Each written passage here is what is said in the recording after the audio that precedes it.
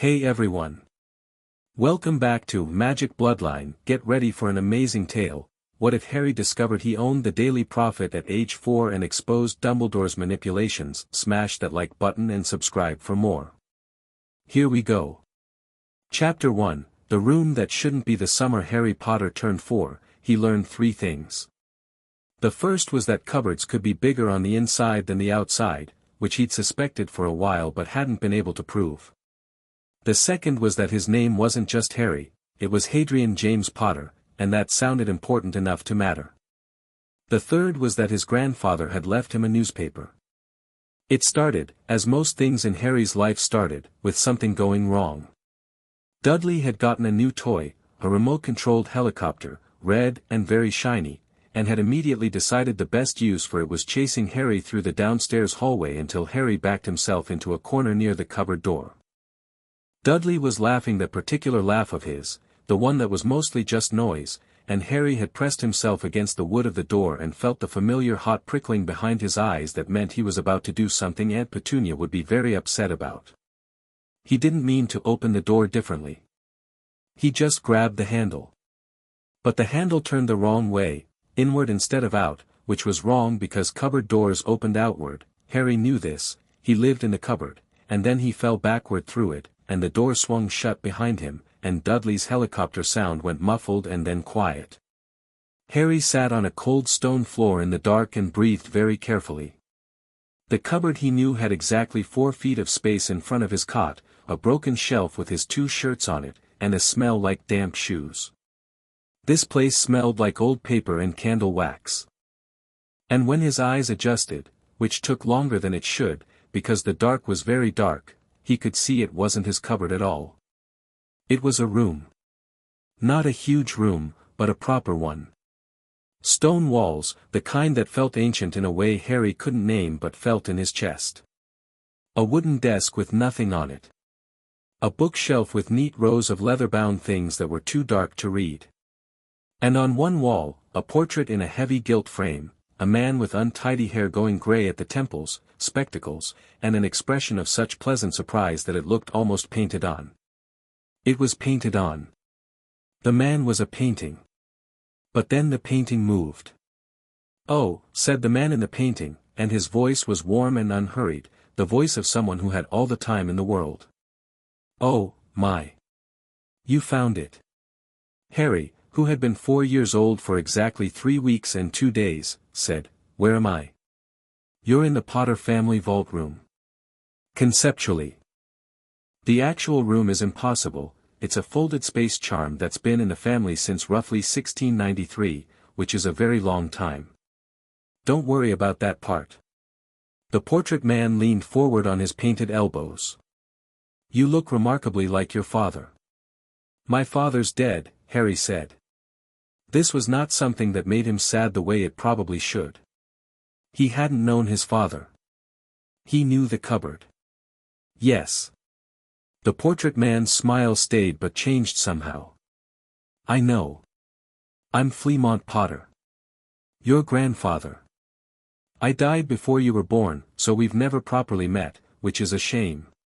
You can call me Fleamont or grandfather, whichever feels right. Though I suspect at your age it'll take a while to get comfortable with either." Harry looked at the painting for a long moment. He was 4, not stupid. He knew portraits didn't talk. Except evidently this one did. "Am I doing magic?" he asked. "You triggered the room's entry charm, yes. Which means your magic is already expressing itself, which is early, but not unheard of in our family." Fleamont Potter tilted his head. "Are you all right? You look like you've had a fright." "Dudley was chasing me." "Ah." Something sharpened behind the painted spectacles. "The Desley boy. He's my cousin." "Yes." Fleamont said it the way people said yes when they meant "I know more about this than I'm currently saying." "Come sit down, Hadrian. There's a chair to your left. It's comfortable, or it was when your grandmother Euphemia picked it out. I imagine the charm keeps it in decent shape." Harry found the chair. It was comfortable. He sat in it the way a 4-year-old sits in a big chair, feet not touching the floor, hands gripping the armrests. He looked at his grandfather's painting and said, "Are there more of you? More portraits?" "No, just me. I thought one was enough." "Your grandmother thought it was vain, having a speaking portrait made." "She wasn't wrong." A small, private smile. "She usually wasn't." "Was she nice?" "Extraordinarily. You would have loved her." He paused. "She would have loved you. She did love you, she just didn't live long enough to tell you properly. It's one of the great sorrows of my afterlife, such as it is." He seemed to set this down very deliberately, the way you set down something heavy. "But we're here now. And there's a great deal to tell you." "What kind of things?" "About who you are. About what you own. About what's expected of you and what I think of those expectations." Fleamont settled back. "We have time. The room doesn't exist from the outside, no one will find you here until you want to leave. Are you hungry?" Harry was always hungry. He said so. The desk drawer opened by itself and produced a biscuit tin that should not have fit inside it. Harry took 3 biscuits without being told not to and ate them while Fleamont Potter began talking. He came back every day. He couldn't have explained how he got in the second time, he just wanted to, and the door cooperated, which he was beginning to understand was how magic worked for him. He'd wanted to get away from Dudley, and the door had opened. He wanted to get back to the room, and the door opened again. Fleamont was always there. He never seemed bored between visits, though when Harry asked about it he said portraits experience time differently, not badly, just differently, rather like being very interested in a painting yourself. The things Fleamont taught him in those first weeks were not normal 4-year-old things, but Harry absorbed them the way hungry things absorb food, completely and without waste. He learned that his parents had not been killed in a car crash. He held this knowledge very still inside himself for 2 whole days before he came back and asked more questions. He learned about Voldemort, the name, which Fleamont said firmly should never be avoided just because others found it frightening, and the history, and the night it ended. He learned about the scar on his forehead in a way that was factual and calm and not frightening, because Fleamont had clearly decided early on that Harry deserved information over comfort. "You could tell me gently," Harry observed once, swinging his feet from the chair. "I could," Fleamont agreed. "But you're a Potter, and I never found that Potters did well with gentle half-truths. We do much better with the full story and time to think about it. Aunt Petunia says I ask too many questions." "Your Aunt Petunia is wrong about that and many other things." Harry thought about this. "She doesn't know about the room." "No. She wouldn't feel it, even if she stumbled against the door. The magic doesn't respond to Dursley's. It never has, it's keyed to Potter blood and Potter intent." He paused. "Speaking of which, there's a document in the desk drawer I think you should read." "I can't read very well yet," Harry said honestly. "I'll help you." The document took 3 sessions to get through, not because it was long but because Harry kept stopping to ask questions, and Fleamont answered every single one. It was a letter from Gringotts Bank, addressed to Hadrian James Potter, heir of the ancient and noble house of Potter, and it listed the contents of the Potter family trust. There was money. There was property. There was a list of investments and holdings that meant nothing to Harry at 4 years old, but one item near the bottom of the 3rd page had a small red seal next to it, which Fleamont explained meant currently active and requiring attention.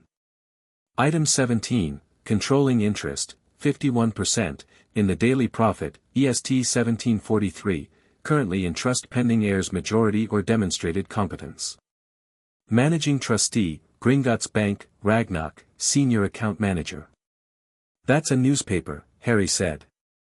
"Britain's foremost wizarding newspaper," Fleamont confirmed. "We've owned the controlling share for almost 100 years. My father bought it in 1927 when the previous owners ran into financial difficulty. He thought it was important." A pause. "He thought the truth was important," and he thought owning the place that printed what people called the truth was therefore important. Harry stared at the document. Does Dumbledore know we own it? Fleamont's eyebrows rose. What makes you ask about Dumbledore? You told me he's the one who put me with Aunt Petunia. And that he's the most powerful wizard in Britain. And that he runs Hogwarts and decides lots of things. Harry's feet swung. So does he know? There was a careful pause. He knows the Potter family has an interest. He may not know the extent. The particulars of family holdings are private by law, Gringotts guards them carefully. Another pause. Why?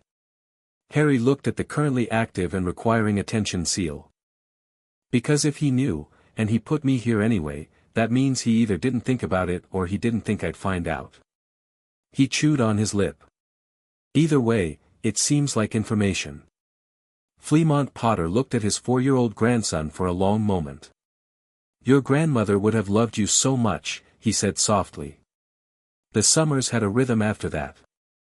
Harry went to school, normal school, the primary school on Wisteria Walk, and he was quiet in his classes and careful about not being too smart too fast, which he'd learned early attracted the wrong kind of attention. He helped with chores without complaint, which confused Aunt Petunia more than defiance ever had. He ate what he was given and didn't ask for more out loud, but in the room, the biscuit tin was always full, and over time other things appeared, sandwiches, fruit, a thermos of tea when the stone room got cold in winter. Fleamont taught him. Not systematically, not the way school taught, but organically, the way a conversation teaches, one question leading naturally to the next. History first, because Harry needed context. Then law, wizarding law, which was complicated and often absurd and fascinating the way puzzles were fascinating. Then Gringotts, how to write to them, what to ask for, how to make requests that would be honored. He wrote his first letter to Gringotts at age 5, hunched over the desk in the stone room with his tongue between his teeth. Fleamont had dictated the formal opening, but the body of the letter was Harry's own. I would like to discuss my family's holdings, specifically item 17. I understand I cannot access funds directly until I am of age, but I would like to know if there is any mechanism by which the heir can exercise influence over active holdings before majority. I would also like to know the current editorial and financial situation of the property in question. Regards, Hadrian James Potter. Fleamont had looked at the letter and said nothing for a moment. It's not quite the right tone, Harry said. No, it's exactly the right tone. I'm just proud. Go on, put it in the post. There's a mechanism, goblin mail, keyed to Potter blood. Touch your finger to the red seal at the bottom. Harry did. The letter disappeared with a smell of old brass. The response came 3 days later, appearing in the desk drawer as if it had always been there. It was long and formal and signed by someone called Ragnarok, senior account manager, and it said, in between a great deal of procedural language, that yes, there existed a provision by which a Potter heir demonstrating sufficient capacity could advise on editorial matters, provided such advice was transmitted through Gringotts as trustee and provided the day-to-day management of the paper agreed to receive such advice in good faith. Furthermore, the letter said, it should be noted that the current management has been operating under a somewhat irregular arrangement since 1981, the details of which we would be pleased to discuss at your earliest convenience. We recommend an in-person meeting, conducted appropriately given your age and circumstances. Harry read that paragraph 4 times. Irregular arrangement, he said. Yes, said Fleamont. Since 1981. That's when my parents died. Yes. Harry folded the letter very neatly and put it in the desk drawer. I'd like to know what that means. I imagine Ragnarok would like to tell you. The question is how to get you to Gringotts without your aunt knowing. This was a practical problem, and Harry liked practical problems. He thought about it for 2 days. Then he wrote back to Ragnarok and asked whether, given his age and circumstances, Gringotts would be willing to send an intermediary to meet him in a neutral location, somewhere accessible by non-magical means, given his current guardianship situation. Ragnarok's response came in a day. It said that while this was irregular, the Potter account was significant enough to warrant flexibility, and that Gringotts would send a representative to a location of Harry's choosing on a Saturday morning when such meetings might be accomplished without undue parental scrutiny. Harry thought this was extremely sensible. He suggested the park 2 streets over, which was large enough that a person sitting on a specific bench wouldn't attract much attention. The meeting was set for the following Saturday. He almost didn't go. Not because he was afraid. He'd moved past afraid somewhere around his 5th conversation with Fleamont, when the shape of his situation became clear enough to be angry about instead of frightening, but because the Friday before, Petunia decided the kitchen floor needed scrubbing and Harry spent 6 hours on his knees with a brush, and by evening his hands were cracked and his back ached in a way that felt too old for his body. He went anyway. The goblin waiting on the park bench was not what he'd expected, though he wasn't entirely sure what he'd expected. She was short and sharp-faced, with dark, clever eyes and silver streaks in her hair, dressed in a well-cut suit that was almost but not quite right for a Saturday morning in suburban Surrey. She had a briefcase on her knees and was watching the swans on the pond with an expression of professional interest. "You're Harry Potter," she said when he sat down. "Not a question." "Hadrian James Potter," he agreed. He'd decided he preferred the full name. It had weight to it. "And you're from Gringotts." "Griphook the Younger," she said. "Junior account manager, assigned to the Potter file when Ragnarok determined the heir was worth attending to directly." She looked at him. He was 5 years old, in his cousin's too big hand-me-down jumper, with a scar on his forehead and untidy hair that no amount of water would persuade to lie flat. "You look very young." "I know," Harry said. "What's the irregular arrangement?" Griphook clicked her briefcase open. "I appreciate a client who gets to the point." "Very well. When your parents were killed in 1981, the Daily Prophet underwent a significant editorial shift under its then-editor, Barnabas Cuff. You are not yet old enough to have read anything from that period, but the shift was notable. Previously, the paper had maintained what you might call rigorous neutrality. After 1981, it began to align itself very closely with certain ministerial positions, and with the views of Albus Dumbledore in particular. Even though the Potter family owns it. The Potter heir was 1 year old and in a coma, technically, in a state of magical exhaustion requiring St. Mungo's care for several months. The managing trustee, Gringotts, was responsible for maintaining the property, not directing it, and the editorial staff found that in the absence of any heir asserting influence, it was easiest to follow the path of least political resistance. She paused. "Cuff is still editor. He has been for 15 years. And he's been printing what Dumbledore wants printed. Not exclusively. Not in any written agreement. But the relationship is accommodating." Harry thought about this. What would happen if I, as heir, wanted to advise on editorial direction? Under the terms of the Potter Family Trust, Gringotts is required to transmit such advice. If the advice is reasonable, defined in the trust document as not being demonstrably illegal, Gringotts must pressure the editor to comply. And if the editor won't? Griphook's thin mouth curved. The Potter family owns 51% of the controlling shares. Persistent failure to accommodate the majority shareholder is grounds for termination under wizarding commercial law. She paused again. I should note that this has never been tested. No editor of the Prophet in living memory has defied the Potter heir's wishes, because no Potter heir in living memory has had any wishes about it. Harry looked at the swans.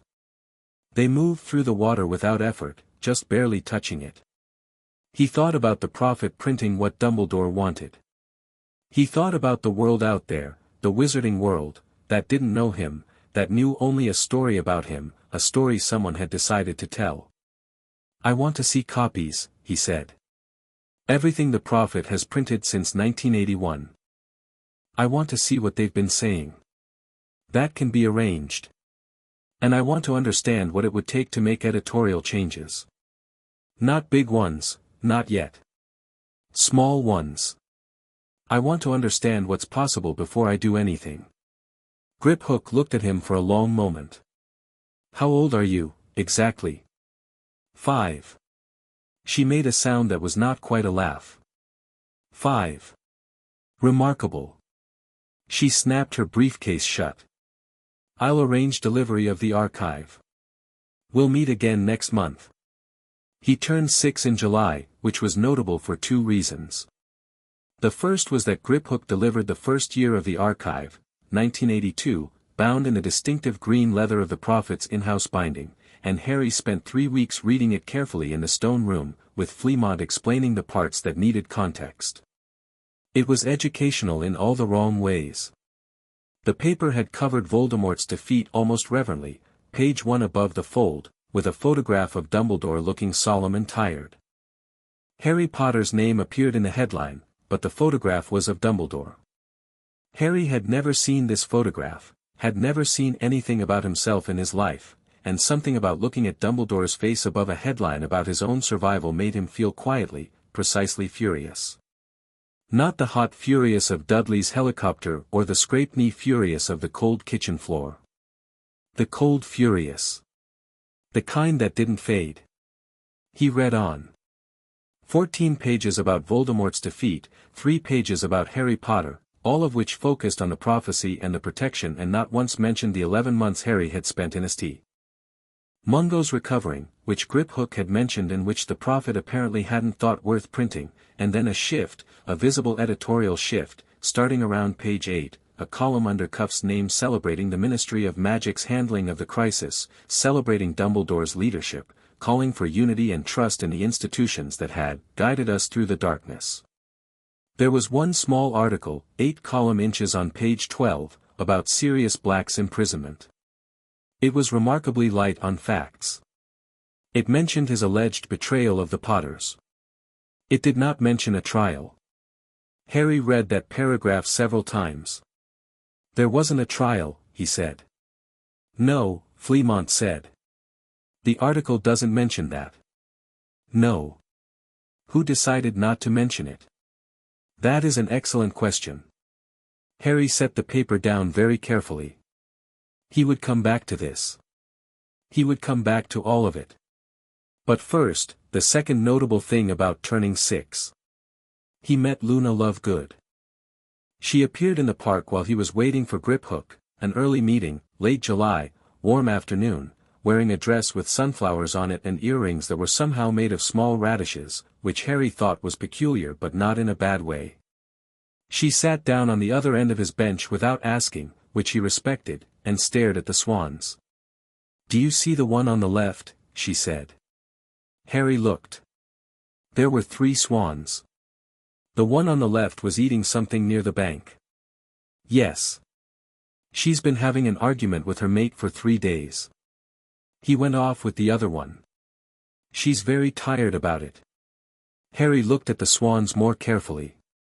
He couldn't tell which one was the mate or what constituted a swan argument, but something about the way she said it made him think she believed it completely. "How do you know?" "I've been watching."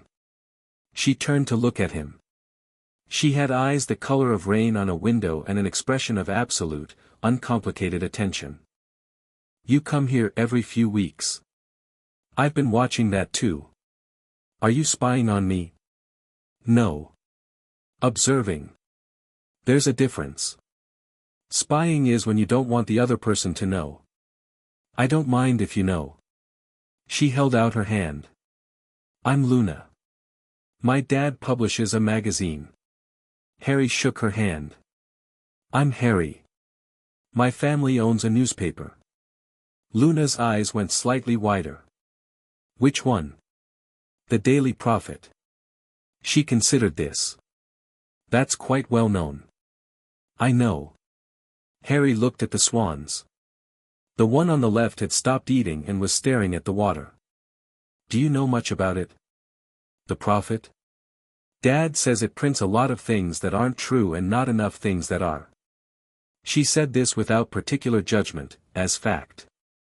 He started the Quibbler because he wanted to print what he thought was true. He says they're different kinds of publication. What kinds of things does the Prophet not print? Luna thought about this seriously. Harry found he liked how seriously she thought about things. Dudley didn't think seriously about anything. Petunia thought seriously only about appearances. This was different. Dad says they don't print things that would upset the ministry. Or Dumbledore. He says those two things are often the same thing. She paused. He says they also don't print anything about Nargles, but I think that might be a specific grievance. What's the Quibbler? It's small. It comes out every month. Mostly witches and wizards read it, but some muggles do too if they happen to pick it up and can see past the charms. She tilted her head. If you own the Prophet, you could make it print true things. I'm working on it, Harry said. She nodded as if this was a completely normal thing for a 6-year-old to be working on. Can I help? Harry looked at her. He didn't have any friends. He hadn't thought about wanting any, the room took up most of his wanting. But there was something about Luna Lovegood, something undefended and honest, that made him feel like she might be the kind of person worth having around. You'd have to keep it secret, he said. At least for now. I'm very good at secrets, Luna said. Mostly because no one believes me anyway, so it makes no difference what I say. Harry felt something sharp and sad about that and didn't show it. Okay, he said. Then yes. They watched the swans together until the goblin arrived, at which point Luna regarded Griphook with serene interest and Griphook regarded Luna with professional wariness, and Harry introduced them both and moved on, because this was his life now, and there was a great deal of work to do. The first editorial change was small. Almost invisible. Harry had read 2 years of archives by the time he was 7, 1982 and 1983, and he'd identified a pattern. The Prophet had a section called Wizarding Heritage that ran every Sunday and was, in theory, about history. In practice, it had become a vehicle for a particular kind of story, pure-blood family histories, the sort that subtly positioned the old wizarding families as the natural aristocracy of British magic. No one story was overtly prejudiced. The pattern was. He wrote a memo to Griphook. He wanted the heritage section to include, over the next year, at least 4 stories about Muggle-born witches and wizards who had significantly contributed to wizarding Britain. He suggested names, he'd found them in the room's bookshelf, in a history Fleamont had pointed him toward. He cited the trust documents provision allowing heir influence over editorial content. Griphook brought it to Cuff. Cuff complained. Gringotts reminded Cuff of the percentage and the provision. The first story ran 6 weeks later. A half-page spread on Hector Dagworth Granger, pioneer of modern potion-making, born to Muggle parents in 1897. It was a small victory. Harry filed it away and moved on to the next one. He was finding, around this age, that the room had more in it than he'd initially understood. The bookshelf, which he'd assumed was decorative, turned out to contain not books exactly but memory books, volumes that responded to questions, that opened themselves to relevant pages, that had been curated over generations of Potters as a kind of family knowledge repository. There was an entire section on wizarding law. Harry read it the way a drowning person reaches for something solid, with total concentration and no room for anything else. The law around magical guardianship was particularly interesting. A magical child placed with non-magical guardians retained their status under wizarding law, including property rights, heritage rights, and, Harry's fingers slowed on the page, the right to petition the Wisengamot for review of guardianship arrangements under the Welfare of Magical Minors Act of 1893 if the current arrangement could be demonstrated to be detrimental to the child's magical development, physical welfare, or rightful heritage. He sat with this for a week before he told Fleamont. I could potentially challenge the guardianship, he said. Potentially, Fleamont agreed, carefully. The problem is I don't want to go into the system. There's a whole section about what happens when a magical child has no suitable guardian, they go to ministry-assigned foster care, and the ministry is. He trailed off. Currently not an institution you trust. Currently an institution that imprisoned an innocent man without trial and has been saying whatever Dumbledore wants it to say for 15 years, yes. Harry's jaw was set. So I can't challenge the guardianship until I have somewhere better to go. Which means I need serious blackout first. Fleamont looked at him in that way he had, that long, quiet look, as if he was seeing all the way through the 5 or 6 or 7-year-old to something beyond. You're planning several moves ahead. Isn't that the right way to do it? It's the only way worth doing it. Harry pulled out a fresh sheet of paper. I need to know everything about how someone gets a trial in the wizarding legal system. Even retroactively. Even after 15 years. That, Fleamont said, is going to take more than one session. I know, Harry said, already writing. That's fine. I'm not in a hurry. He paused. Or I am. But I'm patient anyway.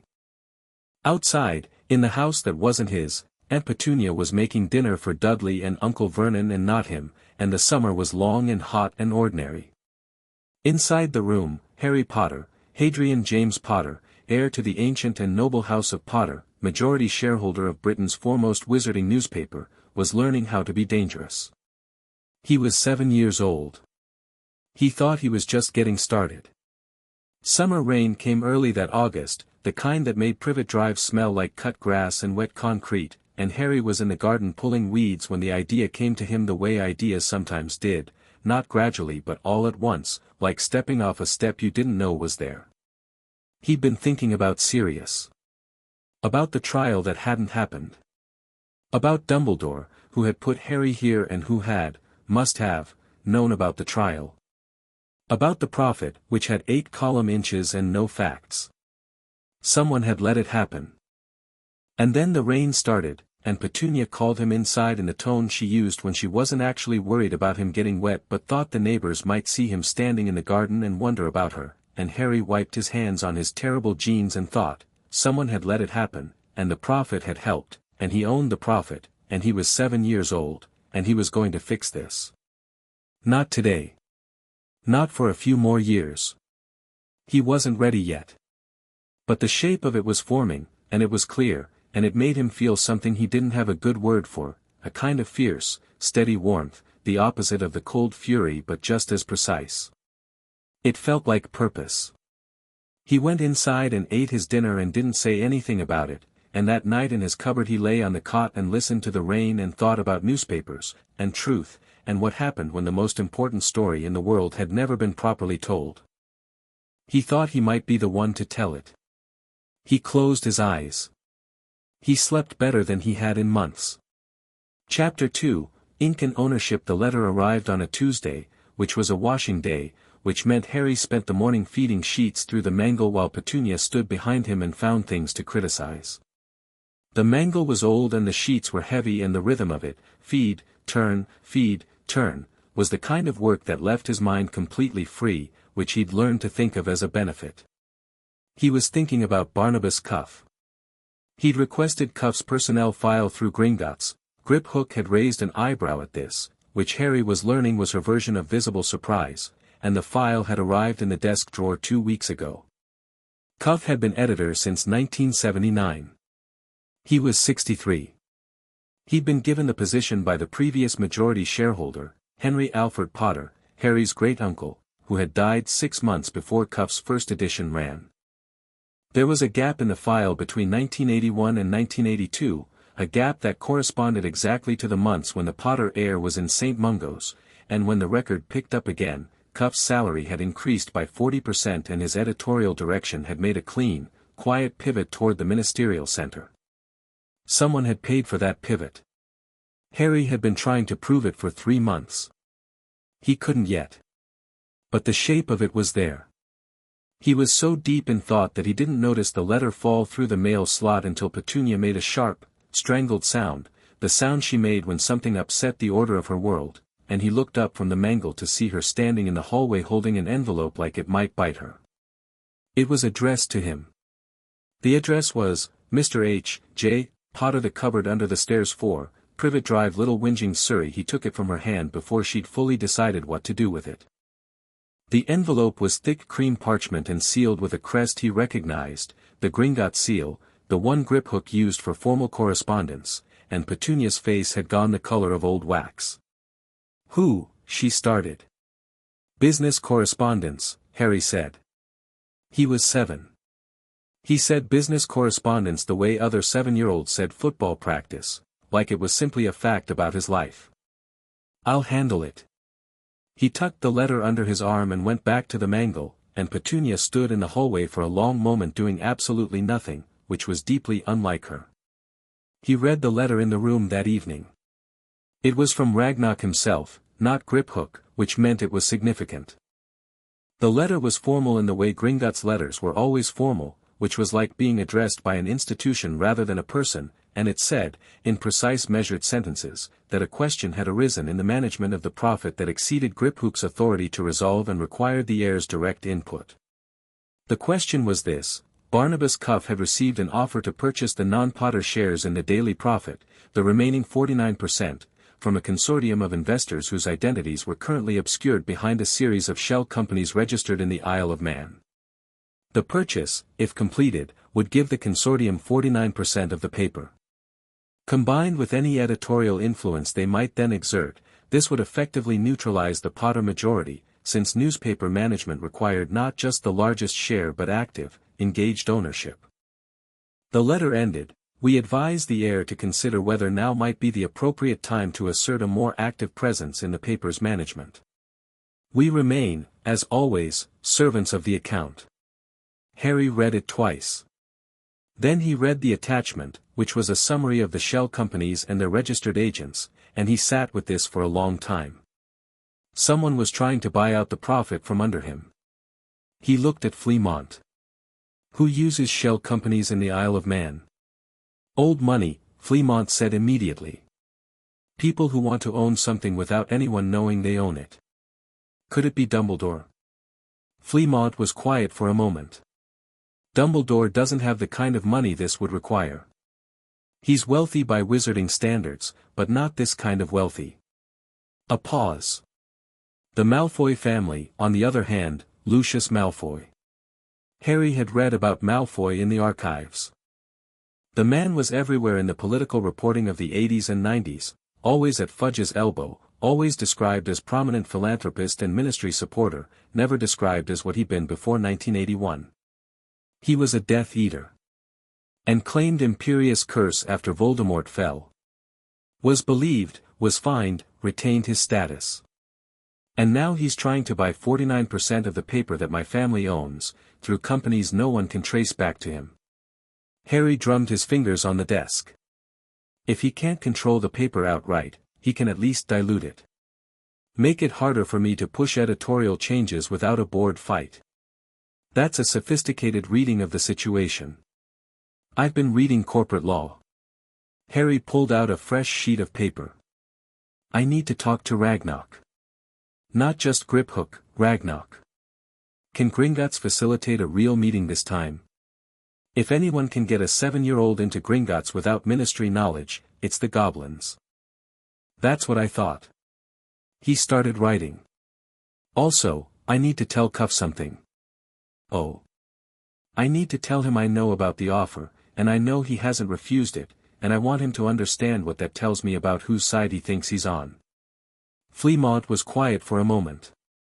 You're going to threaten the editor of the Daily Prophet. I'm going to inform him of relevant facts and allow him to draw his own conclusions. Harry looked up. There's a difference. You said so yourself. His grandfather's portrait made a sound that was definitely a laugh, quickly suppressed. The Gringotts meeting happened in September, on a school day, which required Harry to do something he'd never done before, forge a note from Petunia explaining his absence. He felt briefly bad about this. Then he remembered the mangle and the cupboard and the 8 column inches about Sirius Black's imprisonment, and the brief bad feeling went away.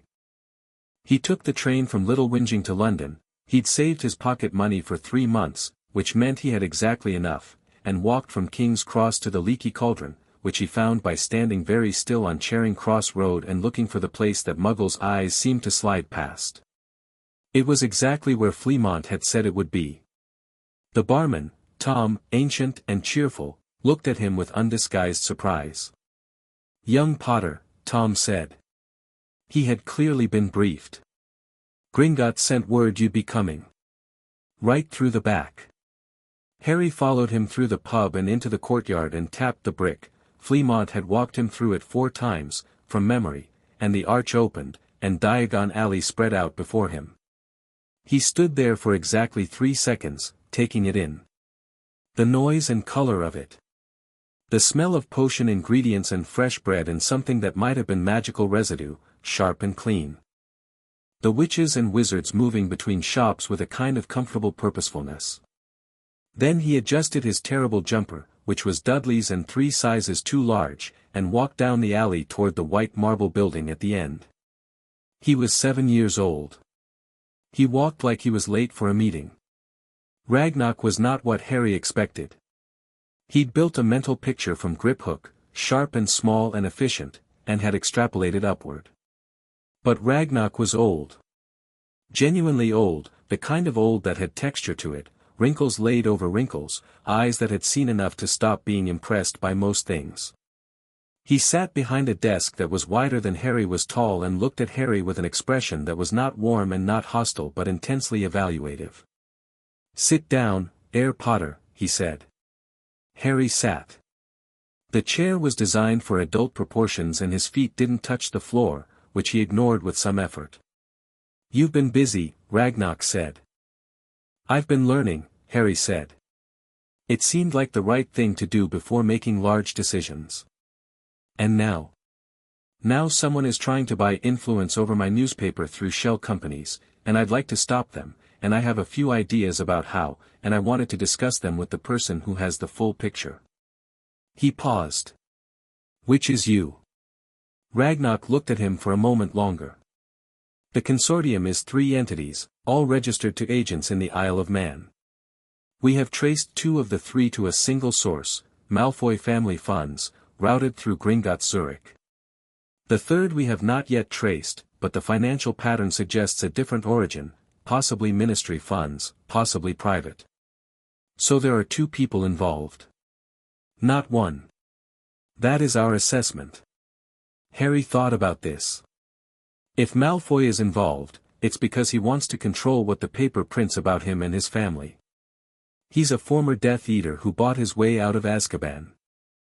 He doesn't want anyone asking questions about that. A reasonable assessment. And the ministry connection, Harry stopped. Is it fudge? We cannot confirm, but it might be. Ragnarok said nothing, which was, Harry had learned, Gringotts for yes but we won't say it out loud. Right. Harry leaned forward slightly. I want to block the purchase. Can we do that?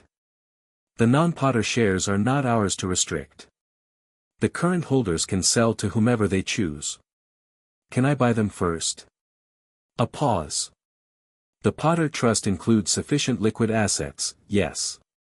However, a full purchase of the remaining 49% would require Wisengamot approval for a minor to hold a controlling interest in a publishing entity, under the Media Ownership Act of 1956. Another pause.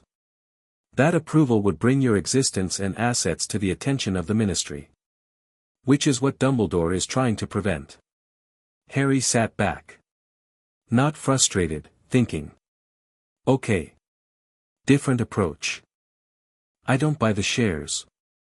But I make the current holders not want to sell. How? What do newspapers care about, besides money? Ragnarok considered this. Reputation. Access. Continued relevance. Right. So I make the profit more relevant. I push through editorial changes that make it a better paper. Better paper sells more copies, makes more money, and the current minority holders have less reason to sell to an outside consortium because their investment is growing. Harry paused. And at the same time, I make Malfoy nervous about what the paper might print, so buying into it stops looking like a good investment to him. You would use the paper as both shield and weapon. I'd use it as a newspaper, Harry said. The way it was supposed to be used. Ragnarok looked at him for a very long time. Gringotts, the old goblin said slowly, has managed the Potter account for 240 years. In that time, we have had 11 Potter heirs as clients. 6 were competent. 3 were exceptional. He paused. The remaining 2 bankrupted themselves in creative ways. He pulled a thick file toward himself. You are 7 years old. Yes. I am going to say something that goblins do not often say to clients, and I am going to say it once. He met Harry's eyes. We are on your side. Not because we are always on the client's side, that is not how Gringotts works, but because the Potter account has been mismanaged since 1981 in ways that reflect poorly on our institution, and because you are attempting to correct this, and because you are, he stopped, as if the next word was unfamiliar in his mouth, interesting. He opened the file. Now. Let us discuss which editorial changes you want implemented by the end of the year, and how we make Barnabas Cuff understand that his cooperation is no longer optional. Harry felt something warm and steady settle in his chest. Good, he said. I have a list. The letter to Cuff went out under the Gringotts seal, because Harry had decided that the formal power of the institution was worth using. It was polite, precise, and extremely clear. It informed Cuff that the Potter heir was now exercising active oversight of editorial content under the terms of the family trust. It attached a list of 12 proposed changes, not dramatic, not radical, but substantive. Broader source coverage. A new policy requiring at least 2 independent sources for any story involving ministry statements. A quarterly review of the heritage section's subject matter. And, effective immediately, a standing instruction that any story concerning the Potter family required approval from Gringotts before publication. The last one was the important one. Harry had thought carefully about it. He didn't want to stop the prophet from writing about him, that would look like censorship and would raise questions. He just wanted the right to review what they wrote before it appeared, so he could see what narrative was being constructed and make informed decisions about when to push back. Cuff's response came in 4 days. It was 3 pages long and could be summarized as, I don't think this is how this works and I'm going to speak to Dumbledore. Harry's reply, sent through Ragnarok, was 2 sentences long. The trust document and the relevant sections of wizarding commercial law are attached. Please note that Dumbledore's views on the matter are not legally relevant. There was a silence of 2 weeks. Then Cuff wrote again, much shorter this time, agreeing to the changes pending minor revisions to items 3 and 7. Harry revised item 3 slightly. He didn't revise item 7 at all. He sent it back with a note, item 7 is not negotiable, and waited. Cuff caved. The new editorial policy was in effect by November. Harry celebrated by eating 3 of the biscuit tin's current offering, chocolate digestives, his current favorite, and telling Fleamont about it in precise, methodical detail, and Fleamont listened and smiled in the way portraits could smile, which was with only half their face but with all of their attention. You should feel good about this, Fleamont said. I do, Harry said. But it's not enough yet. It's far from enough. No. But it's a beginning. The beginning was subtle. If you read the Daily Prophet in November of that year and compared it to the edition from January, you might not be able to name what was different. The news was the same news. The layout was identical.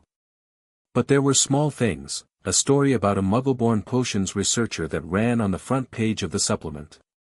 A correction issued for an error in a previous ministry statement, publicly printed and prominent, the first correction in 4 years. A story about Azkaban's conditions that quoted 3 prisoners' families and 1 unnamed ministry source, where previously the paper had quoted only ministry sources about ministry facilities. Tiny things. The shape of something different. Luna noticed. She'd started reading the Prophet because Harry had asked her to be a second pair of eyes, and she reported back with the serious thoroughness that characterized everything she did. The correction was interesting, she said. They were in the park, which had become their regular meeting ground, Harry for Griphook, who now met him here once a month, and the 2 of them in the hours between. It was October, getting cold, and Luna was wearing a hat that Harry thought might be made of something magical. it seemed to change color slightly depending on the angle. Dad says the prophet hasn't printed a voluntary correction in years. He noticed. What did he say? He said something is happening over there and he doesn't know what it is. She paused. He's not suspicious. He's curious. Dad is almost always curious rather than suspicious. He says they're the same impulse dressed differently. Harry thought about this. I'd like to meet your dad sometime. He'd like to meet you. I've told him a bit about you. Harry looked at her quickly. What bit? That you're clever and serious and that you own the prophet and are trying to make it tell the truth. He thinks that's the most interesting thing he's heard in years. She paused. I didn't tell him your name. I thought you'd probably want to decide about that yourself. This was exactly the right call, and Harry told her so, and Luna received the compliment with equanimity, which was the only way she received anything. He turned 8 in July, and Petunia gave him a slightly smaller pile of chores than usual as a kind of birthday acknowledgement, which was the most she'd done since he could remember. He thought this might have something to do with the letter. The letter was his. He'd written it, but he'd sent it through Gringotts so there was no question of its legal authenticity. He'd timed it carefully, sent it in May, when Petunia was gardening in content and not in one of her particularly sharp moods. The letter had arrived at Petunia's breakfast table on a Tuesday, in a cream envelope with the Gringotts seal, addressed not to Harry but to Mrs. Petunia Desley, current guardian of H. J. Potter.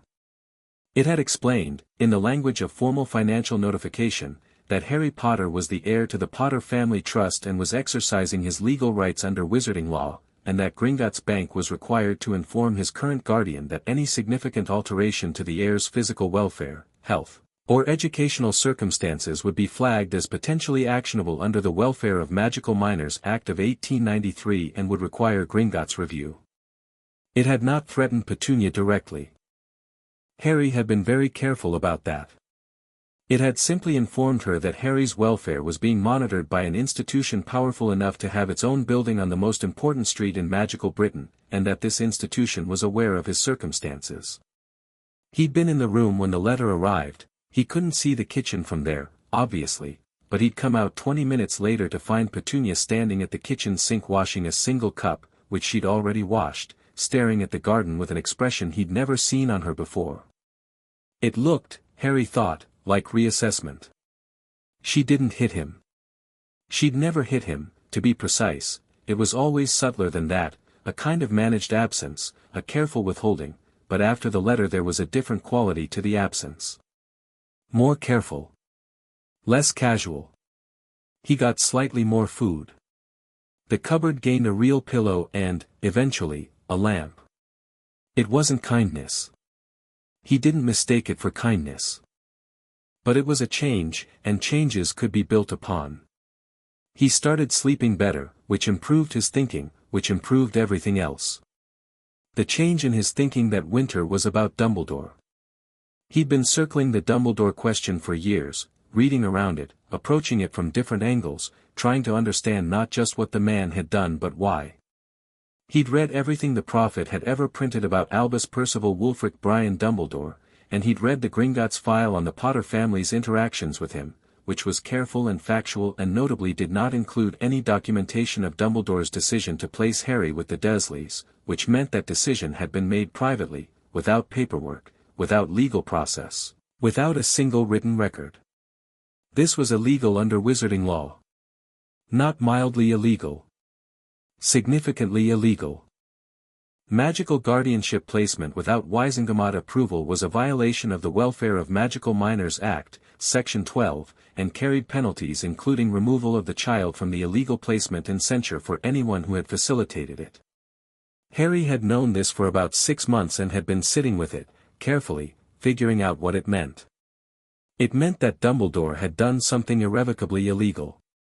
It meant that Dumbledore had done it and faced no consequences, which meant either no one knew, or the people who knew were unwilling to act on it, or Dumbledore was powerful enough that the consequences simply hadn't materialized. Probably some combination of all three. The thing Harry kept returning to, though, was the why. Dumbledore was not, by any account, a cruel man. The archives had plenty about him. He'd stood against Grindelwald, he'd built Hogwarts into something remarkable, he'd been a consistent voice against pureblood supremacy. He was not stupid and he was not careless and he was not, apparently, doing this to hurt Harry. Which meant he was doing it for a reason. A strategic reason. Harry pulled out the books on magical protection theory. There were 2 in the room's bookshelf that Flemmont had flagged as relevant, and read them very carefully over the course of 3 weeks. Ancient blood magic. Sacrificial protection. The transfer of love-based wards through proximity to the sacrificer's bloodline. Lily Potter's protection transferred to her bloodline, Harry said, not a question. Theoretically, Flemmont said. The magic is ancient and not perfectly documented, but yes, the theory is that as long as Lily's blood lives, and as long as you are in a home with that blood, the protection she created holds. Petunia. Yes. Harry was quiet for a moment. So Dumbledore put me here because of the blood protection. That's the most likely explanation. Because he needs me protected. Yes. Because of Voldemort. Yes. Because of the prophecy. There was a pause. What do you know about the prophecy? Not enough. The archives mentioned it in 82 but were vague. I know there is one. I know Dumbledore knows what it says. Harry looked at the fire. There was a small hearth in the stone room that lit itself on cold days. He'd never questioned this. I want to know what it says. I'm not sure I know the full text. You know more than the archive does. Flemmont was quiet for a long moment. It speaks of a boy born as the 7th month dies. A boy marked by Voldemort. A boy with the power to defeat him. He paused. The full prophecy is in the Department of Mysteries. No one outside of Dumbledore and Voldemort has heard it in its entirety. Harry sat very still. Dumbledore chose me for a purpose. He put me here to keep me safe so I could serve that purpose. He paused. He didn't ask me. He didn't tell anyone. He just decided. Yes.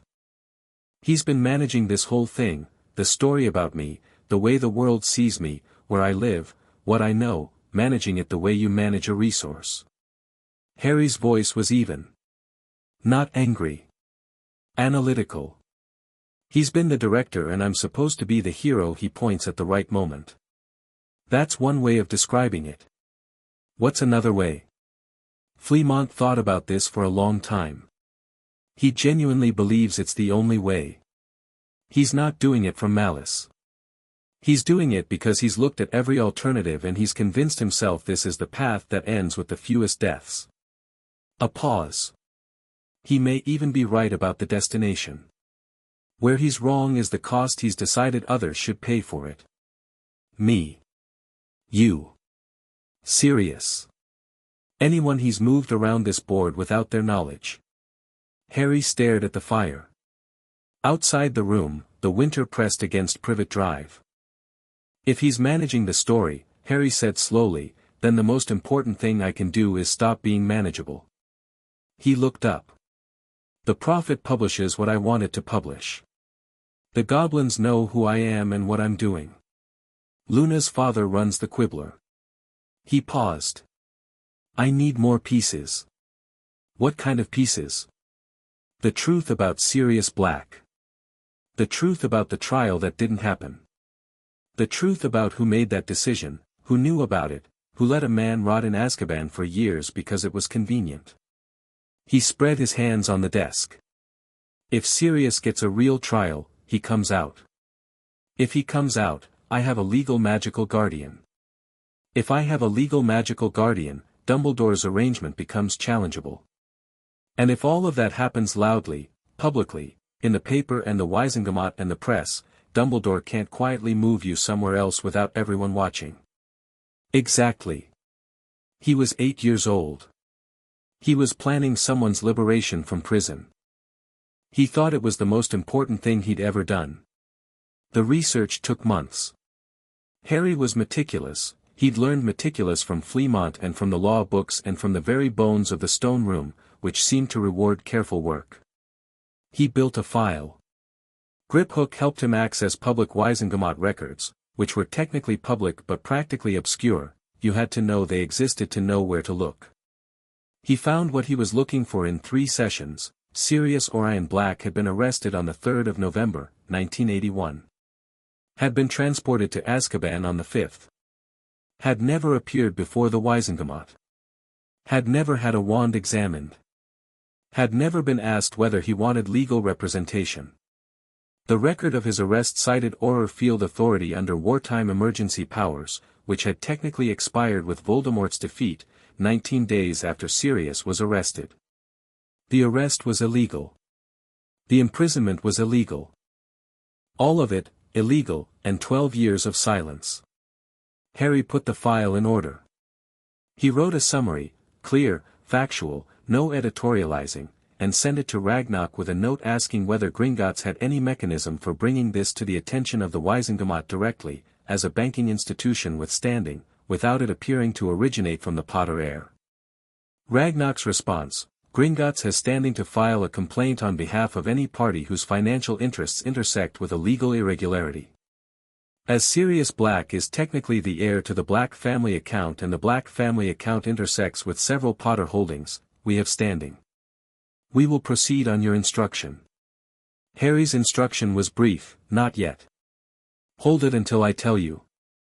But be ready. He was building something. He could feel the shape of it now, large and intricate, interconnected like clockwork. Each piece was nearly in place. But nearly wasn't enough. He needed one more thing before any of it could move. He needed to understand what Dumbledore's reaction would be. He didn't have to wait long. He was 9 when the first sign came that Dumbledore had begun paying attention. It arrived in the form of a visit. Not to him, not directly, nothing so clumsy. But one afternoon in March, Petunia answered the front door and there was a woman there, middle-aged, wearing a tweed suit that was just slightly too warm for the season, with sharp eyes behind round glasses and a clipboard in her hand. She introduced herself as being from the Magical Child Welfare Office, doing a routine check on magically registered children in Muggle households. Harry, listening from the kitchen, put down his dishrag very carefully. The woman asked questions. Petunia answered them in her stiff, controlled way, and Harry heard the sound of her giving a performance, a better home than it was, a warmer arrangement than it was, and he heard the woman's pen scratching notes and thought, this is Dumbledore checking on his investment. He thought, let her look. The woman came through to the kitchen. She saw Harry at the sink, too big jumper, too small frame, and there was something complicated in her face, something that might have been professional concern fighting with professional training, and she wrote something on her clipboard and asked him how he was. Fine, Harry said. Thank you. Are you happy here? Harry thought about what Dumbledore wanted her to find. He thought about what was actually true. He thought about the gap between those two things and how the gap had been, until very recently, filled with other people's silence. I'm comfortable, he said, which was technically true since the pillow and the lamp. I have everything I need. This was also technically true, if you counted the stone room and everything in it. Is there something specific you were looking to check? The woman blinked. 9-year-olds, apparently, did not ask that question. Just routine, she said. Of course. He smiled, a small, genuine smile. Good. I'd hate to be the cause of any trouble. She left 20 minutes later. Harry watched from the kitchen window as she walked to a car that was not quite right for the neighborhood, too quiet, too clean, and drove away. He went straight to the stone room. Dumbledore's checking on me, he told Fleamont. I imagine he's been checking on you since 1981, Fleamont said. But now he's actively checking. Something shifted. Harry sat down. The editorial changes. He noticed the editorial changes. Possibly. Or he noticed the correction, the first one in 4 years. Or the Azkaban story. Harry's mind was moving quickly. Something in the paper changed enough that someone told him, and now he's looking. He drummed his fingers. Okay. I need to move the serious plan forward. If Dumbledore's checking on me, the window before he figures out what I'm actually doing is going to close. I need to open the serious question before he can prepare a response. You said not yet. Not yet became yet. He looked at Fleamont. Tell me honestly. Am I ready? Fleamont considered the question with the seriousness it deserved. You have the law on your side. You have the facts on your side. You have a goblin bank withstanding to file the complaint. You have a newspaper that, while it doesn't know who is guiding it, is printing better journalism than it has in 15 years. He paused. What you don't have is the element of surprise. Once you move, Dumbledore will know. And Dumbledore will react. And you should be prepared for his reaction to be thoughtful, not reactive. He doesn't panic. He plans. So do I. Harry pulled out his paper. Tell Ragnarok to file the complaint. Tonight? Monday. Weekend is quieter, no one processes. Monday morning, when the Wisengamot is in session, the file lands. By Tuesday, it's a story. He was already writing. I'm going to write the story myself. My name won't be on it, not yet. But I'm going to write it. Fleamont watched him write. Outside, it was raining again. It was always raining in March, and the house on Privet Drive was quiet in the particular way that houses are quiet when everyone in them is pretending not to be listening. You know, Fleamont said softly, your grandfather, my father, bought the paper because he said truth was the only thing that couldn't be confiscated. Money could be taken, property could be burned, people could be silenced. He paused. But a truth that's been printed is in the world. You can't put it back. Harry looked up from his writing. That's why he bought it. That's why he bought it. Harry looked at what he'd written, the headline at the top of the page, clean and direct and without a trace of the anger behind it, Sirius Black, the trial that never happened. Then I suppose he bought it for exactly the right moment, he said, and went back to writing. He wrote for 3 hours. The rain outside slowed to a mist and the lamp in the stone room cast warm gold across the desk and Harry Potter, 9 years old and absolutely unafraid, wrote the first genuinely dangerous thing that had appeared in the Daily Prophet in 15 years. He wrote every fact. Every date. Every legal citation. He wrote it the way Fleamont had taught him, clear and plain and without embellishment, because embellishment was what people used when they didn't trust the facts alone to do the work, and he trusted these facts absolutely. When he was done, he read it over twice.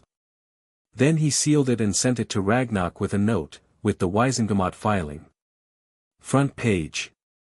No edits without my approval. Then he blew out the lamp and went to his cupboard and lay on his cot and thought, this is the first domino. He was 9 years old. He slept like a stone. The response came faster than he expected. He'd anticipated the wizarding world would take time to absorb it, the complaint filed Monday, the story running Tuesday, a few days for it to percolate through the community before anyone with power had to respond. He'd given himself a week. He got 2 days. Wednesday morning, Petunia received a visitor. Male, 50s, ministry robes, expression of controlled urgency. Harry listened from the kitchen. We need to speak with the boy, the visitor said. He's 9, Petunia said, which Harry thought was actually rather good of her. We're aware, Mrs. Dursley, but there are indications that certain information is being circulated, that potentially relates to Harry and we need to ascertain. No, Petunia said. A pause. I beg your pardon. No. You need to speak with Gringotts Bank if you want to speak with my nephew. They handle his affairs. Harry heard the door close with precision. He stood in the kitchen for a moment. Then he put his head around the kitchen door and looked at his aunt. She was standing with her back very straight and her jaw set, looking at the closed front door. "Thank you," he said. She didn't turn around. "Whatever you're doing," she said to the door, "you'd better be sure of it." "I am," Harry said. She turned then, and looked at him, really looked at him, not through him or past him the way she usually did, and something moved across her face that Harry didn't have a word for but thought might be reluctant recognition. Then she went back to the kitchen and started washing up, and the moment was over, but it had happened, and Harry filed it away with everything else. Everything was data. Everything meant something. The Wisingamot request came the next day, formal, through Gringotts, a request for the Potter heir to present testimony regarding the Black complaint, given the Potter family's direct connection to the events of 1981. Harry wrote back immediately. He would testify. He had conditions. The testimony would be public. All Wisingamot proceedings were technically public, but this one would be actively publicized, with the Daily Prophet given advance notice to have a reporter present. He would testify in writing, not in person, because he was a minor and this was his legal right. And his testimony would be printed in full in the paper the following day, without editorial intervention. Cuff sent an agonized memo. Harry sent back 2 words, "Print it." Cuff printed it. The testimony was everything Harry had compiled, the dates, the laws, the illegal arrest under expired wartime powers, the question of who had authorized the imprisonment. He did not accuse Dumbledore by name. He didn't need to. The questions his testimony raised pointed in every direction, and anyone who knew the 1981 history would know which questions pointed where. The response in the wizarding world, when it came, was not the quiet consideration he'd hoped for. It was louder than that. It was the sound of something cracking open. By the end of the week, the Wisingamot had opened a formal inquiry into the Black imprisonment. By the end of the month, the Minister of Magic had made a public statement, careful, hedged, non-committal, about the importance of due process. By the end of the following month, Dumbledore himself had given an interview to the Prophet about the events of 1981. The interview was careful. Measured. The words of a man who was not panicking but was paying very close attention. He said nothing false, Harry noted. Dumbledore was too careful to lie on record, but he shaped the truth like a sculptor shapes clay, making it smooth and reassuring and not quite complete. Harry read the interview 3 times. Then he wrote a note to the Prophet's new lead investigative reporter, a sharp, hungry woman named Rita Skeeter who'd been promoted by him, through Gringotts, 6 months earlier on the strength of 3 well-sourced stories, asking her what she thought of Dumbledore's interview. Rita's response came back the same afternoon, "I think he's lying by omission. I think it's elegant and I admire the craft and I think if someone gave me the right questions I could take it apart publicly." Harry smiled. "I have questions," he wrote back. "All of them. Let's talk." He was 9 years old and 3 months, and Sirius Black was still in Azkaban, but not, Harry thought, for much longer. The clockwork was moving. Chapter 3, The Boy Who Had Questions. The Wisingamot hearing was scheduled for April, which gave Harry 7 months. He used all of them. The stone room's desk had accumulated layers by now, files stacked in careful order, sheets of parchment covered in his increasingly neat handwriting, Gringotts correspondence organized by date and relevance. Fleamont had stopped commenting on the volume of it. He just watched Harry work with an expression of quiet attention, like a man sitting beside a river and watching it figure out where it wants to go. Harry had written 6 letters to Rita Skeeter. She'd written 9 back. Their correspondence had the quality of 2 people who trusted each other's usefulness without yet trusting each other's character, which Harry thought was the right foundation for a working relationship with a journalist. He liked her. She was precise and fast and unafraid, and she didn't waste words, and she had a talent for finding the question that made powerful people sweat through their formal robes. He hadn't told her who he was. Not yet. She knew she was receiving guidance from someone connected to the Potter family trust. She'd worked out the rest, he suspected. She wasn't stupid, and the trajectory of the paper's recent coverage pointed in one direction, but she was professional enough not to say it directly. They were both pretending. It was fine. The questions he sent her for the Dumbledore follow-up were, who authorized the use of Auror Field Authority for the Black Arrest after the legal basis for wartime emergency powers had expired? Was this authorization documented? If not, why not? Who at the Ministry was informed of Black's imprisonment before it was finalized? Was Albus Dumbledore consulted? Did he advise? Rita had gotten 2 of them answered, partially, through sources Harry didn't know she had. The wartime authority had been signed off by the then head of the Auror office, a man named Bartemius Crouch Sr., which was a name Harry added to his file with a small note, look further. The Ministry notification list for Black's imprisonment had included the Minister of Magic, the head of the DMLE, and, in an informal capacity, one APWB Dumbledore. Informal capacity meant off the record. It meant it had happened but wasn't written down. It meant someone had made a choice, consciously, to keep it deniable. Harry read Rita's memo on this 3 times. Then he wrote her back, "Can you get Crouch on record?" Rita, Crouch is not someone who speaks to journalists easily.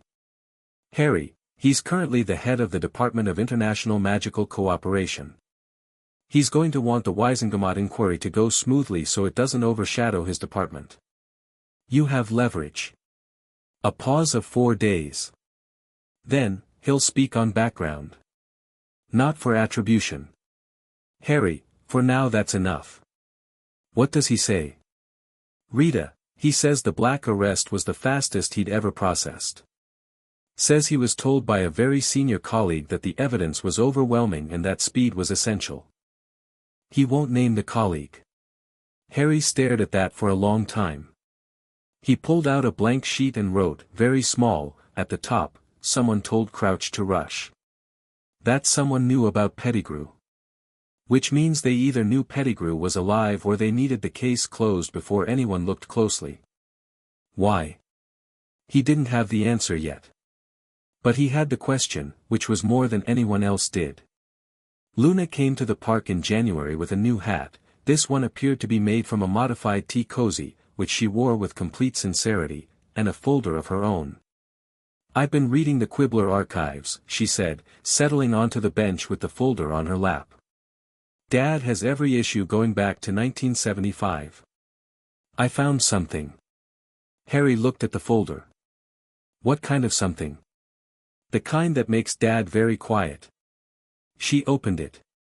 The papers inside were photocopies, not quite right, slightly blurred, the kind of copy made by someone who'd rather not damage the originals. There was a piece Dad ran in 1982.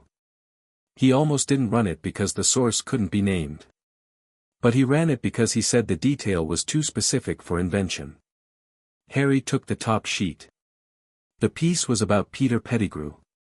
Specifically, it was about a theory, presented as speculation, hedged appropriately, that Pettigrew had not been blown apart by Sirius Black in the street on November 2, 1981, but had in fact faked his own death. The source, unnamed, had described finding a finger, a single finger, no other remains, and questioning the structural logic of an explosion that destroyed everything else in a 12-foot radius and left only one intact human fragment. Your dad ran this in 1982, Harry said. March of 1982. Luna's eyes were calm and watchful. No one paid attention. The Quibbler was smaller then. And people wanted the story to be over. Who was the source? Dad won't say. He's never said. She paused. But I think it was an Auror. Someone who was at the scene. Harry set the paper down. Can I borrow this? You can have it. I made extra copies. She reached into her pocket and produced a chocolate frog, which she handed to him without comment. You look like you haven't been eating enough. Again. He hadn't. The winter had been a long one. Thank you, he said, and ate the chocolate frog and held the Quibbler copy and thought about Peter Pettigrew and a single finger in a London street. If Pettigrew was alive, then Sirius Black hadn't killed him. And if Sirius hadn't killed Pettigrew, then the charge of murder, the only charge that justified his imprisonment even under the wartime powers, evaporated. All of it evaporated. 12 years in Azkaban for something he didn't do. Harry added the copy to his file. He was going to need the full legal team. Ragnarok arranged it with the minimum of ceremony and the maximum of efficiency. 3 wizarding barristers, vetted by Gringotts, introduced to Harry in the stone room, or rather, introduced through correspondence, because Harry wasn't bringing anyone into the stone room if he could help it. The barristers communicated through Gringotts, received Harry's file and copy, and sent back a collective assessment in February. The assessment was 60 pages long. Harry read all of it. The relevant parts were, the Black arrest and imprisonment were demonstrably illegal under the Welfare and Justice Act of 1962, the Wisingamot Procedures Act of 1934, and the Emergency Powers, Expiration, Decree of 1981. A petition for trial, not retrial, but first trial, was not only legally viable but, in the barrister's professional opinion, likely to succeed. The question of Pettigrew's possible survival, while speculative, constituted sufficient grounds to demand a full investigation prior to conviction. However, the assessment noted, the significant obstacle is not legal but political. Wisingamot members are appointed through ministry approval, and ministry approval is significantly influenced by the current administration's relationship with several senior figures including the Chief Warlock, Albus Dumbledore, who may have a personal interest in the outcome of this case. Harry wrote back one line, "I am aware. Proceed with the petition. I have the political side addressed." He didn't entirely have the political side addressed. But he was working on it. The political side was the newspaper. He'd been making changes for 2 years now, and the Prophet had become something subtly different from what it had been, still recognizably the same paper, same masthead, same layout, but the journalism was harder and the sourcing was better and there was a new trust it had built with readers who'd grown used to the gentle, comfortable nothing it used to print.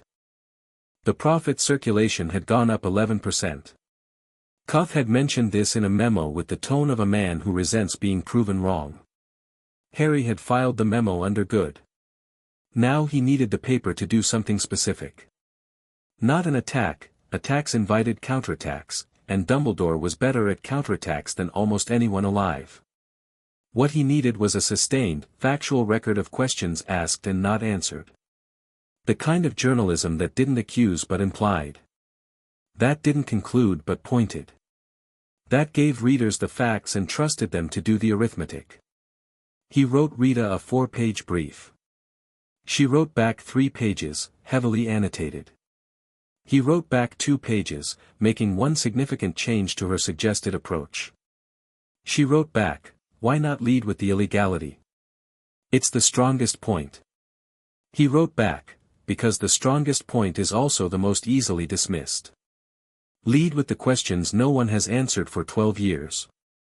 Let the illegality be the conclusion the reader reaches, not the premise we hand them." A pause of 2 days. Then, "You're better at this than I expected." He wrote back, "Thank you. Run the first piece on March the 1st. March the 1st was a Thursday. The piece ran above the fold. It was headlined, 12 years, 0 answers, the unanswered questions of the Sirius Black case. It was 700 words. Every word was precise. It asked, in plain language, 7 questions that any reasonable person reading the case file would have asked in 1981 and apparently no one had. Why was the arrest processed in 2 days instead of the standard 30-day assessment period? Why was the Wisingamot not convened for a hearing? Where was the evidence review? Who authorized the waiver of standard procedure? Why has the ministry never publicly documented the evidentiary basis for the imprisonment? Given that Black maintained his innocence upon arrest, documented in the Auror Field report, what process was followed to assess that claim? And the 7th question, the one Harry had argued with himself about for 3 weeks before keeping in, Peter Pettigrew's remains consisted of a single finger. Under standard forensic magical practice, this would not constitute sufficient physical evidence of death. Why was no investigation conducted into the completeness of those remains? Harry heard about the reaction from 2 directions, from Griphook, who reported that the Wisengamot received 43 old complaints within 24 hours of publication demanding inquiry, and from Luna, who reported that her father had read the piece at breakfast and then read it again and then said, very quietly, someone finally asked. He also received, through Gringotts, a message from Dumbledore. It arrived in an envelope, cream parchment, Hogwarts seal, addressed to Gringotts Bank for forwarding to the Potter account. The message inside was short. I would very much like to speak with Hadrian Potter, at a time and location of his choosing, at his earliest convenience. I hope you will allow me to do so. APWB Dumbledore. Harry read it in the stone room. Flemmont watched him. He's being very polite, Harry said. He's always very polite, Flemmont said. It's one of the things that makes him formidable. He wants to talk before the Wisengamot hearing. Before the formal petition lands. Harry folded the letter. He thinks he can manage this if he can talk to me directly. Can he? Harry thought about Sirius Black in Azkaban. He thought about 12 years. He thought about the warm, comfortable prose of Dumbledore's prophet interview, the careful omissions dressed in kindness. No, he said. But I'll let him try. He sent a reply through Gringotts, I am available to speak by correspondence only, at this time. I look forward to your response. Dumbledore's reply, of course. Then let me say this, I understand you have been very industrious on Sirius's behalf, and I want you to know that I do not oppose the principle of justice in his case. What I want to discuss is the method, and the timing, and certain consequences of moving too quickly that you may not have considered. May I explain? Harry, please do. Dumbledore, there are forces still active in our world that benefit from chaos and uncertainty. Moving aggressively on the Black case will create exactly that kind of chaos. I worry about who takes advantage of that chaos. I am not opposed to a resolution for Sirius, I never was, but I think it is important that such resolution happen through appropriate channels, at an appropriate time, rather than through a campaign in the press that may inflame rather than illuminate. Harry read this carefully. It was very good. It was reasonable and concerned, and it called his approach a campaign in the press which made it sound emotional rather than strategic. It told him that Dumbledore had already figured out what he was doing and was trying to reframe it. He took a day to think about his response. Not because he didn't know what he wanted to say, but because the way he said it mattered. I appreciate your concern, he wrote. And I understand the argument about chaos. But I notice you say Sirius's freedom should happen at an appropriate time, decided by you, through appropriate channels, also decided by you. I'd like to understand what standard determines the appropriateness. 12 years has felt rather long to me. What is the timeline you had in mind? A long pause. 4 days. Then, you are remarkably perceptive for your age, Hadrian. Harry, I prefer Harry. And thank you. You haven't answered the question. Another pause. 5 days this time. Then, I will not obstruct the formal petition. That was all. 7 words. But they were the right 7 words, and Harry filed them under acknowledged and sent the barristers their final instruction, file the petition. The formal petition was filed on a Monday in April, with a public press statement from Gringotts Bank in its capacity as trustee for the Potter family account and legal representative for the Black family estate. The statement was 3 paragraphs and avoided drama. It simply stated that Gringotts, after a thorough review of available records, had determined that significant procedural irregularities existed in the 1981 imprisonment of Sirius Orion Black and was formally requesting a Wisengamot hearing to address them. By 10 that morning, the Wisengamot had acknowledged receipt. By noon, Rita Skeeter's follow-up piece was in the afternoon edition, Gringotts Challenges Black Imprisonment, full details of the legal case. By 3, the Minister of Magic had made a statement saying his office was reviewing the matter with utmost seriousness. By 5, Dumbledore had been quoted as saying he fully supported the Wisengamot's right to review any case brought before it and had every confidence in the institution's wisdom. By evening, when Harry was supposed to be doing homework at the kitchen table, he was actually sitting in the stone room reading each piece of news as Griphook delivered it in summary, a service she'd started providing at his request, a daily briefing on wizarding matters, and feeling something he didn't have a good name for. Not triumph. Too soon for triumph. But something in that direction. Something like watching a tide change. The hearing was in May, and Harry didn't attend. This was a deliberate choice, and it drove the barristers somewhat mad, but Harry was firm. He was 9 years old and he was not going to walk into the Wisingamot chamber and let the proceedings be about him. This was about Sirius. He submitted his testimony in writing, the testimony he'd prepared months ago, factual and precise and devastating in its simplicity. The barristers took it from there. He read the daily transcript, available through Gringotts, which had an observer present, in the stone room each evening. Day 1 was procedural. The Wisingamot establishing rules and reviewing the petition. Cuff sent someone to observe for the Prophet, which ran a piece that evening. Not Rita, Harry had kept Rita separate from this, preserving her for the next phase. Just a solid reporter named Greengrass who wrote cleanly and didn't editorialize. Day 2 was the legal argument. The barristers laid out the case with meticulous precision. Harry read the transcript twice. They were good. Better than he'd hoped, Ragnarok had chosen well. Day 3 was where things got interesting. The ministry's representative argued that the black imprisonment had been legally authorized under Section 14 of the Emergency Powers Act, which they claimed had not fully expired but had been rolling over on a ministerial sign-off basis, a process that had apparently never been publicly documented. Harry read this with narrowed eyes. He wrote a note to the barristers that evening. Ask for documentation of every ministerial sign-off. Specifically request dates and signatories. If it's been rolling over, someone has been signing it. I want to know who and when. The barristers asked the next morning. The ministry representative said the documentation was classified. The barristers asked on what basis. The ministry representative cited national security. There was a pause in the proceedings while the senior Wisingamot members conferred. Harry read this section of the transcript several times. Then he wrote to Rita, tomorrow. The story about the classified documentation. Run it exactly as written, nothing added, nothing softened. Rita, this will make someone very unhappy. Harry, several someones.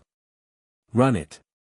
The piece ran the following morning, front page, Ministry claims national security TO conceal black imprisonment records. What are they hiding? Harry thought the headline was slightly more dramatic than he'd have chosen. But it was accurate, and it worked. The public response was immediate and loud, owls to the ministry, owls to the Wisingamot, the usual delightful chaos of the British public discovering that an institution has been doing something without telling them. The Wisingamot voted 4-3 to demand the documentation be produced or the national security classification be formally challenged through the Classified Records Tribunal. The ministry produced the documentation. It showed 7 ministerial sign-offs between 1981 and 1985, then nothing. The rolling authorization had lapsed in 1985. Sirius Black had been technically imprisoned without any legal basis whatsoever since 1985, for additional years on top of the original illegal term.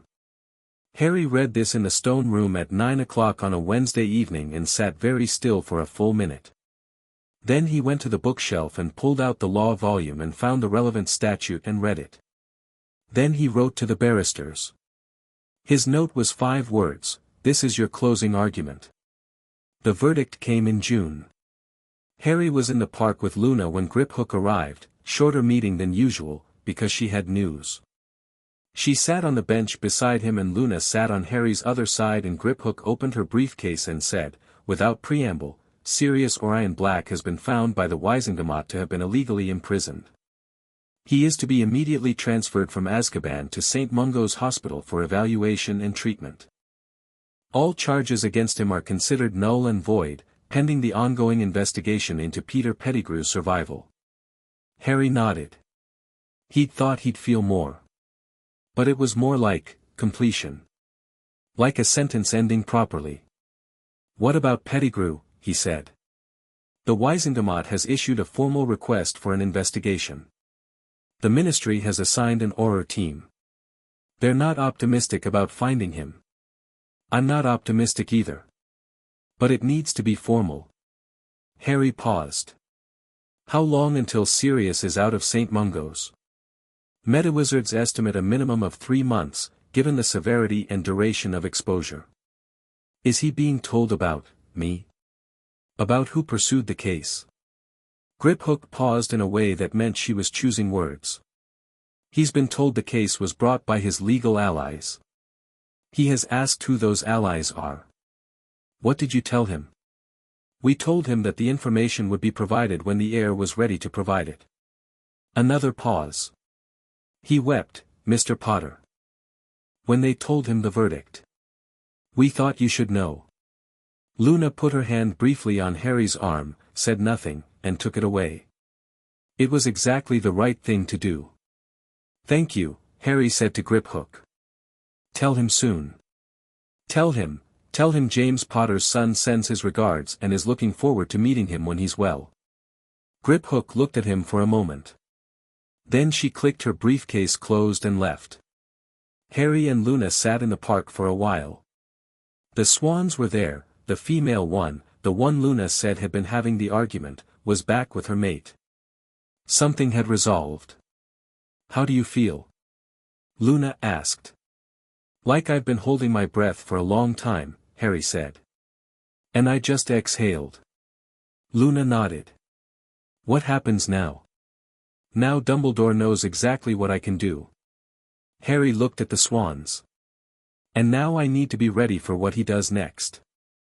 Dumbledore's move was elegant. Harry had expected something large, a formal engagement, a public statement, a legal counter of some kind. What he got instead was a letter addressed directly to him, no Gringotts intermediary, delivered by a magnificent phoenix whose appearance in the kitchen of No. 4 Privet Drive caused Petunia to drop an entire casserole dish and Vernon to make sounds he hadn't made since the letter had arrived from the magical child welfare office. Harry took the letter from the phoenix's leg. The phoenix looked at him with round golden eyes and then, apparently satisfied, vanished. Petunia said, weakly, what was that? A phoenix, Harry said. Incredibly rare. You won't see another one.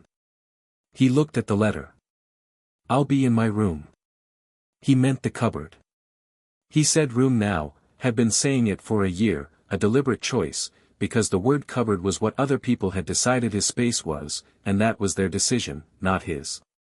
He took the letter to the stone room. It was long. The longest thing Dumbledore had sent him, 12 pages of careful, honest prose, which Harry had to respect even as he read it analytically, looking for the load-bearing walls. Dumbledore wrote about 1981. He wrote about the decisions made in the immediate aftermath of Voldemort's fall. He wrote about fear, not his own fear, but the fear of the wizarding world, its desperate need to believe it was safe, its fragility in those early weeks, and how every decision he'd made had been calibrated against that fragility. He wrote about the blood protection. He explained it plainly, Lily's sacrifice, the ward that anchored to Petunia's blood, the reason for Privet Drive, and he did not apologize for the logic of it, but he said, I am sorry that I did not find a way to make the circumstances more bearable. I am sorry that I did not visit. I should have. I chose not to because I told myself your presence needed to be secret, but I understand now that a visit from me would not have compromised that secrecy. I stayed away because I was afraid of what I would see, and that was cowardice dressed as strategy. Harry read that paragraph 3 times. He wrote about Sirius. He said he had made a judgment call in 1981 that he had later come to believe was wrong, that he had accepted the ministry's speed because it was convenient, because Sirius was believed guilty and Voldemort was defeated and the world needed to move forward, and that he had told himself the case was closed when in fact he had simply stopped looking. He said, I should have looked. That I did not is a failing I will carry. He wrote about Harry. He wrote, I have been managing your story since the night I left you on that doorstep. I have told myself I was protecting you. I think I have also been protecting the narrative I need to be true, that you are the prophesied child who will defeat Voldemort when the time comes. I have been thinking of you as an instrument. I am aware that this is monstrous when stated plainly. I am writing to tell you that I intend to think of you differently from now on, if you will permit me the opportunity. He wrote, at the end, I would like to meet you. Not as headmaster and student, that day will come in September, and I look forward to it, but as Albus and Harry. I suspect you have a great deal you would like to say to me. I suspect I deserve most of it. I promise to listen. Harry put the letter down. He sat for a long time. Well, Fleamont said. He's good, Harry said. He's very good. Yes. Half of that is genuine. Maybe more than half. He genuinely believes he was protecting me. He genuinely feels the weight of the things he got wrong. Harry paused. But he hasn't said he'll stop. He said he'll think of me differently. That's not the same as changing what he does. No, Fleamont agreed. It isn't. And he said the prophesied child who will defeat Voldemort when the time comes. He still sees me through the prophecy. Harry folded the letter. He's apologizing for his methods while maintaining his goals. And his goals include me walking into a fight with Voldemort on his timetable. What will you write back? Harry thought about it for 2 days. He wrote 3 drafts. The third one was right. Dear Albus, thank you for the letter. I'll accept the apology for the parts of it that were genuine, which I think were most of it. You're an honest man when honesty is the only thing left that works, and I respect that. I am looking forward to Hogwarts. I am looking forward to meeting you properly. But I want to be clear about something before we do. I am not a piece on your board. I'm not the instrument you need me to be, and I'm not going to become one because you've explained your reasons with unusual sincerity. I understand your reasons. I understand the prophecy exists. What I don't accept is the conclusion that understanding your goals means I have to pursue them on your terms. When Voldemort comes back, and I think we both know it's when, not if, I'll be the one who deals with it, because the prophecy is the prophecy and I'm not stupid about what it means. But I'll deal with it as myself, not as the boy you built for it. I'll see you in September. Harry he sent it through Gringotts, because he didn't have a phoenix. Dumbledore's reply was 2 words, fair enough. Harry thought those might be the 2 most honest words Dumbledore had ever written, and he filed the letter at the front of the most important section. Sirius was released from St. Mungo's in September, 2 weeks before Harry's Hogwarts letter arrived.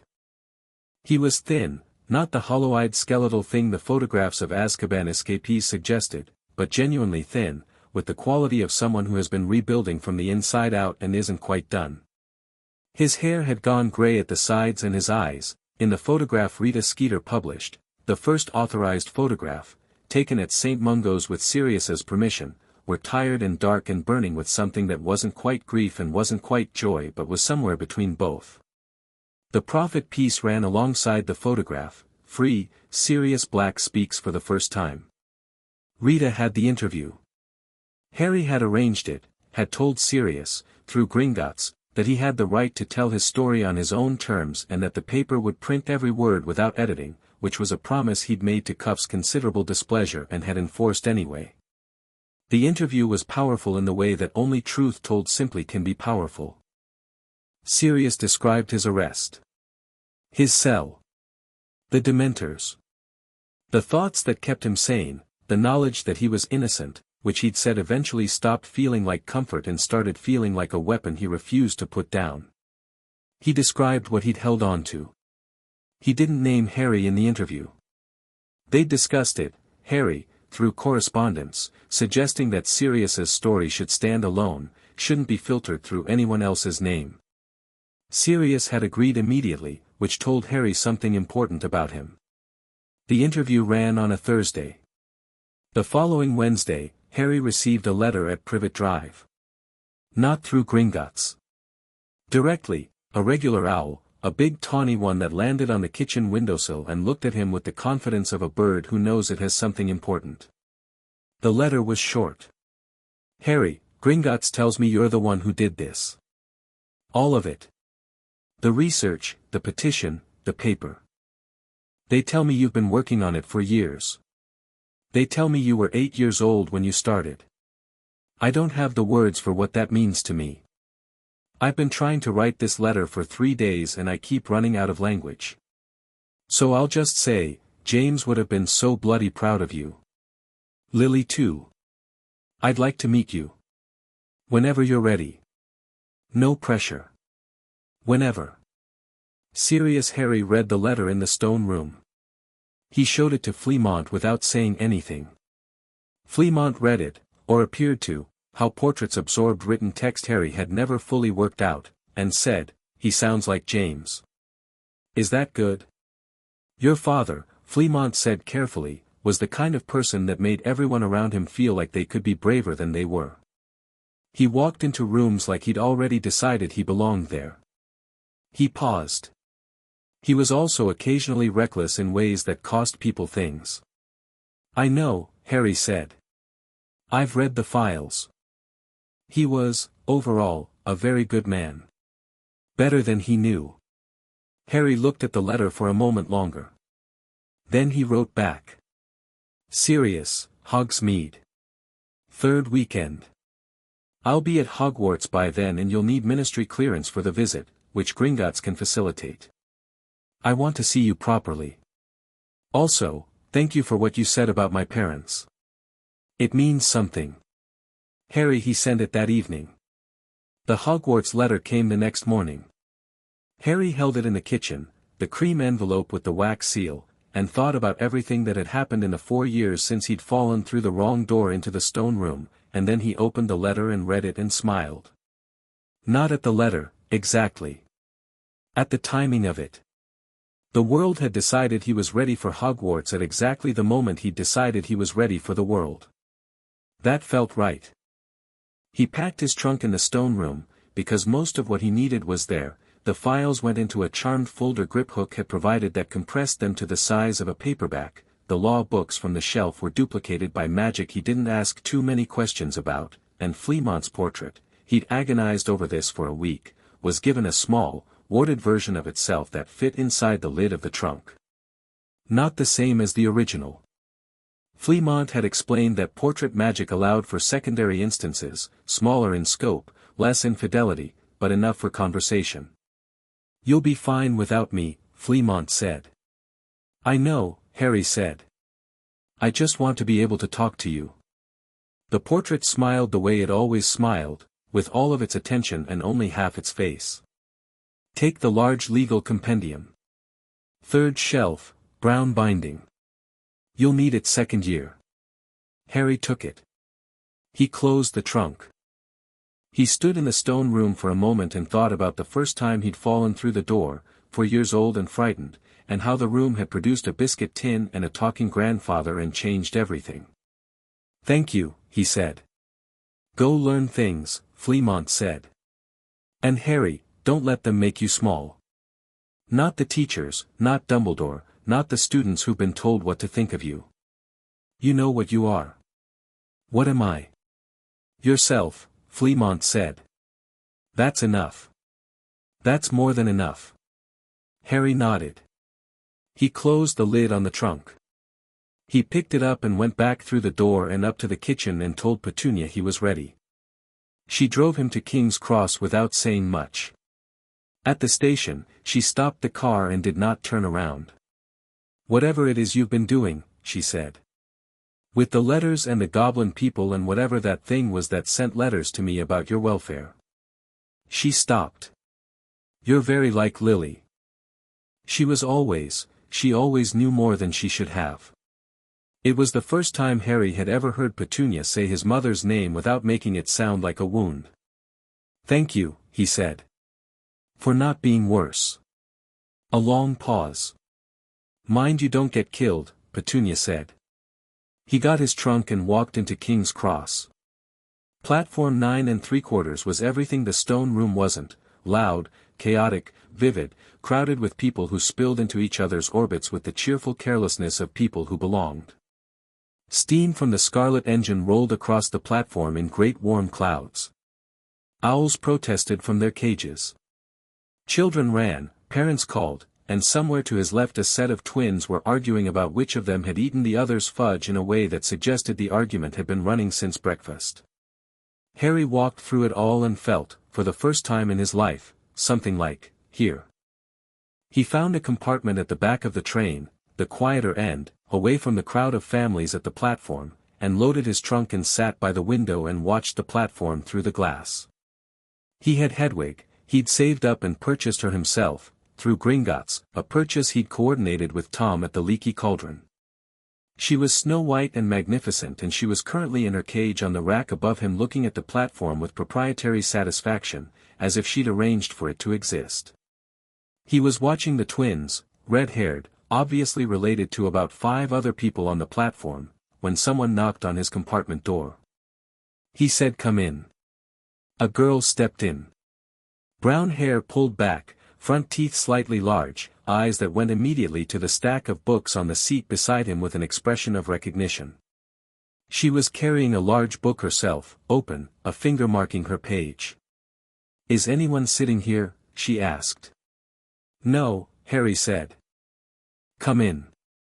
She came in and sat across from him and looked at his books and said, "Are those law books?" "Wizarding commercial law and family law," Harry said. "And 2 history texts. I find history useful for understanding the present." She looked at him. "That's exactly how I think of it." She held out her hand. "Hermione Granger." "Harry Potter," he said, and shook it. She didn't react the way people apparently reacted when they found out who he was, no widened eyes, no dart of gaze to his forehead. She just looked at him steadily and said, "I've read a lot about you." "Well, a lot about the stories about you, which seem to be rather different from you." "They are," Harry said. "Quite different. I also read the series of articles in the Prophet about Sirius Black. The Questions article especially." She paused. "That was very good journalism. Do you know who wrote it?" Harry looked at her for a moment. "The paper ran it under the investigative desk. Joint byline." The questions were unusually specific. Legal rather than journalistic in their framing. She watched him. Someone was directing it. He had a sudden, very clear sense of looking at something important. "Have you ever thought about investigative research?" he said. "I've been thinking about it since I was 8, she said, and they were still talking when the train pulled out of the station, and they were still talking when London fell away into countryside, and when the trolley came around she bought 2 pumpkin pasties and they split them without interrupting the conversation, which was about history and law and the specific mechanisms by which institutions fail their stated purpose and what a person could do about it, and Harry thought he'd never talked to someone his own age who moved through ideas at the same speed he did. He thought, there are the right pieces. He thought, it's starting. Outside the window, England rushed past, green and gold in the September afternoon, and the Hogwarts Express carried its cargo of beginning into the hills, and Harry Potter leaned back in his seat with his law books and his new friend in his trunk full of plans and felt, for the first time in his life, like the story was finally his to tell. Chapter 4, Hogwarts, Unfiltered. The castle appeared at dusk, which Harry thought was deliberate, the way theaters dim the lights before the curtain, giving your eyes time to adjust to the idea of wonder. It rose from the black water of the lake like something that had always been there and always would be, towers catching the last red light of the sky, windows glowing amber, the whole impossible shape of it reflected in the water below so that it seemed to exist twice. Harry looked at it from the prow of a boat, Hermione beside him, a round-faced boy called Neville Longbottom on his other side who'd knocked on their compartment door 2 hours into the journey looking for his toad and stayed because the conversation was interesting, and he felt the castle in his chest the way he'd felt the stone room the first time. Like recognition. Like somewhere that had been waiting. "It's bigger than I expected," Hermione said, which for her was essentially speechless awe. "The architectural records say it was expanded 6 times between 987 and 1400, Harry said. Neville looked sideways at him. "You read the architectural records of Hogwarts?" I read everything relevant, Harry said, which was true and not remotely defensive. Neville had the quality of someone who'd learned to make himself small and was now unsure how to stop. He held his toad, Trevor, who'd been located under the seat in the corridor, against his chest with both hands and watched the castle with an expression that mixed awe and anxiety in roughly equal proportions.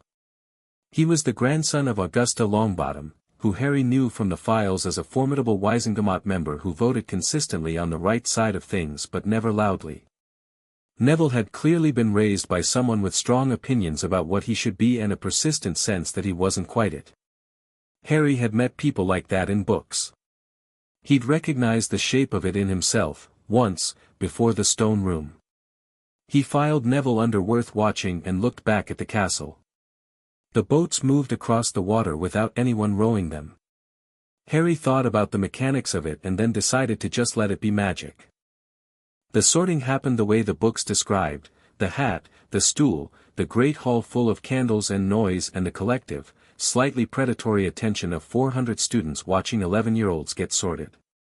Harry stood in the line of first years and watched Hermione go up third. Granger, H., the professor called, and the hat barely touched her head before shouting Gryffindor, and Hermione sat down with the expression of someone who has confirmed what they already knew.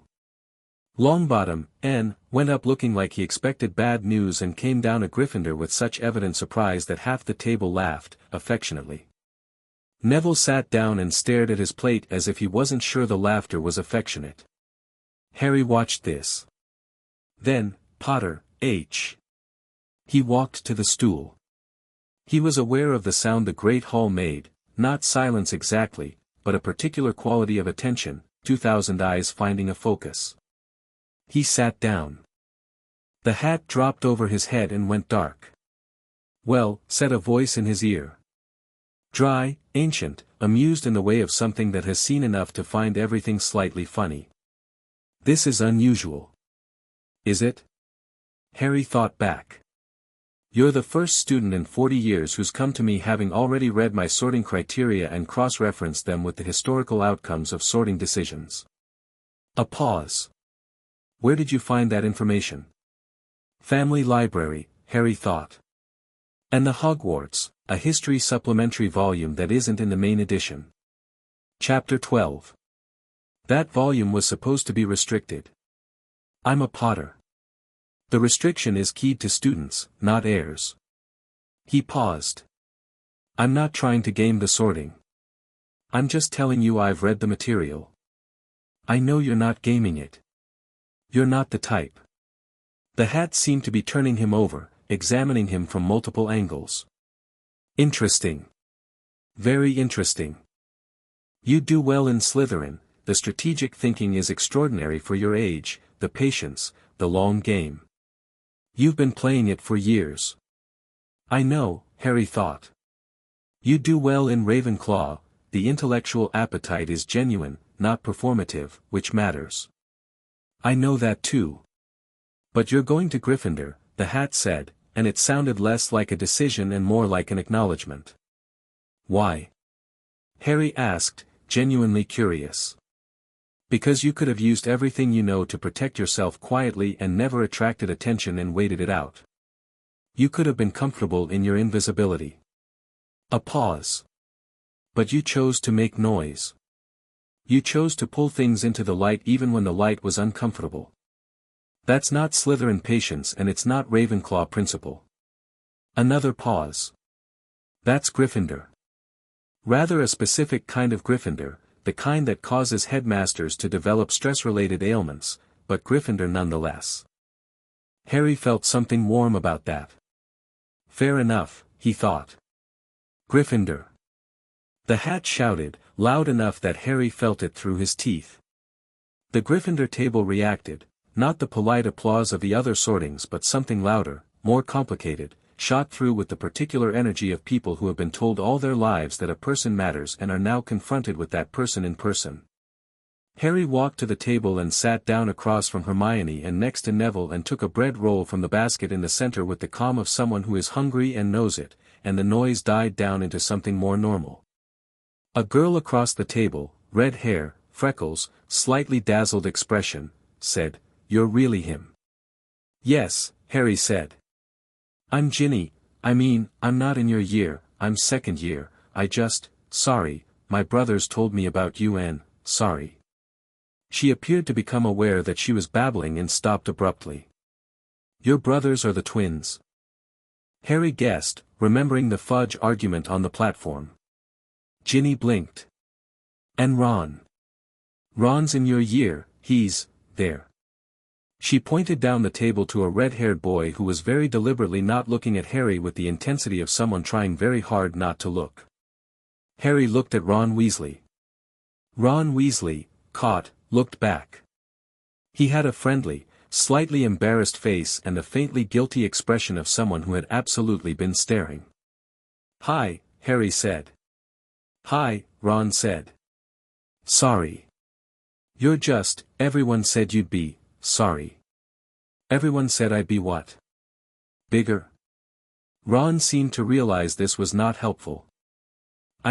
More, I don't know, the books make you sound, the books are wrong about most things," Harry said. "What's your name?" "Ron Weasley." Harry nodded. "Good to meet you.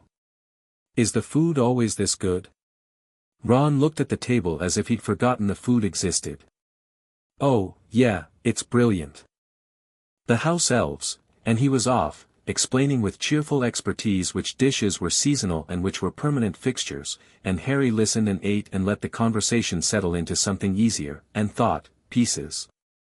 Dumbledore's opening speech was warm and precise and contained, Harry noted, one very careful omission. He welcomed the students. He introduced the staff.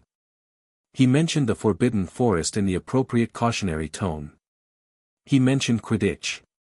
He mentioned Peeves, briefly and with resigned affection. He said nothing, not a single word, about the Defense Against the Dark Arts position, which had had a new professor every year for 27 years, a fact that Harry had researched thoroughly and which was so notable that its absence from a welcome address felt almost deliberate. Professor Quirrell was sitting at the staff table in a purple turban, twitching. Harry looked at him for a moment over his dinner plate. The turban was too large. The twitching was irregular, not the nervous tick of anxiety but something less predictable, less owned.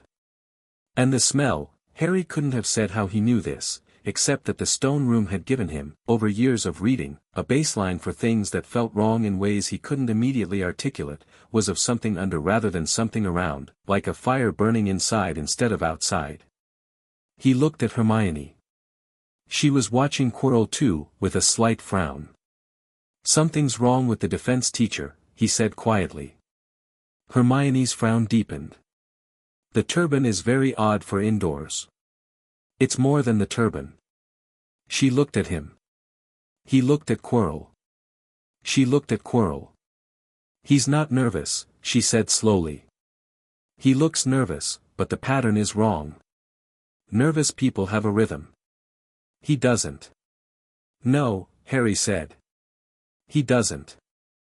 He added it to the file in his head, the mental one, the ongoing one, and ate his dessert and watched Dumbledore on the staff table and thought about the thing Dumbledore hadn't mentioned in his speech and whether that was protection or control or the same thing dressed differently. He wrote to Rita that night.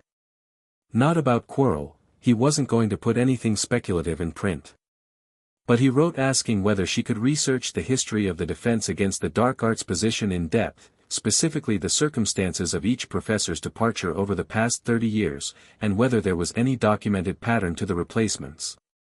He also wrote to Griphook, asking whether Gringotts had any unusual activity to report regarding the high-security vaults, specifically Vault 713, which he'd noticed in the public vault registry was listed as contents, classified, access, director level only, which was unusual enough to note.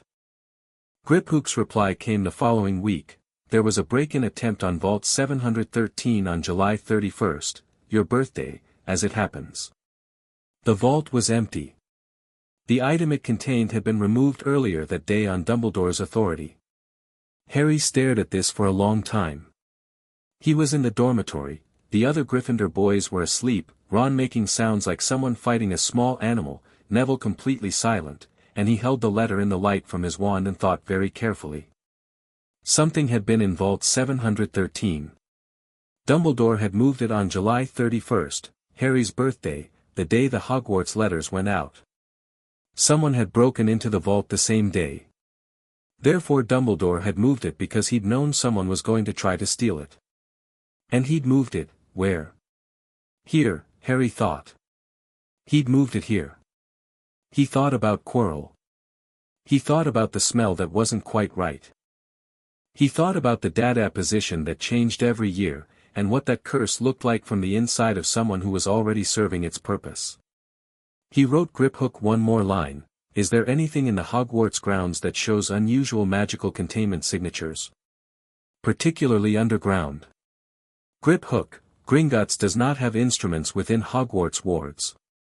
However, our records show that 3 master cursebreakers who have worked at Hogwarts noted, in their reports, an anomaly below the 3rd floor corridor. Reported in 1987, 1991, and 1991 again during the summer preparations. The anomaly is consistent with a multi-layered containment charm of the type used to protect a small high-value object. The 3rd floor corridor, which Dumbledore had mentioned in his welcome speech. Specifically, Harry cast his mind back. The 3rd floor corridor on the right-hand side is out of bounds to all who do not wish to die a most painful death. Dumbledore had pointed at it. In a room full of students. Had made it the most interesting door in the castle. Harry sat with this for a long time. Then he did something he hadn't planned to do for several months: he went to see Dumbledore. The headmaster's office was at the top of a spiral staircase behind a gargoyle that said Sherbet Lemon without enthusiasm when Harry spoke the password, which he'd gotten from the house elf directory in the room's compendium, an unexpected but useful resource. Dumbledore was behind his desk. He looked up when Harry entered and his expression was interesting. Not surprised, not displeased.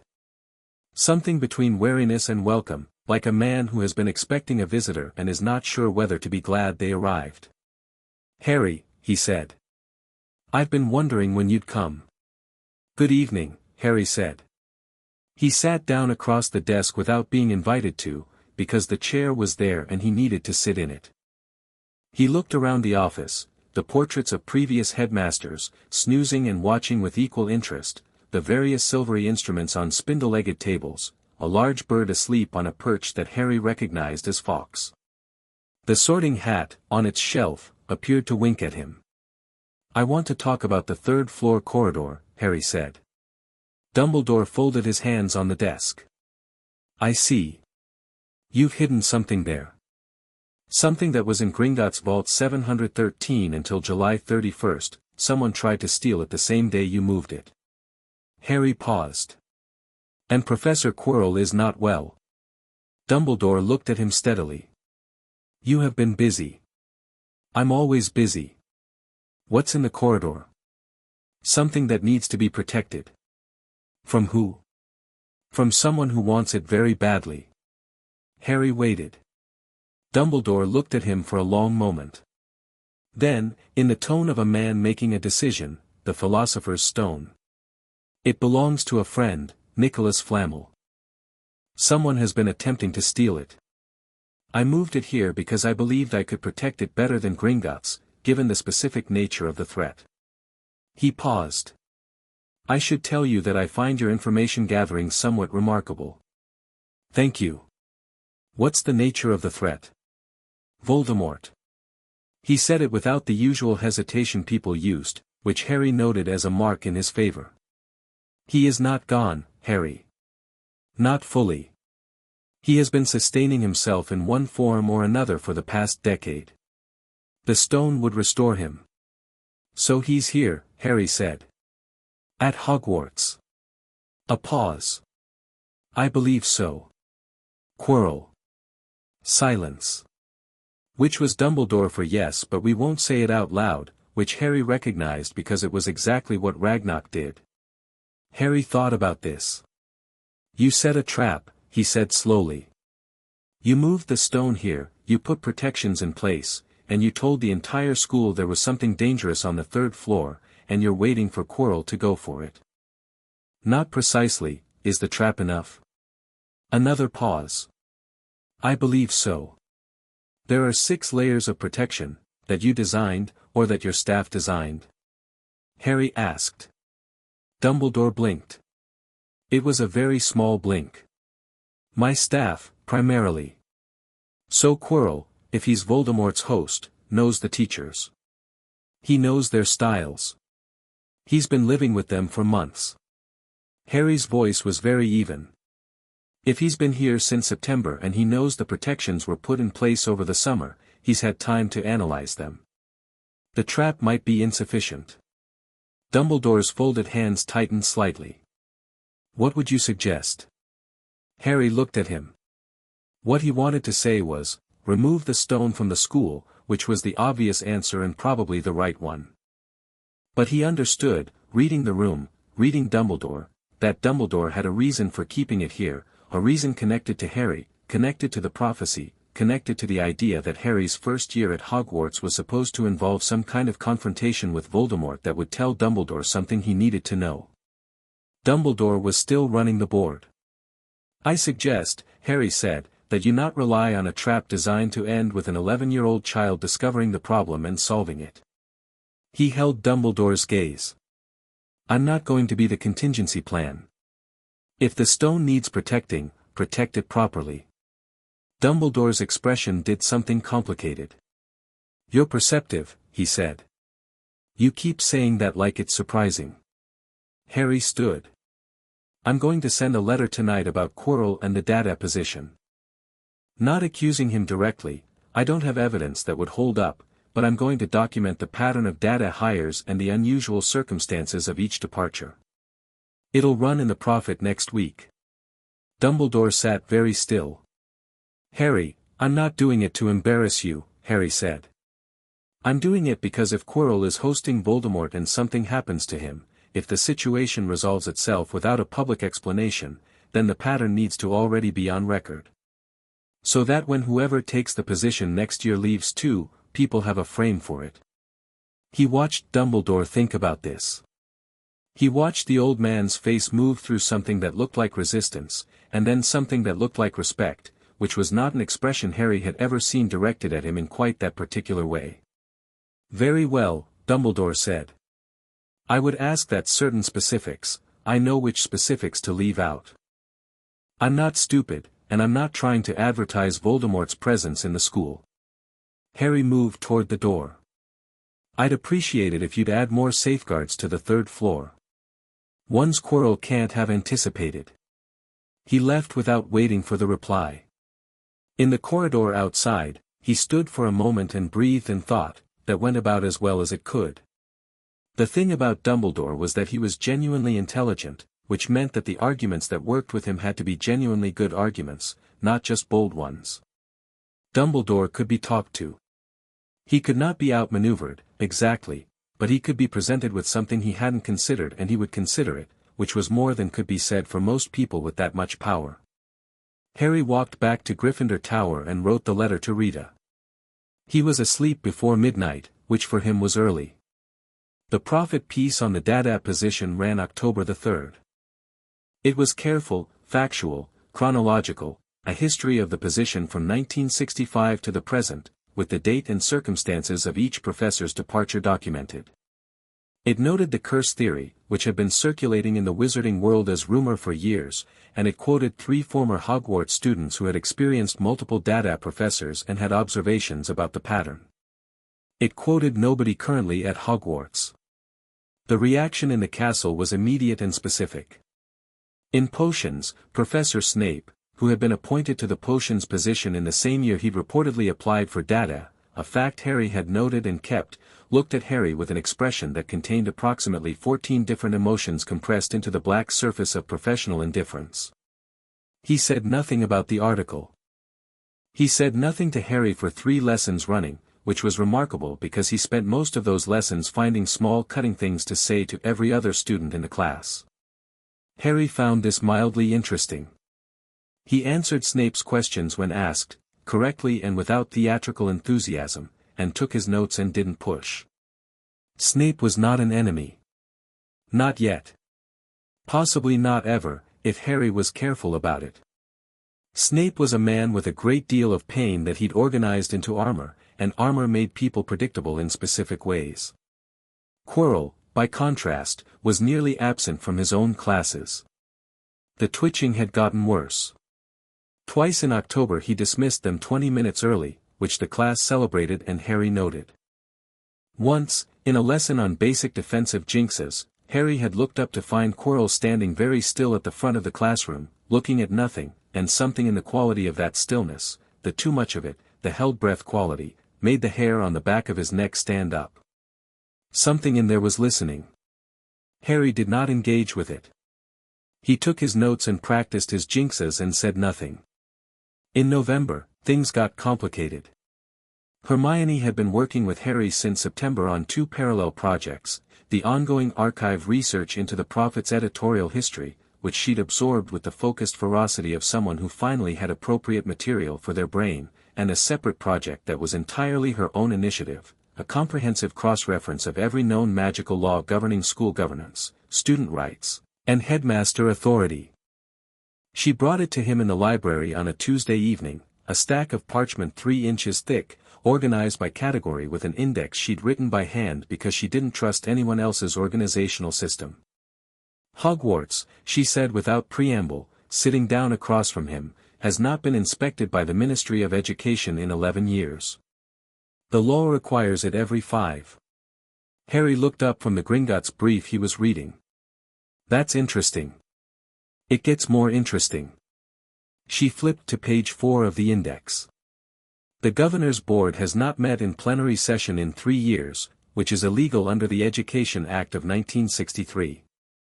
There's a quorum requirement of 7 members for any major decision, changes to curriculum, staffing, budget, and the last meeting with 7 members present was 1988.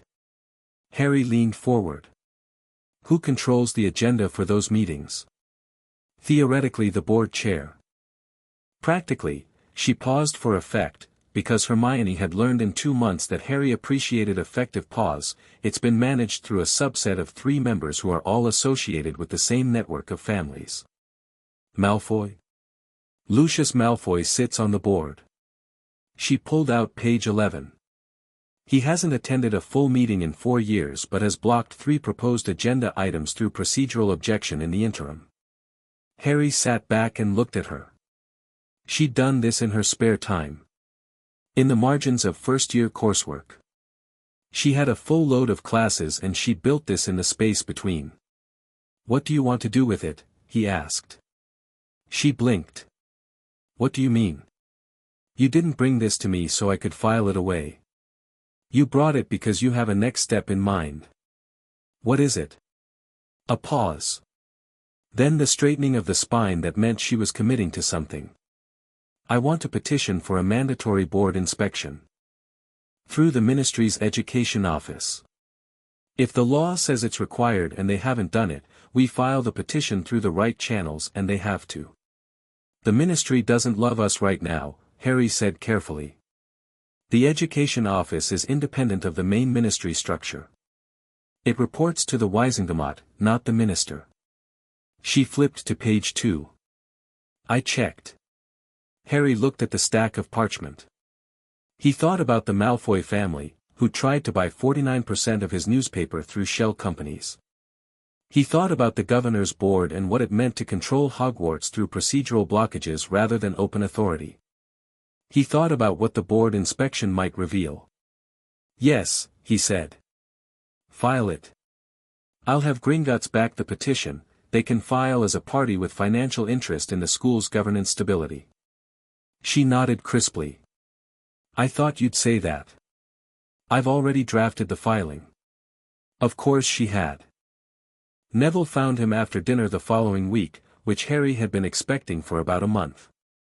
Neville had been building towards something. Harry could see it in the way he watched conversations rather than joining them, the way he was always slightly braced for the wrong outcome. He sat down in the armchair across from Harry in the Gryffindor common room and held his hands in his lap and said, Can I ask you something? Yes, Harry said. People say things. About you. About what you did, with Sirius Black and the Prophet and all of it. He paused. Were you scared? Doing all of that? When you were little and doing it? Harry thought about this honestly.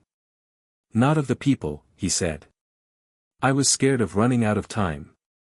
Scared of missing something important.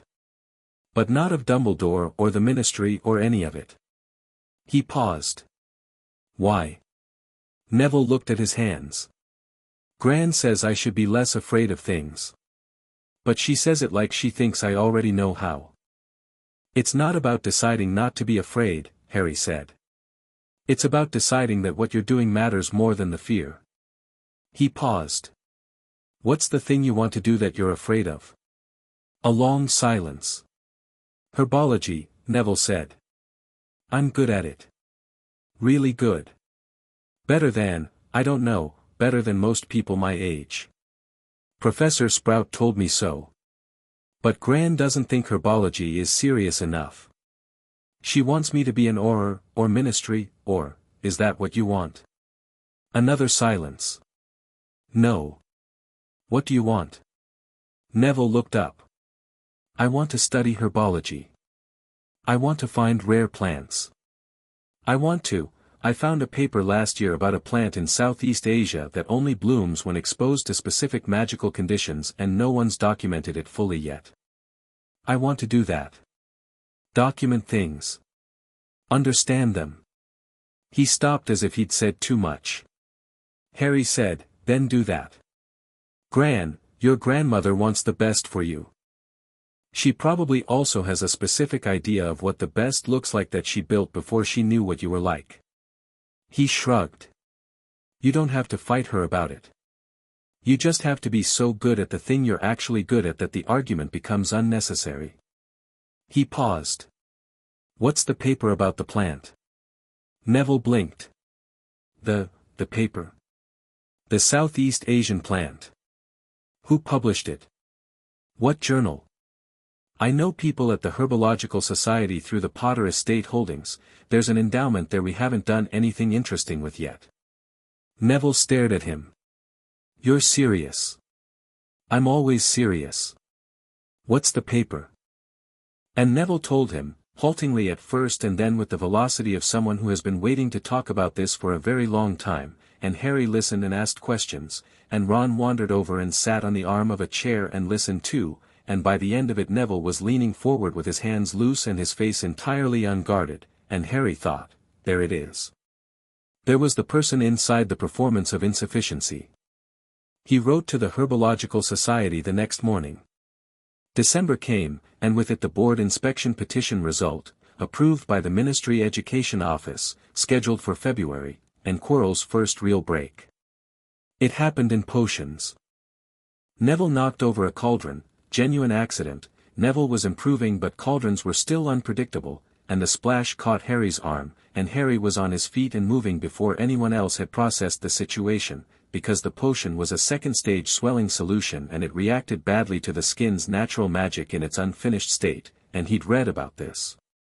He'd also, moving quickly to the supply cabinet, not been looking at Quirrell, who had come into the doorway of the classroom. They shared the dungeon level with Dada on practical days, and was looking at Harry with an expression that was not Quirrell's expression. Not the nervous tick, not the apologetic mutter. Something older. Something with depth to it that Quirrell's face had no business containing. Harry saw it in his peripheral vision and processed it quickly and then kept his eyes on the potion cabinet because looking directly at it seemed inadvisable.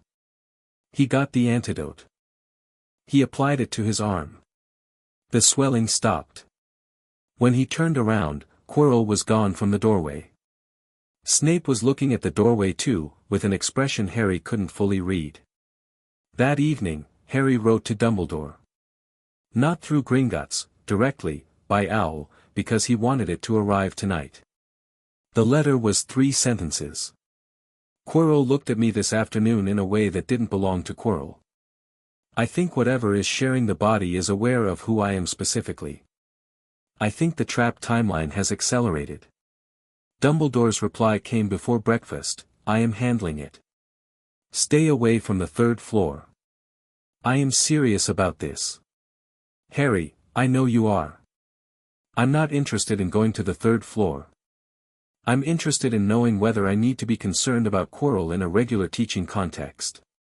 Dumbledore, avoid being alone with him. You shouldn't be alone with any teacher in any context anyway, school policy, but in this case the instruction is specific. Harry, understood. What's the timeline? Dumbledore, before Christmas. Before Christmas. Harry folded the letter and went to breakfast and ate his eggs and told Hermione and Ron what he knew, leaving out nothing, because they were in the castle with the thing in Quirrell's body and they had the right to have accurate information about their own situation. Hermione went slightly pale and then said, "What do we do?" "Nothing," Harry said. "Dumbledore's handling it. And if he doesn't handle it fast enough? Then we'll do something." He reached for the toast. "But we give him the room to handle it first. He's not incompetent. He's just managing more variables than he sometimes admits to." Ron, who had been listening with the expression of someone trying to decide whether to be frightened, said, "You're very calm about the fact that Voldemort is in the castle." "Being frightened won't make him less there," Harry said. Ron thought about this. "That's very logical and also very annoying," he said. "I know," Harry said. "More tea." Dumbledore handled it in December, 3 days before Christmas. Harry didn't see it happen. He was in the library when it happened, working on the semester's transfiguration essay, but he felt something shift in the castle, the way you feel pressure change before rain. A loosening. A held breath released. The official story, the one Dumbledore circulated through staff channels and then through a carefully worded message to parents, was that Professor Quirrell had suffered a sudden and serious illness requiring immediate medical attention and indefinite leave. He had been evacuated to St. Mungo's. A substitute teacher was being sought. Harry received a different account from Dumbledore directly, via Fox, on the last evening of term. "It is done. The threat to the stone has been neutralized. Quirrell is no longer a concern. The stone is being returned to Nicholas Flamel, who has decided it should be destroyed. I thought you should know, as you contributed meaningfully to the resolution by giving me the information about Quirrell's attention to you, it prompted me to accelerate my own timeline. Thank you. P.S. You were right that the trap was insufficient. I have made note of this." Harry read the postscript twice and felt something that might have been satisfaction if he was the type to feel satisfied with small wins.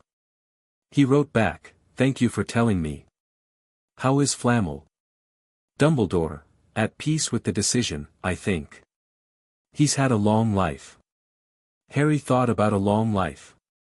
About Nicholas Flamel, who had 600 years of it, deciding that the thing keeping him alive was more dangerous than death. He thought this was a specific kind of courage that deserved acknowledgement. He wrote, "Tell him that was a good decision, if you think he'd want to hear it from a stranger." Dumbledore, "I think he would. Good night, Harry." He went to bed and slept and woke the next morning for the train home, and what he thought about on the train, what he turned over and examined from different angles, was not Quirrell or the stone or even Voldemort, but Dumbledore's postscript. "You were right that the trap was insufficient. I have made note of this." That was Dumbledore conceding a point. Openly. In writing. That was Dumbledore treating the conversation they'd had in October as a consultation rather than an imposition. It wasn't trust. It wasn't anything like trust. But it was the beginning of something that might, over years, become functional. Harry was willing to work with that. The spring term brought 2 developments that arrived, as important things tended to, simultaneously. The first was the board inspection, which ran through February and delivered its preliminary report in March. The report was 41 pages and Harry had read all of it by the evening of the day it was released. Hermione had gotten a copy through the Education Office's Public Records Office, a process she executed with the ease of someone who had established a cordial professional relationship with a ministry department at age 11, which Harry found impressive and also unsurprising. The report found 12 procedural violations. 7 involved the board's governance failures. 3 involved curriculum gaps, including a notable deficiency in the amount of student welfare support available, given that Hogwarts housed a population that included trauma survivors, children from difficult home situations, and students with specific developmental needs. 2 involved building maintenance in the lower corridors, which Harry thought was probably related to the containment charm the Cursebreakers had noticed and which was now gone. Lucius Malfoy issued a public statement rejecting the report's conclusions. It ran in the Prophet the day after. Harry had written the editorial response himself. He didn't do this often, because the Prophet should not feel like his personal mouthpiece, but occasionally the situation warranted it. The editorial appeared under the heading Standards, not Politics, and it was 200 words of clean, careful prose that simply pointed out that the violations identified in the inspection report were factual and documented, and that rejecting documented findings through public statement, rather than through evidence, was a particular type of argument that voters and readers were capable of recognizing for what it was. Malfoy didn't respond publicly. Harry noted this. The second development was serious. The Hogsmeade visit was in March, 3rd weekend as Harry had arranged. He walked through the village with Hermione and Ron, who'd become a permanent fixture by this point, the way people become permanent fixtures when they're genuinely good company and also useful, and found the pub Sirius had named in his last letter, a small one called the Hog's Head that smelled like goat and old wood. Sirius was already there. He was recognizable from the photograph, the gray at the temples, the tired eyes, but in person the photograph hadn't captured the quality of his attention, which was total and immediate and slightly unnerving in its intensity, like being looked at by someone who is using all of their looking. He stood up when Harry came in, and they looked at each other across the pub for a moment. Harry thought, he looks like someone who has been running toward this for a long time and just arrived. He also thought, he looks like he isn't sure what happens now. He crossed the pub and held out his hand, because handshakes were the right opening, respectful, measured, and Sirius looked at the hand for a half-second and then shook it with both of his, which was not measured at all, which was the opposite of measured, and his eyes had gone bright in the way that had nothing to do with tears and everything to do with something past them. "You look like James," Sirius said. "And absolutely nothing like James." Both at once.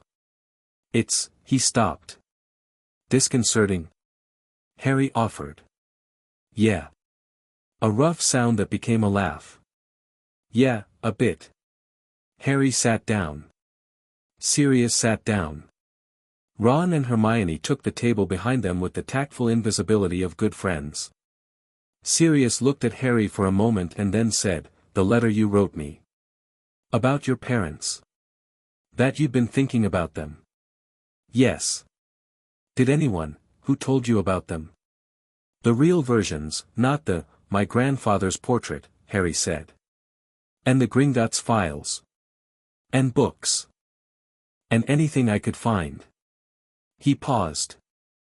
"I'd like you to tell me more, if you're willing." Sirius breathed out. "I'm willing. I've been talking to a mind healer at St. Mungo's, and one of the things she said was that telling the stories would help. About James and Lily." He paused. "I wasn't sure who to tell them to." "Tell them to me," Harry said. "Start wherever you want." Sirius started in 1971, when he met James Potter on the Hogwarts Express, and he talked for 4 hours. Harry listened to all of it. Ron and Hermione ordered food they mostly didn't eat and occasionally caught Harry's eye across the tables and said nothing, because they were both smart enough to understand that this was something to be witnessed rather than commented on. By the end, the afternoon light had gone orange through the Hog's Head windows and Sirius was hoarse and Harry had not said much at all but had asked 14 questions, each one at the right moment, and the thing he thought at the end, sitting back with his hands around a fire whiskey that Sirius had bought him and that he had mostly not drunk because he was 11, was, "This is what I was protecting." Not an abstract concept. Not a legal case. Not a chess piece. This man, sitting across from him, who had known his parents and loved them and had 12 years taken from him and was still, somehow, willing to laugh. "I'd like," Harry said carefully, "to pursue the formal guardianship arrangement. When you're ready. When you feel stable enough that it makes sense." Sirius went very still. "Harry, I know it's complicated legally. Gringotts has already worked out most of it. The blood protection question is the main issue. I'd need to maintain some contact with Petunia's household to preserve the ward, but we can potentially satisfy that magically rather than physically, which I've asked Griphook to research. He paused. I'm not saying soon. I'm saying I'd like it to be the direction. Sirius looked at him for a long time. You planned this, he said, and he didn't sound upset, just awed, slightly. The whole thing. Getting me out, this meeting, I planned what I could, Harry said. I didn't plan that you'd be someone worth planning for. He paused. You are, though. Sirius's face did something complicated. Harry pretended not to see it and drank some of the fire whiskey, which tasted like what he imagined a bonfire tasted like if it were liquid. Yeah, Sirius said, after a while. Okay. He cleared his throat. Yeah. The hog's head smelled like goat and old wood and it was perfect. June brought the end of term and the results of the board petition and a letter from Rita that was not about any of the things Harry was currently working on but which stopped him in the middle of the common room and made him stand very still for 11 seconds. There's a girl here, Rita wrote. Second year. Gryffindor. She's been missing some classes, not flagged in the official attendance, which makes it official suppression rather than oversight. Her name is Ginny Weasley. She's Ron's sister. I got the tip from a source I can't name but the source is reliable. The word from St. Mungo's is that there was a referral for magical exhaustion and memory disturbance around Easter, signed by a Hogwarts staff member. The case was closed after a single session. I smell a cover-up. Do you want me to dig? Harry read this 3 times. He thought about Ginny Weasley, who had sat at the Gryffindor table in September and gone slightly dazzled and called him. He thought about the word suppression. He thought about what magical exhaustion and memory disturbance meant for a 12-year-old. He wrote back, dig. Carefully. And tell me what you find before you run anything. Then he looked across the common room to where Ron was playing chess with Neville, and he thought, I need to know what happened to your sister, and I don't know how to tell you that yet. He put the letter in his pocket and sat down and watched Neville's knight defeat Ron's bishop and thought that some investigations were more important than newspapers, and that the truth, his grandfather's truth, the truth you couldn't confiscate, was sometimes not a headline but a person. He would find out what happened to Ginny Weasley. And then, depending on what he found, someone was going to have a very bad second year. He was looking forward to it. Chapter 5. What the Stones remember. The summer before second year was the hottest Harry could remember, which wasn't saying much given that most of his memories of summer involved being outside doing garden work in Dudley's old clothes, but this one had a specific, pressed-down quality to it, like the heat was sitting on Surrey with intent. He spent most of it in the stone room. Rita's investigation had produced results by mid-July, a package of documents, interview notes, and 2 photographs, delivered through Gringotts in a sealed envelope that Griphook handed to Harry in the park with an expression that meant she had read the contents and found them significant. Harry took the envelope home and went to the stone room and opened it. He read it in one sitting. When he was done he sat for a while with his hands flat on the desk. Then he said to Fleamont, someone gave a 12-year-old girl a dark object. Fleamont said, tell me. A diary. Enchanted. The enchantment allows whoever, whatever, is inside it to possess the reader over time, pull their energy through, use them. He turned one of the pages. Rita had done extraordinary work. She'd found 2 healers willing to speak off record, a ministry analyst who'd seen the incident report before it was classified, and a second-hand account from a Hogwarts house elf who had apparently found Ginny Weasley unconscious in a bathroom in April. Ginny was essentially being drained. She didn't know what was happening because the possession was gradual, she'd have memory gaps, exhaustion, confusion. The healer who saw her thought it was standard first-year stress. He paused. The staff member who signed the referral and then signed the closure was Dumbledore. Fleamont was quiet. He knew, Harry said. Not accusing, figuring out. He knew something was wrong with her and he closed the referral. Which means either he didn't know what he was dealing with, or he did know and he was managing it. He looked at the photographs.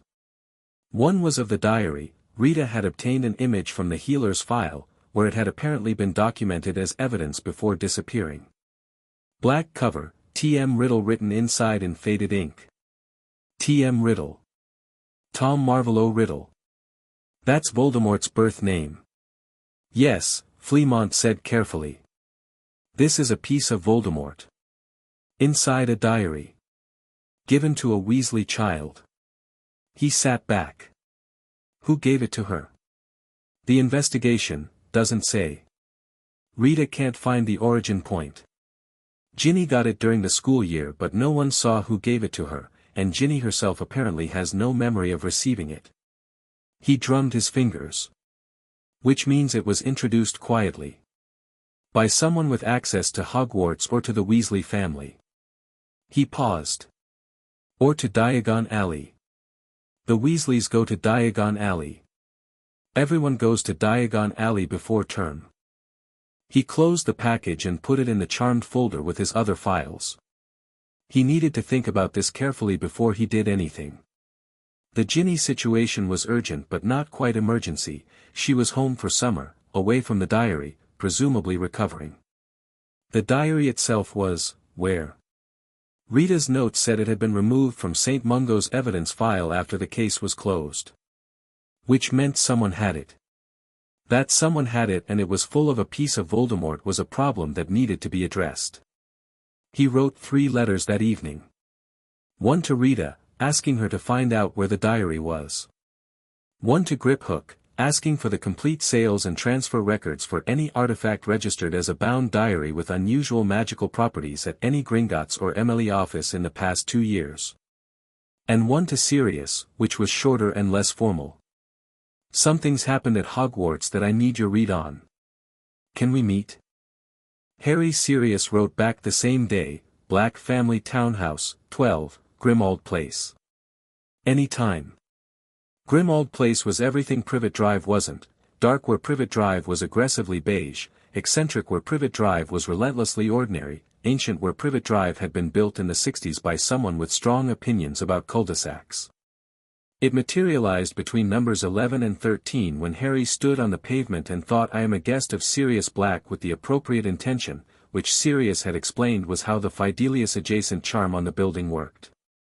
The inside was dim and full of things, portraits and tapestries and objects that looked like they had opinions about being there.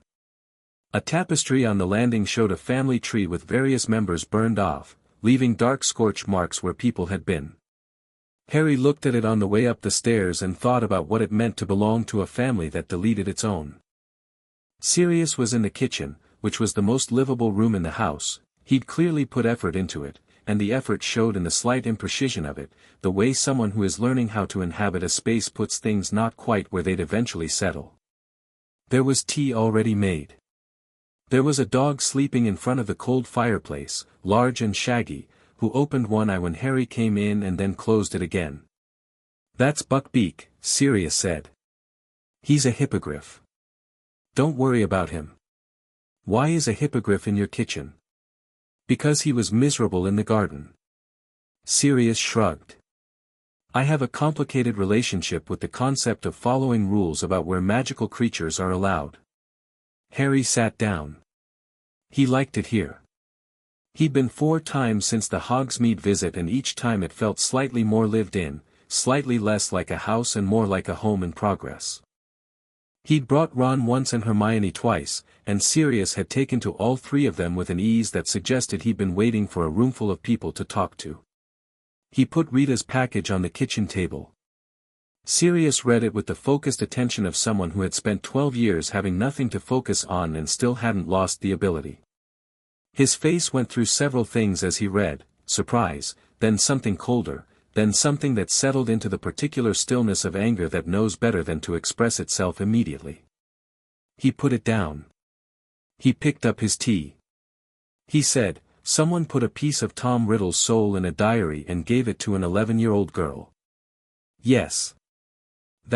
He paused. That's not just a dark object. That's a Horcrux. Or something close to one. Harry looked at him sharply. What's a Horcrux? Sirius looked at the ceiling.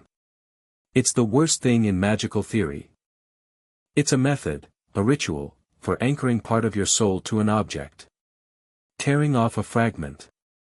It makes you partly immortal because even if your body is destroyed, part of you persists. He paused. You'd have to do something terrible to create one. Something that tears the soul, an act of murder. The diary is consistent with it. You know about these. My family collected dangerous knowledge like other people collect stamps. I grew up in this house. There's a library on the 3rd floor that would make the Hogwarts restricted section look cheerful. He looked at Harry steadily. If Riddle made a Horcrux, he might have made more than one. Harry sat with this for a moment.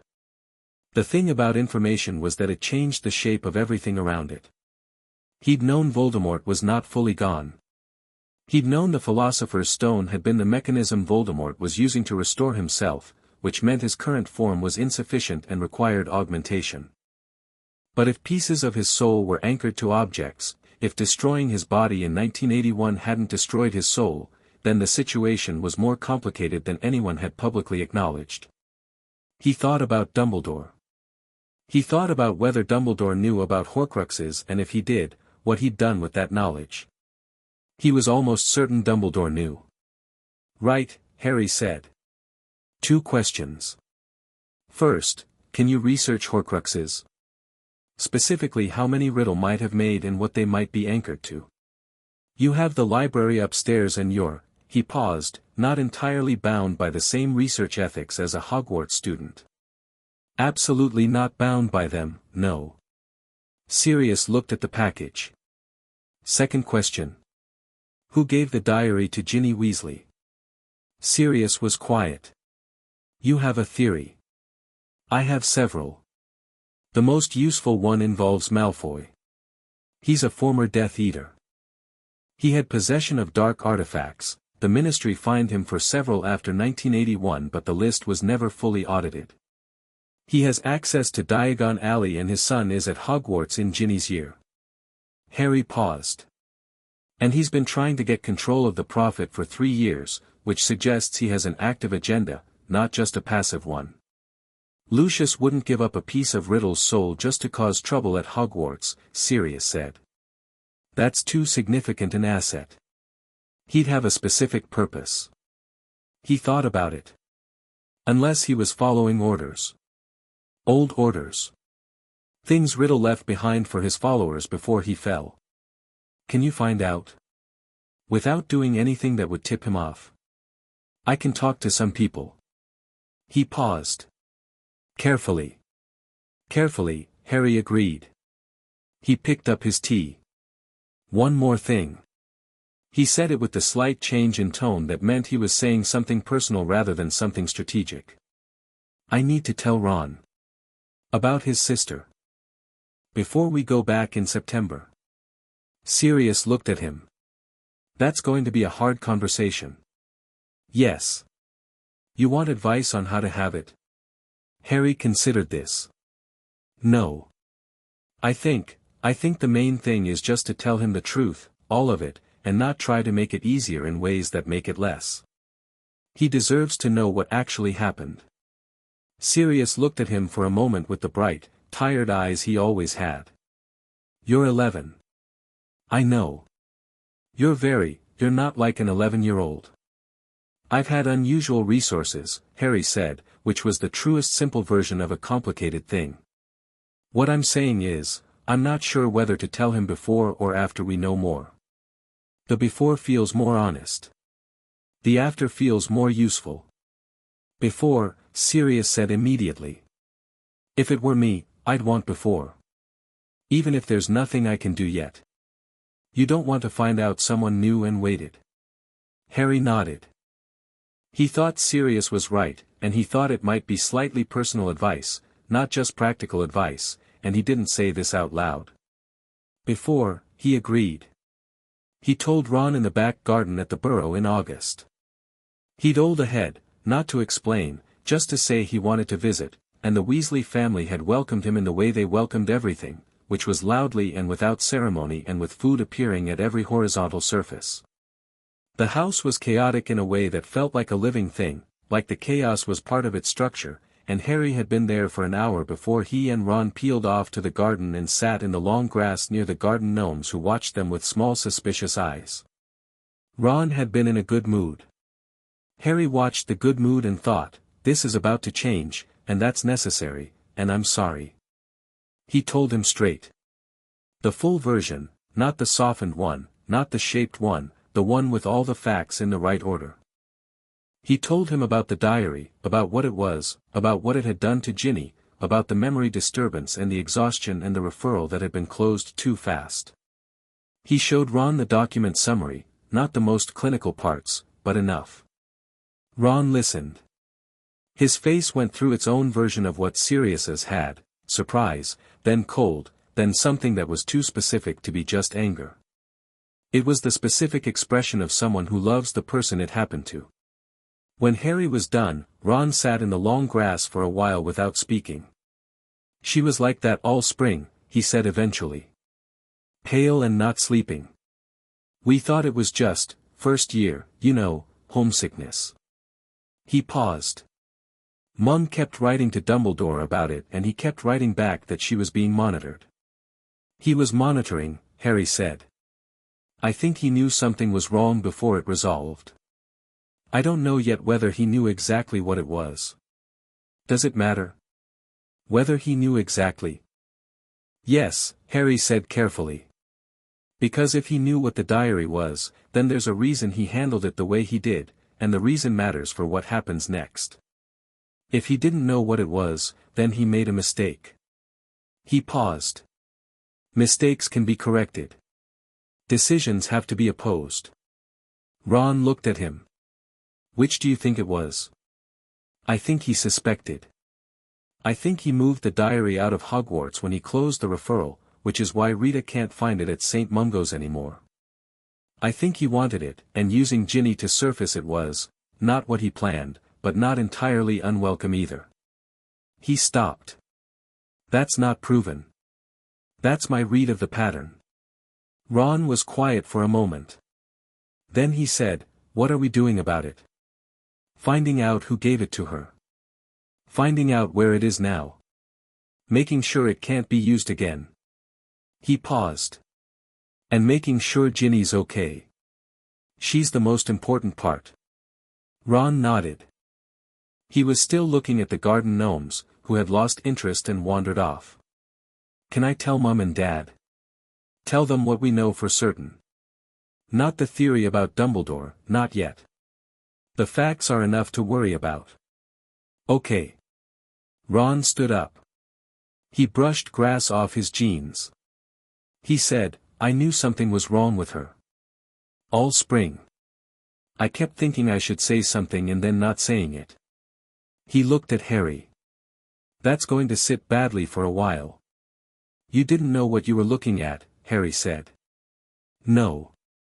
But I should have said something anyway. He turned toward the house. Come on. Mum made pie. He walked back toward the house. Harry watched him go and thought about what it meant to know the right thing too late and do it anyway, how that was still doing it, and still counted, and how the counting was the part that mattered. He followed Ron inside and ate the pie, which was excellent. Term started on September the 1st and the train ride was different this time, the easy familiarity of people who know each other, a compartment full of the shorthand of first-year friendships. Ron and Hermione argued about something Harry had tuned out by the time he joined them because the argument was clearly recreational rather than actually contested. Neville had a new plant catalog that he'd bought in Diagon Alley and talked about with focused joy for 40 minutes. Luna appeared in the doorway in the last hour of the journey, wearing an expression of serene purpose and dirigible plum earrings, and sat down beside Harry and asked him what had happened over the summer in the tone of someone who already knew most of it and wanted the parts she didn't. He told her, quietly, while the others talked over each other about the new Quidditch season. She listened and asked 2 questions, both about the diary's mechanics, which she'd apparently read something tangential to in the Quibbler archives, and at the end said, the fragment of soul in the diary. Is it gone? Rita thinks so. The possession ended when Ginny was treated and the diary was removed. But the diary exists somewhere. Yes.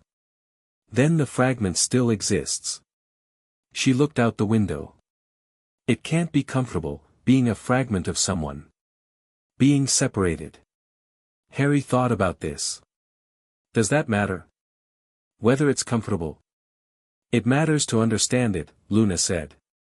Things that exist in pain behave differently from things that don't. She glanced at him.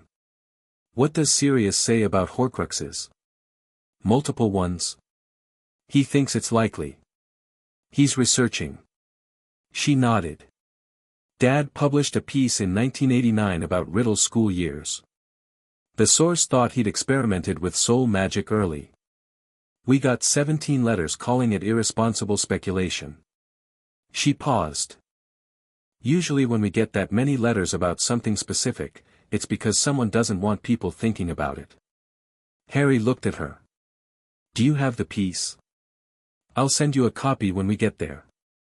He nodded and leaned back and watched England turn into Scotland through the window and thought about souls being divided and what they left behind when they were.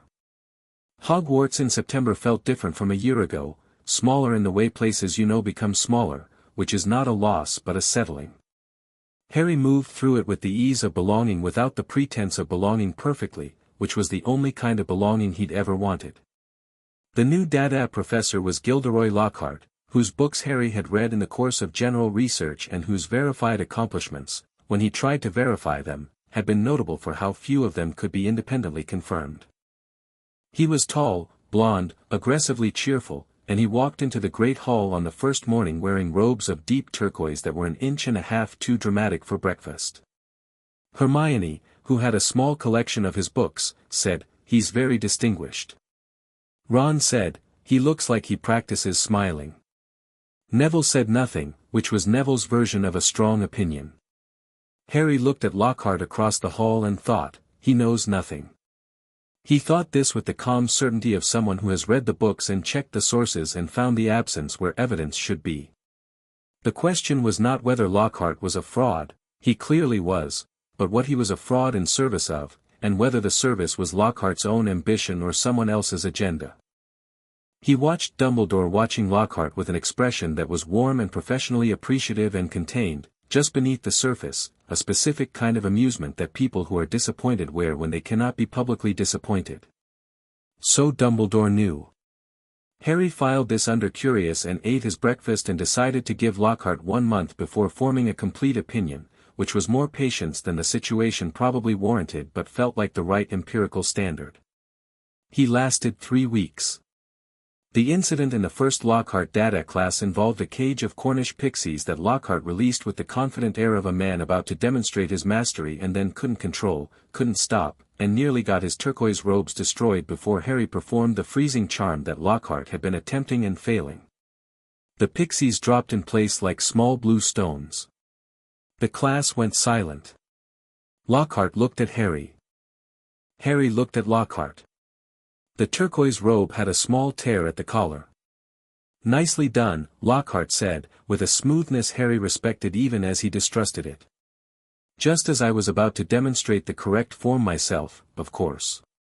"Of course," Harry said, and sat down, and the class ended 3 minutes later. Ron caught up with Harry in the corridor. He was going to let those things eat him. He had no idea how to stop them, Harry agreed. The incantation he used was wrong for the spell. He was reading it from his own book, which I think he wrote from second-hand descriptions. So he's completely useless. Worse than useless. Useless is benign. He's taking the position that a qualified teacher should have. He paused. "I'm going to write to the board about the hire." The inspection report created an obligation for the board to approve staffing changes over a certain seniority level. I want to know whether they approved Lockhart. Did they? I don't think so. I think Dumbledore hired him without going through the process. He started walking. Which is interesting because Dumbledore is careful. Which means hiring Lockhart without process was either careless or deliberate. Why would it be deliberate? I don't know yet. He turned toward the library. Coming. Griphook's reply to his staffing inquiry came within the week. Lockhart's appointment had not gone through the board. Technically, under the new governance requirements resulting from the inspection, it should have. He sent a note to Hermione, board governance violation. Lockhart hire. Add it to the file. Hermione sent back, already did. Also, his sales records show 1,200 copies of Travels with Trolls sold in Diagon Alley on September 2nd, the day he was announced as Dada Professor. The announcement drove the sales. Dumbledore's announcement. Harry stared at this for a while. Then he wrote, Dumbledore made Lockhart famous enough to be worth hiring. Then hired him. Why does Dumbledore want a fraud in the Dada position? Hermione, I genuinely don't know. But I don't think it's random. He didn't think it was random either. But he had other things to deal with before he figured out Lockhart's specific function in Dumbledore's arrangement of the board. The other things were the whispers. They started in October. The first incident was a cat, Mrs. Norris, Filch's cat, found petrified in a corridor near the girls' bathroom on the second floor. The second was 2 second-year Hufflepuffs, both Muggle-born, found in the same state near the library.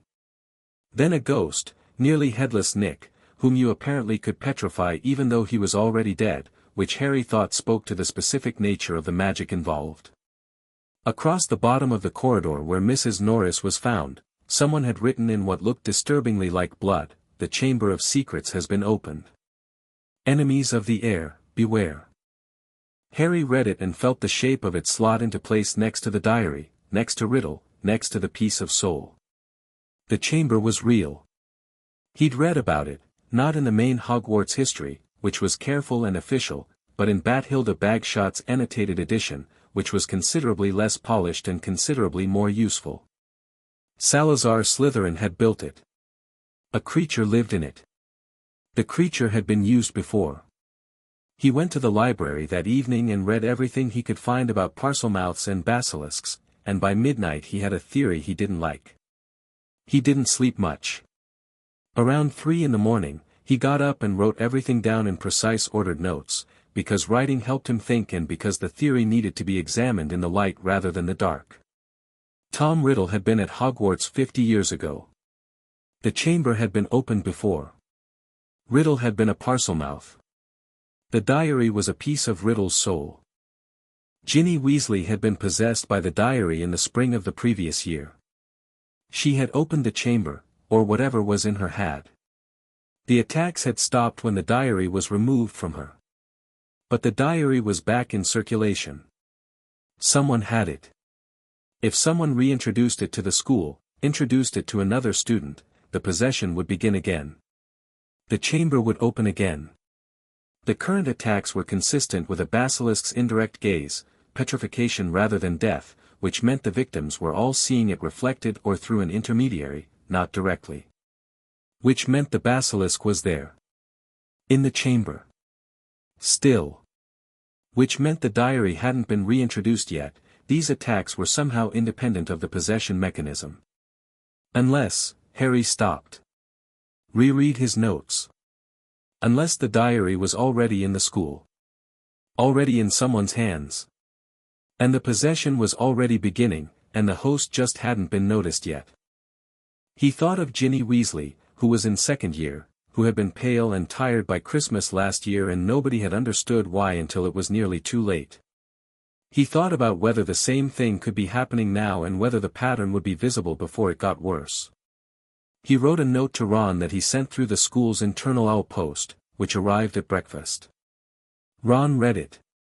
His face went careful in the way Harry had come to recognize. He wrote back, "She's fine. Normal.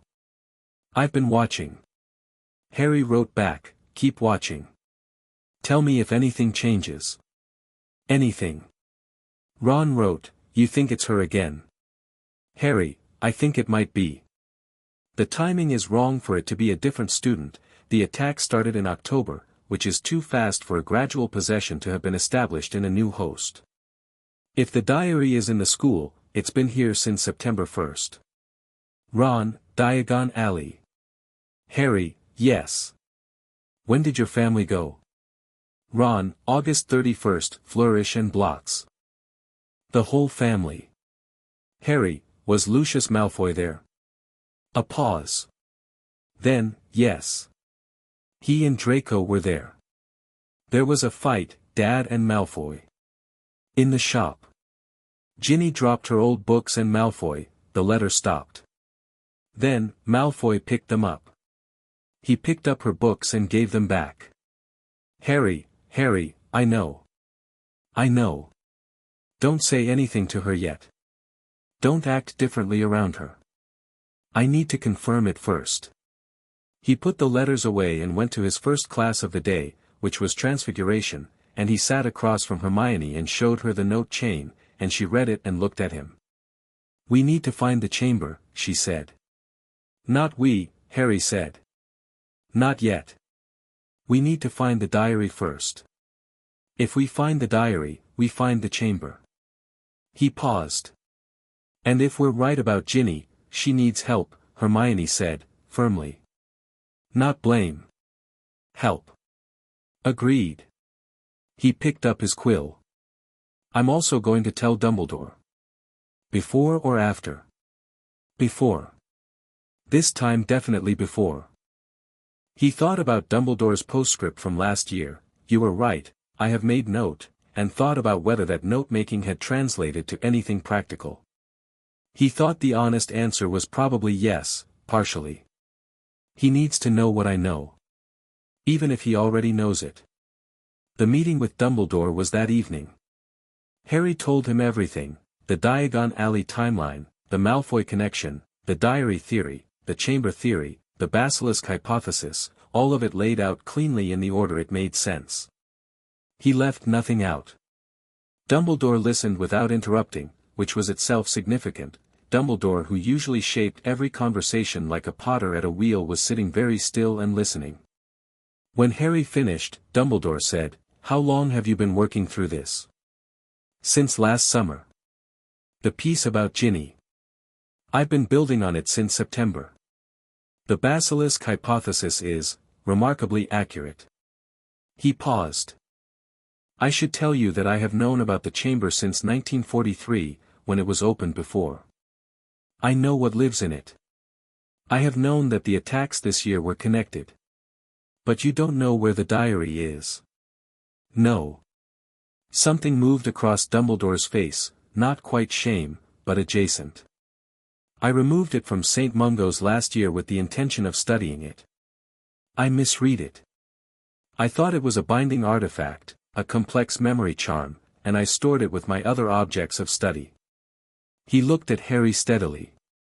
It was stolen from my office in August. During the summer preparations. Someone who had access to Hogwarts over the summer. Malfoy had access. Board members do, in certain capacities. He paused. You're thinking he gave it to Ginny in Diagon Alley as a secondary measure, as insurance, in case his attempt to obtain it before the school year failed. It's what I would do, Harry said, which earned him the particular look Dumbledore reserved for things that were simultaneously impressive and slightly concerning. He probably knew you had it. He came and got it back, and then realized you'd been studying it, and decided to use it before you could fully understand what it was. Dumbledore was quiet for a moment. Harry. The diary is a Horcrux. Harry kept his expression neutral. Yes. I know. Another pause. How long have you known that word? Since July. Sirius has the Black Family Library. Dumbledore looked at the window. Outside, Hogwarts was dark and cold and full of students who thought the monster in the chamber was a mystery rather than a known thing that could be stopped if you knew the right pieces. If you know what a Horcrux is, he said slowly, then you may have already drawn the conclusion that this isn't the only one, Harry said. Yes. How many are there? Dumbledore was quiet for a long time. I don't know for certain. I believe 6 was his intention. There are indications of at least 4 confirmed. A pause. Possibly 5. Harry thought about this. 5. Plus the original soul, if there's enough of it left. He thought about it more. Is there a 6th one that, he stopped. He thought about the prophecy, marked as his equal, and about the night in Godric's Hollow, and about what happened when a killing curse rebounded, and he felt something cold and very specific move through him. The night my parents died, he said. When the curse rebounded. Dumbledore's face told him everything. It told him without a word. The 6th Horcrux, Harry said. Is me. The silence in the office was very complete. I have believed, Dumbledore said carefully, that there is a fragment, unintentional, that anchored itself to you. On the night of your parents' deaths. He paused. I have not wanted to tell me. Harry's voice was even. Factual. He was filing this the way he filed everything, know this, use this, work through this later. The later would have its own emotional architecture. Right now he needed to think clearly. Because the logical conclusion is that one way to destroy the Horcrux is to destroy what it's anchored to. Yes. The word came out like it cost something. Which means you've been keeping me alive not just to face Voldemort but also to potentially sacrifice me at the right moment. I have been hoping, Dumbledore said, to find another way. Have you found one? A very long pause. Not yet. Harry sat with this. He sat with it for about 2 minutes, which felt like longer, and Dumbledore said nothing during it, which was the right call. Harry thought about the stone room and Fleamont and the biscuit tin and Luna and the park bench and the letters to Gringotts and Sirius and Ron and Hermione and Neville, and he thought, all of it, this whole architecture, and at the bottom of it is the possibility that the answer is just, me. He thought, I could be very angry about this. I could decide this changes everything. He thought, it doesn't change everything. It changes the shape of some things. But I've always known this was going to be dangerous. He thought, and I am not dying on his timetable or anyone else's. If there's a way through that doesn't require me to be the sacrifice, I'll find it. And if there isn't one, I'll find that too. I need you to tell me, he said. Everything you know about Horcruxes. How they're destroyed. Whether the one in me can be extracted without, he stopped. Without the obvious. Dumbledore looked at him with something in his face that Harry couldn't fully name. It was too complicated, too many things layered together, some of which Harry suspected were very old and some of which were new. I will tell you, Dumbledore said. Everything. Starting now, if you'd like. Yes, Harry said. And then we need to deal with the diary and the chamber. Yes. A pause. Harry, the fact that you're sitting here and having this conversation the way you're having it, he stopped. You're remarkable. I'm working with what I have, Harry said. Tell me about the Horcruxes. The resolution of the chamber crisis took 3 weeks and was not the dramatic solo confrontation Dumbledore's narrative had appeared to be building toward, because Harry had decided early on that dramatic solo confrontations were architecturally irresponsible and he preferred collaborative, well-researched solutions. He found the diary through Ginny. Not by accusing her, by sitting with her in the common room on a Saturday while Ron hovered nearby and Hermione watched from the other chair, and telling her, very gently, what he thought might have happened. He told her about possessions and memory disturbance. He told her it wasn't her fault. He told her that understanding the mechanism was the first step to getting ahead of it. She had gone very white and then very still, and then she had said, in a small controlled voice, I have it. The diary. It's in my trunk. She paused. I kept wanting to write in it again but I didn't because it felt wrong and I kept not writing in it but not getting rid of it either, because, she stopped. Because it felt like something would go wrong if I let it out of my sight. The possession isn't complete, Harry said. But it's trying to reassert. That pull you feel, that's it. He kept his voice level, not alarmed. Can I take it from you? Don't open it, she said. Please don't open it. Whatever you do with it. I won't, he said. She got it from her trunk and gave it to him, and he took it with the cloth Hermione had provided, specifically to avoid skin contact, and put it in the sealed container Griphook had sent, and it went to Gringotts that evening by emergency transfer. Gringotts destroyed it the following week using a method Harry didn't ask the details of, because some details were appropriately goblin business. What Griphook told him afterward was, the object is destroyed, the fragment of soul within it is gone, and our instruments confirm no residual presence. Which left the basilisk. Harry told Dumbledore. Dumbledore handled the basilisk, directly this time, not through a trap, not through a narrative that ended with an 11-year-old in a chamber. He went down himself, which was what he should have done in 1943, Harry thought, but didn't say, because some things were true and also not useful to say out loud. The basilisk was dealt with in November. The petrified students were revived with Mandrake restorative draft by December. The school settled back into its rhythms, slightly rattled, mostly relieved. The article ran in January. Harry had written it himself. All of it. His name was not on it, the byline was Prophet Investigative Desk, but every word was his. He'd shown it to Hermione and Ron and Sirius and Griphook and Fleamont, and each of them had said variations of yes, this is right, and he'd made 3 revisions and then it was done. The headline, Malfoy family linked 2 dangerous dark artifact use TO attack Hogwarts students. The article documented everything. The diary's origin in Riddle's hands 50 years ago. Its introduction to Ginny Weasley in Flourish and Blots, witnessed by multiple people, reconstructed with specific detail that didn't name Ginny directly but would allow anyone present to confirm the sequence.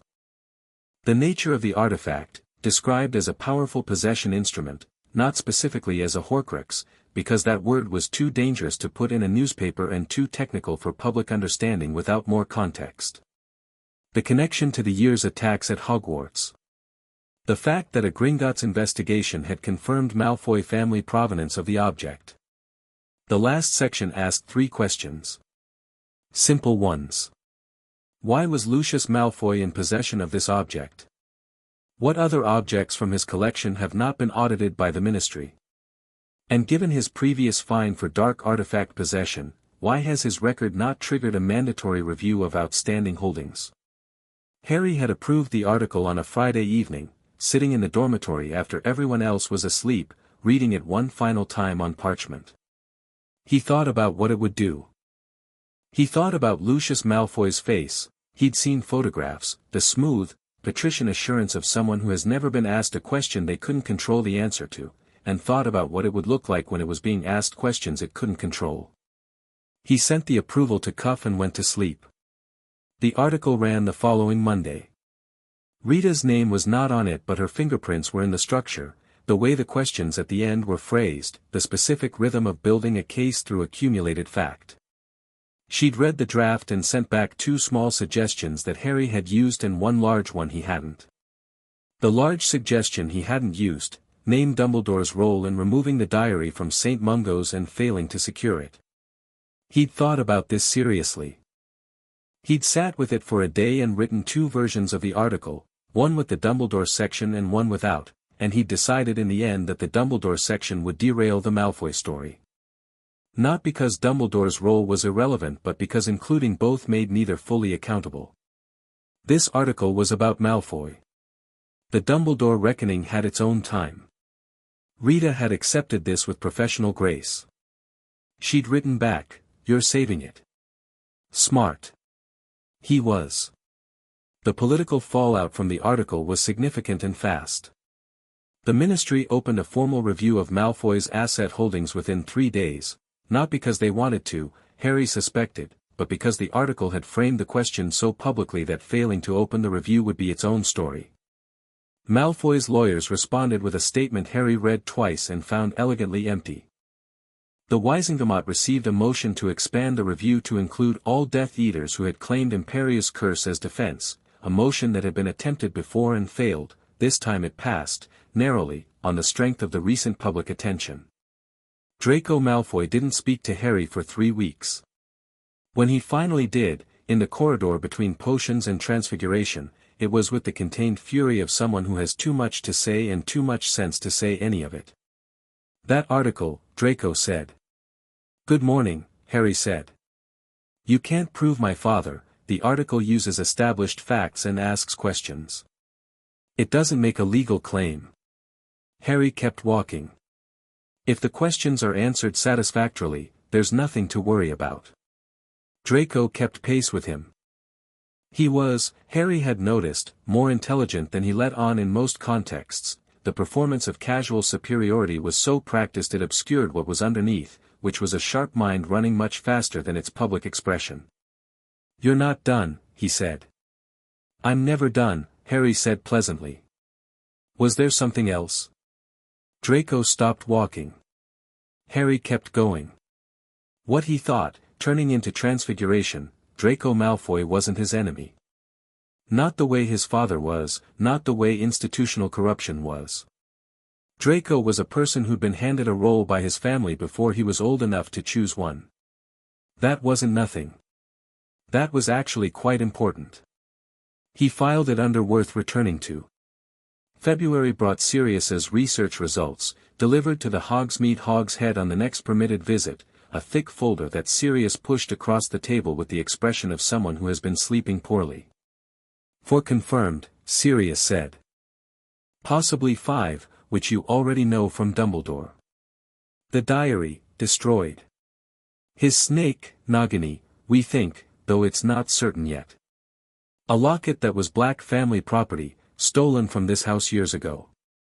A cup, possibly Hufflepuff's. Possibly something of Ravenclaw's." He paused. "And you?" "Yes," Harry said. "Dumbledore told you about that?" "Yes."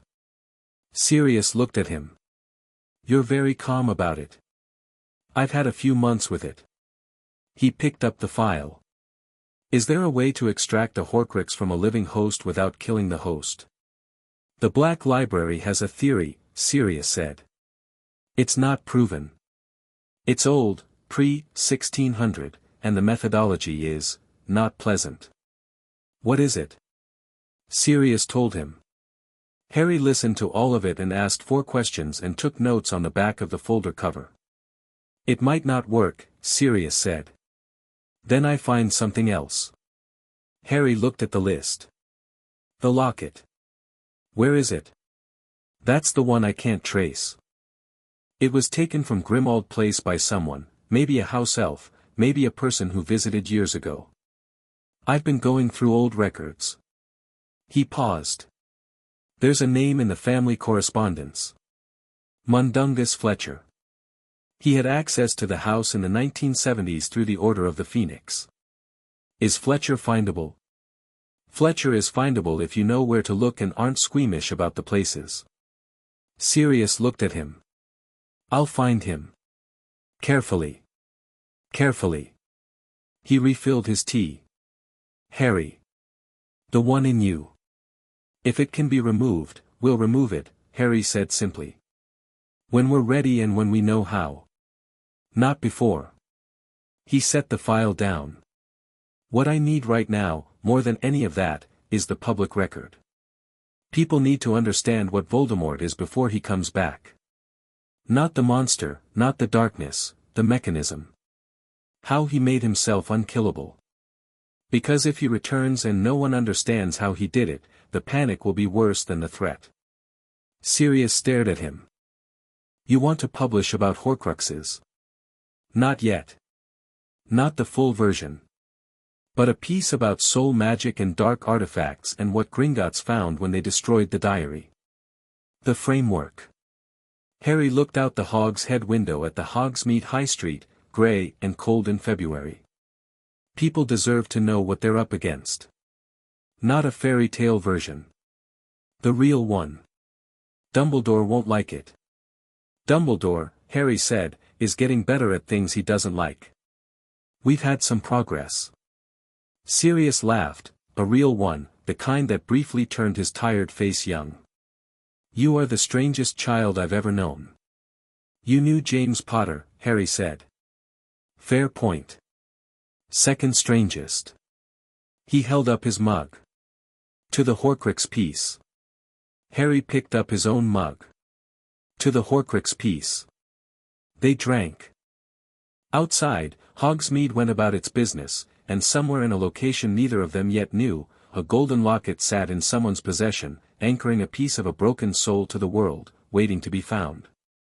Harry put it on the list. He would find it. Chapter 6, The Shape of the War to Come. Third year arrived with a cold front that settled over Scotland in early September and didn't move, the kind of weather that felt like a statement. The Hogwarts Express ran through it with the cheerful indifference of a train that has never been stopped by weather, and Harry sat in the compartment with his usual collection of people and looked out the window at the grey hills and thought about what he needed to do before the year was out. The list was long. Peter Pettigrew, still unconfirmed alive, but the evidence was there, waiting for someone to look properly. The Horcrux question, 4 objects besides himself, 1 confirmed destroyed, 3 to find. Sirius's formal guardianship, progressing through Gringotts, complicated by the Blood Ward issue, nearly resolved. The Dumbledore accountability piece, the one Rita had been asking about for 2 years, the one Harry had been building toward since he was 9 years old, sitting in the stone room understanding that someone had decided his life without asking him. And the Dementors. He'd looked out the train window at the creatures stationed at the Hogsmeade platform for approximately 4 seconds before he'd formed an opinion, which was that stationing soul-extracting entities at a school containing several hundred children was not a risk management strategy but an abdication of one, and he was going to do something about it. "They're actually here," Hermione said, standing beside him on the platform, looking at the Dementor by the gate with the expression she used when something offended her academically. "I'd read they were being deployed to Hogsmeade, but I thought, surely Dumbledore wouldn't, he didn't have a choice," Harry said. "The Ministry deployed them. It's officially a Ministry security measure." He picked up his trunk. "But the Ministry's reason for deploying them is Sirius Black's supposed escape, and Sirius is now officially exonerated, which means the official justification is gone." He started walking. "I'm going to write to the board tonight." "Tonight," Ron said. "We've been at school for 3 hours. They've been here 3 hours too long." Harry looked at the Dementor as they passed it. It stood in the grey afternoon like a wound in the air, sucking warmth from everything within 20 feet. He felt the familiar coldness begin, the old sounds at the edges of his memory, his mother's voice getting louder, and then he pushed past it with the practice of someone who has been working on this problem since last March when he'd read about Dementors and their effects and had started teaching himself the Patronus theory from the memory books in the stone room. He didn't produce a Patronus on the platform. Not the time, not the place. But the mechanism was there, like a key he hadn't yet used in the right lock. He kept walking. The new defense professor was Remus Lupin, who arrived at Hogwarts looking like someone who had fought a long war with a limited supply of tea and been winning on points. He was thin and tired and wore robes that had been excellent once and were now showing it had been a while, and he had the kind of face that didn't try to be liked but ended up being liked anyway, because it was honest. Harry had research on Lupin. He'd found the name in Sirius's correspondence, Remus John Lupin, former marauder, the 4th one, the one who hadn't been a traitor or a secret or a prisoner, just, gone, in the way people go after enough losses. He had a condition. Lycanthropy, contracted in childhood, managed imperfectly by the wizarding world's combination of stigma and inadequate treatment. He'd been unable to hold steady work for years. What he also had, according to Sirius, was the best practical defense knowledge of anyone Sirius had personally trained alongside. "Moony was the best of us," Sirius had said, simply, in the way he said things that had a long history behind them. Harry had suggested his name to Dumbledore in February through a carefully neutral channel, a memo from Gringotts noting that the Potter family endowment for Hogwarts included a clause encouraging qualified appointments to teaching positions, with Lupin's name attached as a suggestion based on his qualifications. Dumbledore had hired him by March. Harry didn't know if his suggestion had influenced the decision or if Dumbledore had already planned it, and he didn't particularly care. The outcome was what mattered. He introduced himself to Lupin in the corridor outside the defense classroom on the first day of term, before the class started. Lupin was setting up, arranging a large wardrobe against the wall with the unhurried efficiency of someone who knows exactly what he's going to do with it, and he looked up when Harry came in. "Early," Lupin said. "I wanted to ask something before the class," Harry said. "Professor Lupin, Sirius tells me you're the best defense teacher he ever trained alongside. That's a high standard. I'm looking forward to it." He paused. "I'm also aware of your condition. Gringotts can arrange for Wolfsbane potion to be covered through the Potter family medical endowment, if the school's provision is insufficient." Lupin went very still. "Sirius told you," he said. "Sirius trusts you. He talks about you the way people talk about important things." Harry looked at the wardrobe. "Is there a boggart in there?" A pause, and then Lupin's face did something complicated, settled, somehow, into something less guarded. "Yes. I thought it would make a good first lesson." "What does yours turn into?" Harry asked, and then, "Sorry, you don't have to answer that." "A full moon," Lupin said, quietly. "It turns into a full moon." He looked at Harry steadily. "The Wolfsbane offer is, I'll accept that." "Thank you." "Most people don't, thank you." "You're welcome." Harry moved toward the door, where other students were beginning to arrive. "What's the lesson structure for the year?" "Starting with practical. Theory second." "Most defense teaching gets that backwards." "It does," Harry agreed. "I look forward to the practical." He went and sat down, and Ron slid in beside him and said, "Why are you already talking to the professor?" "Establishing a professional relationship," Harry said. "You're 13, Ron said." "I know." The boggart lesson was excellent, better than any defense class Harry had experienced, which was not saying much given Quirrell and Lockhart but was genuine as an absolute standard. Lupin had a teacher's instinct for pacing and for when to step back and when to intervene, and the class worked through the boggart with the energy of people who are actually learning something rather than performing the learning of something. When it came to Harry, the boggart hesitated. He'd read about this, that boggarts sometimes found complex minds difficult. They needed a clear fear to latch onto, and complex minds presented too many options. He watched the boggart shift and shimmer, cycling through several incomplete forms, a flash of green light, a shadow in a cupboard, a shape that might have been a Dementor, before it found something and locked. It became Dumbledore.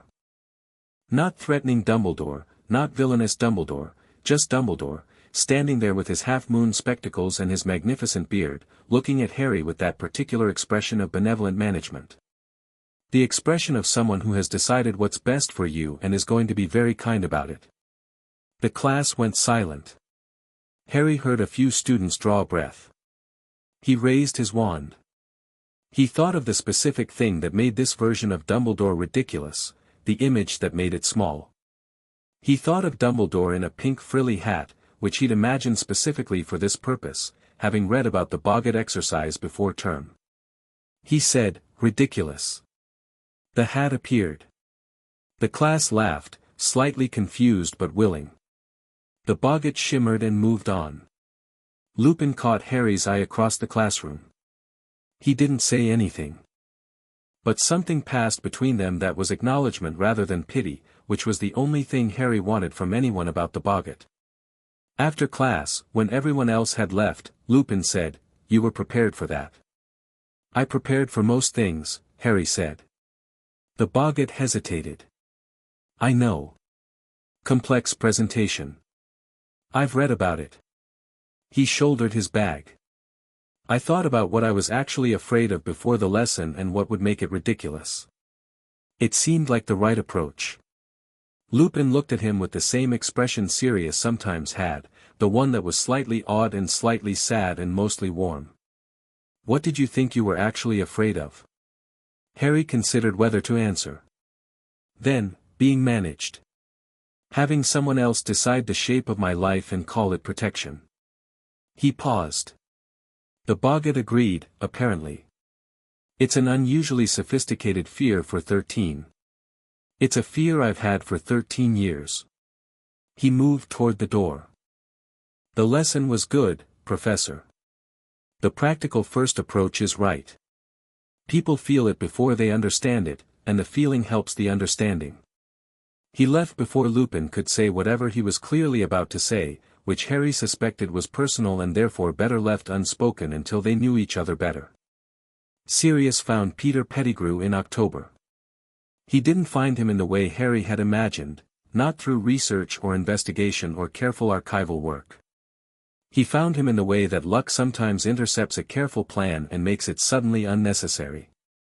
He found him because Mundungus Fletcher, who Sirius had located in November and had been watching since, had connections to a black market in magical animal trade, and one of his regular suppliers was a nervous, rat-faced man who transformed into a rat under circumstances of sufficient social pressure, which Sirius had provided by the simple method of cornering Mundungus in a pub and asking pointed questions until the name came up. Pettigrew was alive. He'd been living in the magical world under a false identity, occasionally transforming to avoid scrutiny, occasionally not.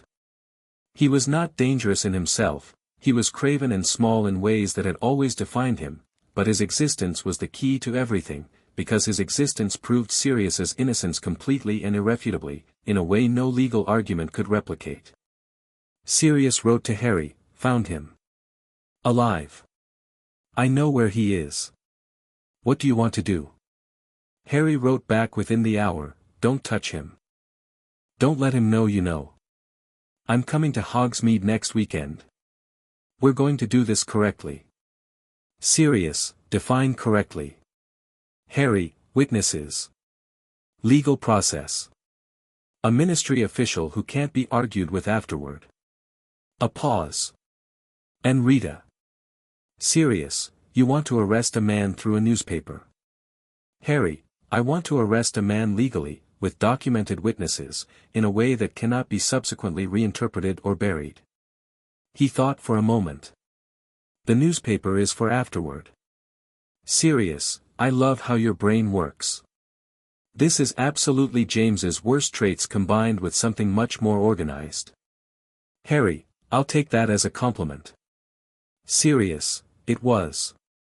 The logistics of the Pettigrew situation took 3 weeks and required more coordination than Harry had managed since the Black trial, which had been conducted over years rather than weeks. He wrote to Griphook, who arranged for an independent ministry official, a senior Auror named Shacklebolt, who had a reputation for integrity that the Gringotts file confirmed, to be available in Hogsmeade on the relevant Saturday under the guise of routine security patrol. He wrote to Rita, who came up to Hogsmeade under a disillusionment charm he didn't ask her about. He brought Hermione and Ron, who were not optional, because they were the best witnesses he knew. He told them the night before what was happening. They were in the common room, late, after everyone else had gone up. Ron's reaction to Peter Pettigrew is alive and has been living as Scabbers for the past 12 years was a silence of approximately 30 seconds followed by a very colorful sequence of words that Hermione didn't comment on because the situation warranted them. Scabbers, Ron said. He's been Scabbers. I'm sorry, Harry said. My family had him for years. He was in Ginny's pocket, he stopped. He was in Ginny's pocket while she was being possessed by a piece of Voldemort and he could have, he's a Death Eater, Harry, he could have, I know, Harry said.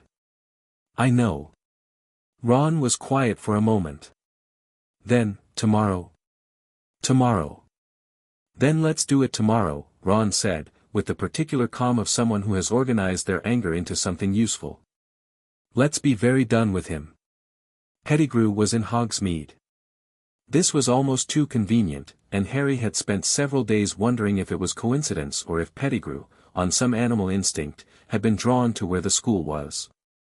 Sirius thought the latter, that Pettigrew had been near Hogwarts for years, near the Weasleys specifically, because proximity to Dumbledore's sphere felt safe to him. The irony of it, hiding in the protection of the man whose operation he'd betrayed, was something Harry thought was probably lost on Pettigrew, who didn't seem like someone given to irony. He was in the Hogsmeade pet shop. Transformed. In a cage labeled Common Rat, 2 sickles. Sirius pointed the cage out from across the street. They stood in a cluster, Harry, Sirius, Hermione, Ron, Shacklebolt slightly apart, and Rita in her disillusionment charm somewhere to Harry's left, and looked at the cage in the shop window. "That's him," Sirius said. His voice was controlled. Carefully controlled. "You're certain?" Shacklebolt said. "I spent 12 years in Azkaban knowing who put me there." "Yes, I'm certain." Shacklebolt nodded once. "Right." He straightened his robes. "Let's go in." What happened in the next 15 minutes was efficient in the way that things are efficient when the right people are in the right place doing the thing they know how to do.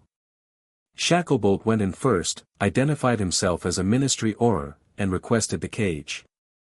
The shopkeeper, startled, handed it over. The rat inside was agitated immediately, small, watery-eyed, frantic in the way of a thing that knows it's been found. Shacklebolt performed the animagus reversal charm with the precision of someone who does this occasionally and is very good at it. Peter Pettigrew appeared in the cage in a contorted heap, too small for the space, which expanded under its own magic to accommodate him, and he looked up at all of them, at Sirius especially, with eyes that had not changed from the rat's eyes in any way that mattered. Hermione drew a sharp breath. Ron said nothing and went slightly gray. Harry looked at Pettigrew and felt very little except a cold, clinical satisfaction that this was happening correctly, with the right witnesses, in the right order. "Peter Pettigrew," Shacklebolt said. "You're under arrest for the murder of—" "No," Pettigrew said, immediately and desperately. "No, it wasn't, Sirius, you have to understand, they would have killed me, they killed James and Lily," Sirius said, very quietly. The quiet was worse than anger would have been. Pettigrew seemed to understand this and shrank. "You faked your death," Shacklebolt said, calmly. "You have been living under false identity as an animagus for 12 years, in violation of the Animagus Registration Act and the Witness Protection and Evidence Preservation Act. In addition, you are the primary suspect in the murders of James and Lily Potter and the disclosure of their location to he who, I was under imperius," Pettigrew said. You weren't," Harry said. Pettigrew looked at him. The rat eyes, fully human now, found Harry's face and the recognition in them was complicated and horrible, recognition and guilt and something that was trying to become appeal. "Harry. You're James's son. Listen to me. I tried to stop them." "I tried, you didn't," Harry said. "But the investigation will establish that properly. I'm not going to argue with you here." He looked at Shacklebolt. "Is the documentation in order?" "It is."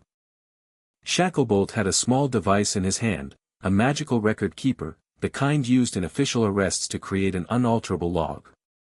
He clicked it shut. "We're done here." Rita materialized from her disillusionment charm. She'd apparently decided the moment warranted visibility, and Pettigrew looked at her with fresh horror. "That's Rita Skeeter," he said. "Yes," Harry confirmed. Pettigrew seemed to understand, then, the full architecture of what was happening to him. Not just arrest. Documentation. Witness. Record. The machine of truth moving with deliberate, unstoppable precision. "James wouldn't have wanted," he started. "Don't," Sirius said. "One word. Not loud. The kind of word that doesn't need volume because it has weight." Pettigrew stopped. Shacklebolt took him into ministry custody with the efficiency of someone very good at their job, and Harry watched them go, and turned to see Sirius standing very still in the Hogsmeade Street, looking at the space where Pettigrew had been. He stood beside him and didn't say anything. Sometimes that was the right thing. Ron had his hands in his jacket pockets and his jaw set and was looking at the pet shop window where the cage sat empty. Hermione put her hand briefly on Ron's arm. He didn't pull away. Rita appeared at Harry's elbow. She was already writing in her quick quotes Quill's wake, not words, just notes, dots and abbreviations that only she could read. "The headline writes itself," she said. "I know," Harry said. Write the real story, not the convenient one. I always write the real story. You write the real story when the real story and the good story are the same thing. He looked at her. This time they are. So write it the same way. She looked at him with the expression she reserved for things she found professionally interesting. You know, most people who own the paper I work for don't actually understand journalism. I've had a good education, Harry said. The Pettigrew story ran on a Monday. It was the most significant piece Rita had ever published and she knew it. Harry could tell from the way she'd written it, with a restraint that was the opposite of her usual style, the restraint of someone who has understood that the facts don't need decoration. She told it straight. Who Pettigrew was. What he'd done. How long he'd been hidden. Where he'd been found, and by whom, and under what legal process. She mentioned Sirius. She mentioned that his original imprisonment had been predicated on the assumption of Pettigrew's death. She mentioned, with careful factual precision, that the Ministry of Magic had accepted this assumption without verification in 1981. She did not editorialize. She did not need to. The wizarding world erupted. Not gradually. Not the slow build of public opinion turning, immediately, the way things explode when enough pressure has been building in a space that suddenly loses its walls. The ministry received 1,700 owls in the first 48 hours. The Wisengamot opened an emergency session. Minister Fudge made a statement that was so carefully worded it effectively said nothing while appearing to say everything, which Harry noted was a skill Fudge had refined to a high art. Sirius was formally and publicly exonerated by the Wisengamot in a session that lasted 3 hours. Harry submitted written testimony. Sirius attended in person, with the barristers, and Harry read the account in the transcript that evening in the stone room. Sirius, sitting in the Wisengamot chamber, answering questions with the composure of someone who has had 12 years to decide how he would conduct himself when this moment arrived. At the end of the session, the chief warlock, Dumbledore, who presided, said that the Wisengamot found no evidence of guilt in Sirius or in Black and found substantial evidence of systemic failure in the original handling of the case, and that a full institutional review was recommended. Harry read that paragraph and underlined the word systemic. The Pettigrew case also destroyed the Imperius defense as a viable political shield. The Wisengamot review that Hermione's board petition had indirectly triggered, now significantly expanded in scope, opened a formal inquiry into all former Death Eaters who had claimed Imperius, requiring them to produce evidence of their claim rather than mere assertion. Lucius Malfoy's lawyers were very busy that November.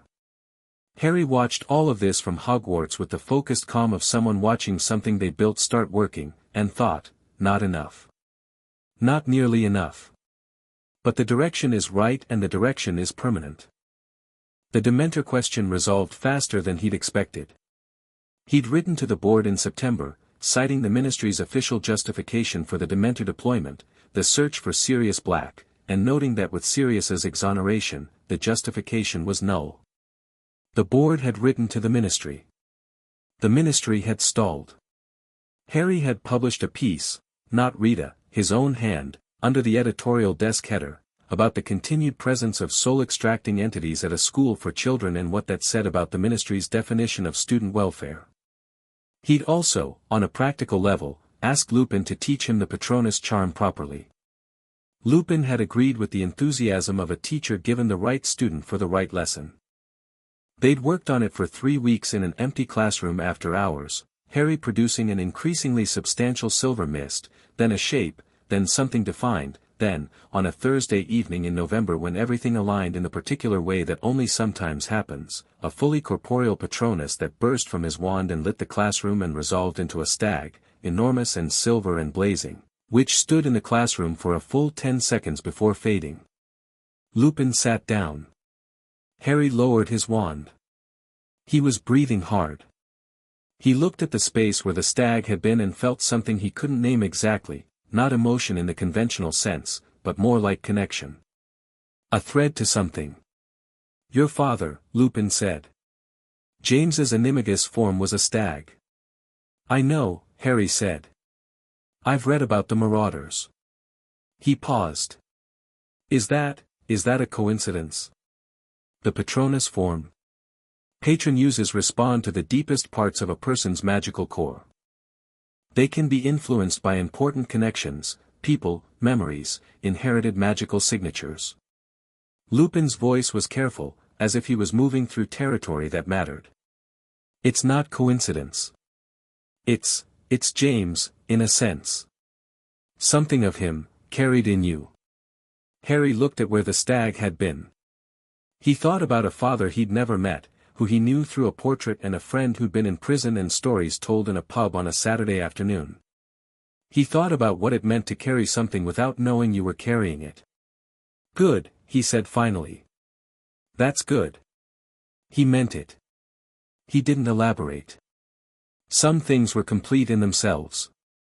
The following weekend, he produced the Patronus in front of the Dementor at the Hogsmeade Gate, not because he needed to but because he wanted the record to show that a third-year student had successfully cast a fully corporeal Patronus on Hogwarts grounds, which meant the argument that Dementors were necessary for student protection was formally and publicly absurd. He told Griphook to include the incident in the formal documentation. The Ministry removed the Dementors from Hogsmeade in December. Not gracefully, not without a great deal of bureaucratic language about routine security reassessment, but they went, and Harry watched them go from the Hogsmeade platform and felt the temperature rise 3 degrees as the creatures dissolved into the grey distance. The Horcrux piece ran in January, 6 months after Harry had told Sirius he wanted to write it. It had taken that long to get right. He'd written 9 drafts. Hermione had read all 9 and told him which paragraphs were working and which were trying too hard, which was the most useful editorial input he'd ever received. Sirius had checked the magical accuracy. Lupin had read the final version and said only, "This is going to frighten people." People should be frightened, Harry had said. They should be appropriately frightened, with good information, not inappropriately frightened with bad information. Is there a difference in practice? Appropriate fear motivates. Inappropriate fear paralyzes. Harry had held up the final draft.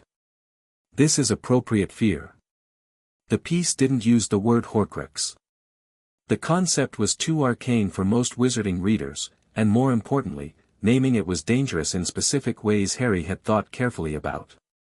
Instead, the piece explained soul magic in plain terms, what it meant to anchor a fragment of yourself to an object, what it required, what it meant for mortality. It explained that Voldemort had used this magic. It explained that this was why he had not been destroyed in 1981, only diminished. It cited Gringotts's destruction of the diary artifact and the brief technical description Griphook had provided, fragment of a soul anchored through dark ritual, destroyed by goblin metallurgical process, as evidence that such objects could exist and could be neutralized. It said, plainly and without drama, he who must not be named is not gone. He is not dead. He has been sustaining himself through methods that his followers and the Ministry have both failed to publicly explain. This publication believes the British wizarding public deserves an accurate account of the threat they face and the mechanisms behind it, so that the response to his eventual return, which we believe inevitable, is based on reality rather than fear of speaking plainly. The last paragraph was Harry's. He'd written it 12 times and kept only the final version. We have spent 12 years calling him you-know-who and pretending he was gone and managed his legacy poorly. We have imprisoned innocent men and freed guilty ones and flinched from the truth of what happened in 1981. We are not going to do that again. The truth, however difficult, is always the better foundation. He signed it. Not the investigative desk. His name. H. J. Potter. It was the first thing he'd signed his name to in the paper. Cuff nearly had an aneurysm. He wrote a 4-page protest. Harry sent back 3 words, "Print it anyway." Cuff printed it. The response was significant. He'd expected anger. He'd expected the Ministry to be furious, and they were. Fudge made a public statement calling the piece irresponsible fearmongering, which was predictable enough that Harry had written the response editorial before Fudge's statement was released, simply filling in the specific language once he had it. He'd expected the Order of the Phoenix, Dumbledore's organization, which Harry had known about for 2 years through Sirius, to be uncomfortable, and they were, in the way of people who've been doing things quietly and are now being done loudly around them. What he hadn't fully anticipated was the public response. Letters to the Prophet ran 4-1 in support of the peace. Not because people were brave, most of them weren't, not naturally, but because the peace had given them a structure for something they'd already known and been unable to articulate. The fear that Voldemort wasn't gone. The vague uncomfortable sense that 1981 had been managed rather than resolved. The feeling that the world had been on a pause rather than actually safe. Harry read the letters over 3 evenings and felt the weight of what it meant when truth was recognized rather than introduced. People hadn't been missing the information exactly. They'd been missing the permission to say they'd already suspected it. He wrote to Rita, the letters column next week. Print the ones that ask the hardest questions. Don't pick the comfortable ones. Rita, my instinct exactly. Also, I need to talk to you about something separate. Harry, come to Hogsmeade. Next weekend. Rita, I'll be there. She came to the Hog's Head with a file that she put on the table and kept her hand on, which was her version of nervousness, which Harry had learned to identify. The Dumbledore piece, she said. Yes, Harry said. You've been building it for 2 years. 4, technically. But actively building for 2.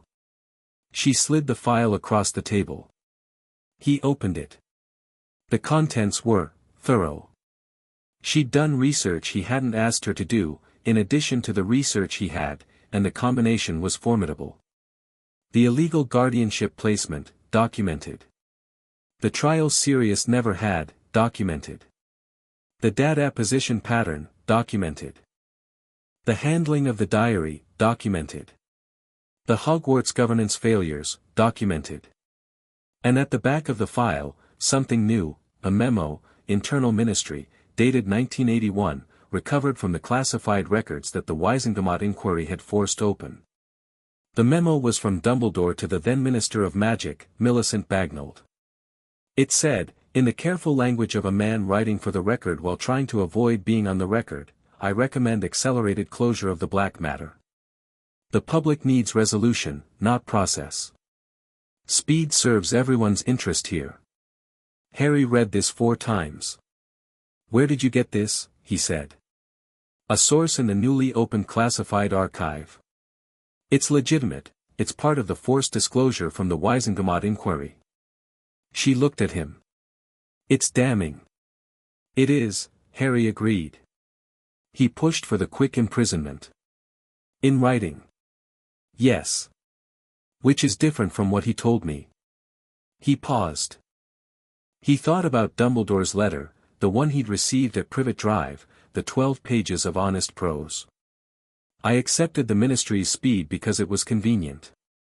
That was passive. That was allowing. This memo was active. This was pushing. He lied to you, Rita said. He told me a version, Harry said. He told me the version where he was passive. He closed the file. This is the version where he wasn't. Rita was watching him. Are you running it? Harry sat for a moment. He thought about Dumbledore, who was, complicated in ways that deserved to be acknowledged, even now. Who had written 12 honest pages and 2 honest words. Who had begun to treat him as something approaching an equal.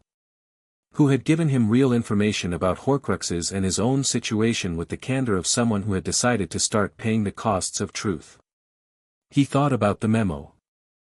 He thought about Sirius in Azkaban and 12 years and a man who had decided that speed served everyone's interest. He thought, these things can both be true. Dumbledore can be getting better and have done this. The getting better doesn't undo the doing. Yes, he said. We're running it. All of it. He paused. I'm going to tell him before it runs. Rita blinked. Why? Because I said I wouldn't do it this way. I said no surprises, not to him. He closed the file. And because the piece is stronger if I can say I told him it was coming and he didn't stop it. He might try to stop it. He can't, Harry said. The paper is mine. But he can try, and when he doesn't succeed, that's part of the story too. Rita looked at him with the expression she had that meant she was professionally impressed and personally unsure how she felt about that. You've thought about this a long time. Since I was 9, Harry said. It's been a long project. He wrote to Dumbledore that evening. Not through Gringotts, directly, his own hand, Hedwig delivering it to the headmaster's tower. Dear Albus, I'm writing to tell you that we are publishing a comprehensive account of your involvement in the events of 1981, specifically the Black imprisonment and the circumstances of my placement at Privet Drive. We have recovered the Ministry memo of November 1981 from the classified archive, the one recommending accelerated closure of the Black matter. We have documented the illegal guardianship placement and cross-referenced it with the existing record of your public statements on the matter. The piece is factual. Every claim is documented. I have not used conjecture as a substitute for evidence anywhere in it. I am telling you because you told me once that you found my methods remarkable, and I want you to understand that they include this: I don't ambush people if I can avoid it. Even people who have earned ambushing. I want you to know the piece is coming. It runs Saturday. Harry Dumbledore's response came at midnight. Hedwig arrived with it at his dormitory window, and he read it by wandlight while his dormitory slept around him. Harry, thank you for telling me. I will not try to stop the publication. I considered it, briefly, which I'm telling you because I have decided to stop obscuring the less flattering versions of my decision-making from you. I decided not to try to stop it because I read your last published piece and I understood what you were doing and I understood that it was right, and the same standard applies here. I wrote that memo. I pushed for speed when I should have pushed for process. I convinced myself it was pragmatic and I was wrong, and a man paid for it. I have known this since at least 1985, when I had enough distance to see it clearly, and I did not make it right because making it right was complicated and embarrassing and I chose not to. The piece should run. I would ask one thing, and you are free to decline. I would like to make a statement for inclusion, not defensive, not explanatory. An acknowledgement. If you think it belongs in the piece, use it. If you think it would muddy the accounting, don't. You are a remarkably principled person, Harry. I mean that without qualification. I have not always behaved as though I believed the people around me were capable of handling the truth, and I am looking at you and understanding that this was a profound failure of faith. It cost Sirius 12 years and it cost you. I'm not sure I can fully account for what it cost you. Albus Harry read the letter. He read it twice. Then he wrote back, the statement will run. Send it to Rita Skeeter, marked for inclusion in the Dumbledore accountability piece. She'll use it. The piece isn't punishment. I want you to understand that. It's documentation. It's the same thing I did with the Pettigrew story and the Malfoy story, the truth, told plainly, so that it's in the world and can't be managed back out of it. You can be a good man and also have done this. The piece says both things. Harry he didn't send it immediately. He held it for a moment in the dark dormitory, listening to Ron's variable unconscious commentary on whatever he was dreaming about, and thought about what it meant to hold someone accountable and not hate them. Whether those things could coexist. He thought they could. He thought that was actually the important thing to demonstrate, that accountability wasn't vengeance, it was record-keeping. It was the difference between punishment and truth. He sent the letter. The Dumbledore accountability piece ran on a Saturday in February. It was the longest piece the Prophet had published in 15 years. Rita wrote it and it was the best thing she'd ever written, not because it was the most dramatic or the most emotional but because it was the most complete. Every section was documented. Every claim was supported. The memo was reproduced in full, with context. The illegal guardianship placement was laid out chronologically. The data pattern was there. The diary handling was there. The pattern of Dumbledore as the invisible hand in 20 years of Wizarding Britain's most significant decisions was there, not as accusation but as record. Dumbledore's statement ran at the end, in full. It said, "I have read this account and I am not going to dispute its accuracy. The decisions described are decisions I made, and the consequences described are consequences I caused. I made them because I believed I was seeing the full picture and others were not, and because I trusted my own judgment over the processes we have for exactly the reason that individual judgment fails. I was wrong to do so, and I am sorry. That is not sufficient, but it is true." The wizarding world's response was not simple and Harry hadn't expected it to be. There were people who were angry, at Harry for publishing it, at Dumbledore for what the piece described, at the Ministry for allowing it all, at the world for being more complicated than they wanted. There were people who defended Dumbledore vigorously, because loyalty and love are real things and some people's loyalty to him was genuine and hard-won. There were people who had quietly known pieces of this for years and felt something release when it was finally in print. And there were people who wrote to the prophet saying simply, "Thank you for telling us the truth." Those were the letters Harry read twice. Dumbledore came to find him on the Sunday after publication. Not at the Stone Room. Dumbledore had never been to the Stone Room and Harry intended to keep it that way, but in the corridor near the library, which may or may not have been accidental. He looked tired. Not the professional tiredness that Harry had learned to see as a kind of costume, genuine tired, the kind that comes after something has been set down. "How are you?" he asked. "Good," Harry said, and meant it. "I received 46 letters yesterday," Dumbledore said. "From colleagues, former students, various officials. The distribution of sentiment was, a pause, educational. Were they mostly angry? Mostly complicated?" He looked at Harry with the half-moon glasses and the magnificent beard and all of it, and for possibly the first time Harry looked back without any strategy at all, just looked. "I've been thinking about the prophecy." "So have I. I'd like to tell you the full text. Not the interpretation, the actual words. You should have had them years ago." He paused. "I kept them from you because you thought knowing the full terms would make me feel the weight of them differently." "Yes. Whereas not knowing just made me angry instead of weighted." Harry shrugged. "Tell me." Dumbledore recited the prophecy in the corridor outside the library. He said it quietly and completely and without the careful editorial shaping he usually applied to dangerous information, and Harry listened and felt the shape of it settle into place alongside everything else he knew. "The one with the power to vanquish the Dark Lord approaches, born to those who have thrice defied him, born as the 7th month dies, and the Dark Lord will mark him as his equal, but he will have power the Dark Lord knows not, and either must die at the hand of the other for neither can live while the other survives." "Power he knows not," Harry said, when it was done. "Yes. That's been interpreted as love," Harry said. "The conventional reading." "Yes. But love isn't one thing." Harry thought about it. "Voldemort doesn't love, but he also doesn't understand connection. He doesn't understand why people act for each other. He made Horcruxes because he couldn't conceive of an existence that didn't center his own survival." He paused. "The power he doesn't know isn't just love. It's the ability to build something. To want things for other people. To think about the world after you." He looked at Dumbledore.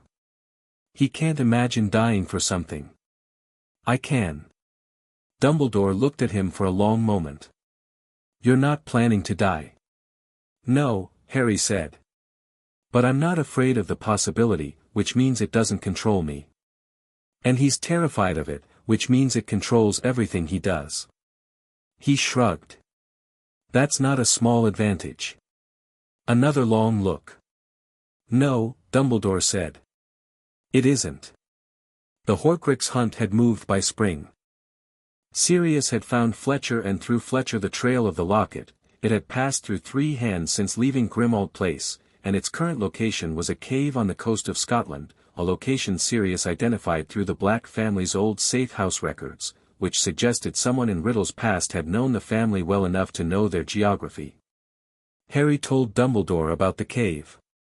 Not because he needed Dumbledore's help exactly, but because Dumbledore had been to the Black family cave before, decades ago, for reasons he'd never fully explained, and knew something about what was inside it. And because Harry had decided, sitting in the Hog's Head with Rita's file and Sirius's research and the prophecy newly given in full, that there was a version of this where he and Dumbledore were genuinely working together rather than managing each other. That the version was achievable. That both of them, at this point, knew each other well enough to make it real. "I know the cave," Dumbledore said, when Harry showed him the location on a map. "I know its defenses." He looked at the map and then at Harry. "You've been remarkably thorough." "I've had time and resources," Harry said. "Yes." A pause. "You said once that you'd deal with Voldemort on your own terms." He set the map down. "I believe you. I also believe that your terms and mine are not as different as they were." Another pause. "May I suggest we go together? Not with me directing and you following. Together." Harry looked at him. He thought, this is not trust. Not yet. It's something in that direction, though, and that's enough for now. "Yes," Harry said. Together. They went in April. The cave was exactly what Sirius had described and what Harry had expected, ancient and hostile and layered with protections that were brutal in the way only magic designed to hurt could be. Dumbledore dismantled most of them with an efficiency that was genuinely impressive, and Harry watched and learned and handled two that Dumbledore pointed at him, which Dumbledore did without the look of anxious assessment that adults usually gave Harry when trusting him with something, just pointed and stepped back and watched him work. The locket was in a basin of liquid that Harry had read about in Sirius's library research. The potion had to be drunk, all of it, and it was designed to incapacitate and torment, and they took turns with it, 3 gulps each, which was worse than Harry had prepared himself for and not worse than he could manage. He got the locket out while Dumbledore was still recovering. He held it in the cloth and looked at the heavy gold S and felt the pressure of it, the presence inside, which was dense and dark and aware in the way a predator is aware, not thinking but feeling. "We have it," he said. Dumbledore looked up. He was grey and shaken but had the good grace to not pretend otherwise. "Yes." He took a breath. "Destroying it, Gringotts," Harry said. "Same method as the diary. Griphook has been briefed." Dumbledore nodded. He didn't argue. Harry noted this and filed it under the ongoing record of things that were improving. Getting out of the cave involved inferi, which Harry had also read about and prepared for, fire, the inferi's one significant weakness, produced by a blasting curse to the oil-soaked water surface that Dumbledore supplied while Harry pulled him toward the boat. It was not elegant. It was effective. On the boat, with the locket in his pocket and the cave's fire visible behind them over the water, Dumbledore said, "You were ready for the inferi." "I read about them," Harry said. "You read about everything." "Knowledge doesn't run out," Harry said.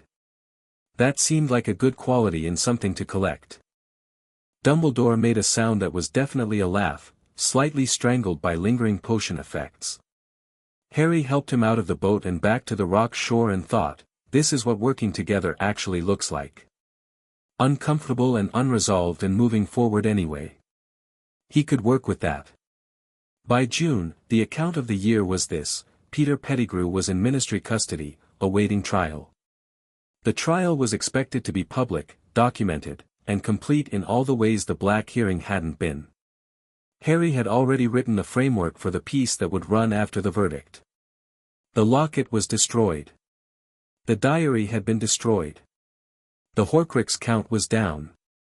The cup and the diadem and Nagini remained, and the one inside Harry remained, and the one Harry intended to extract before the final confrontation also remained, but the list was shorter and the approach to the remaining items was clearer. Lucius Malfoy was facing a formal ministry review and had retained 4 lawyers, which Harry thought said everything necessary about his guilt. Sirius's formal guardianship of Harry was approved by the Wisengamot in May, with a supplementary arrangement that allowed Harry to maintain quarterly contact with Petunia's household for the Blood Ward, a contact that took the form of a brief letter rather than a stay, which Petunia had agreed to with her particular brand of brisk relief.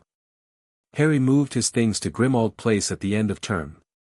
He didn't have much: the trunk, Hedwig, the charmed folder, the small portrait of Fleamont that he set on the windowsill of his new room where it could see the garden. Sirius had done more work on the house since September. It felt more like itself, less like a mausoleum of the family that had burned people off its tapestry. He sat in his room on the first evening and wrote his notes for the year's end. He did this at the end of each year, a habit from the stone room, from the years of careful documentation, what had been accomplished, what remained, what the shape of things looked like from here. The shape looked like this: Voldemort was coming back. Not soon, maybe. His current condition was significantly weakened after the Philosopher's Stone failed and the Horcrux count was dropping, but eventually, inevitably, because that was what the prophecy said and also what logic said and also what Harry could feel in the particular way you feel things that are simply true. He was not afraid of this. He was not afraid of it because he had done the preparation that he could, and he had built around him the things that mattered. Sirius, who came in with tea while Harry was writing and put it on the desk without interrupting. Hermione, who was somewhere in her parents' house currently reading something she'd tell him about when term started and he was looking forward to it. Ron, who was at the Burrow with a family that had survived everything thrown at it through sheer stubborn love. Neville, who had received a letter in May from the Herbological Society about a research scholarship for exceptional young botanists. Luna, whose father had published a piece last week about what an extraordinary year the wizarding world had had and whose specific cheerfulness about extraordinary things Harry had come to depend on. He was not afraid because he had information, about Horcruxes, about the prophecy, about Voldemort's psychology and weakness, about the institutions and their failures and how to work with them and around them and through them. He had years of it. He had a file for it. He was not afraid because he had the newspaper, which had become something different from what it was when he was 7 years old writing letters to Ragnarok in shaky handwriting.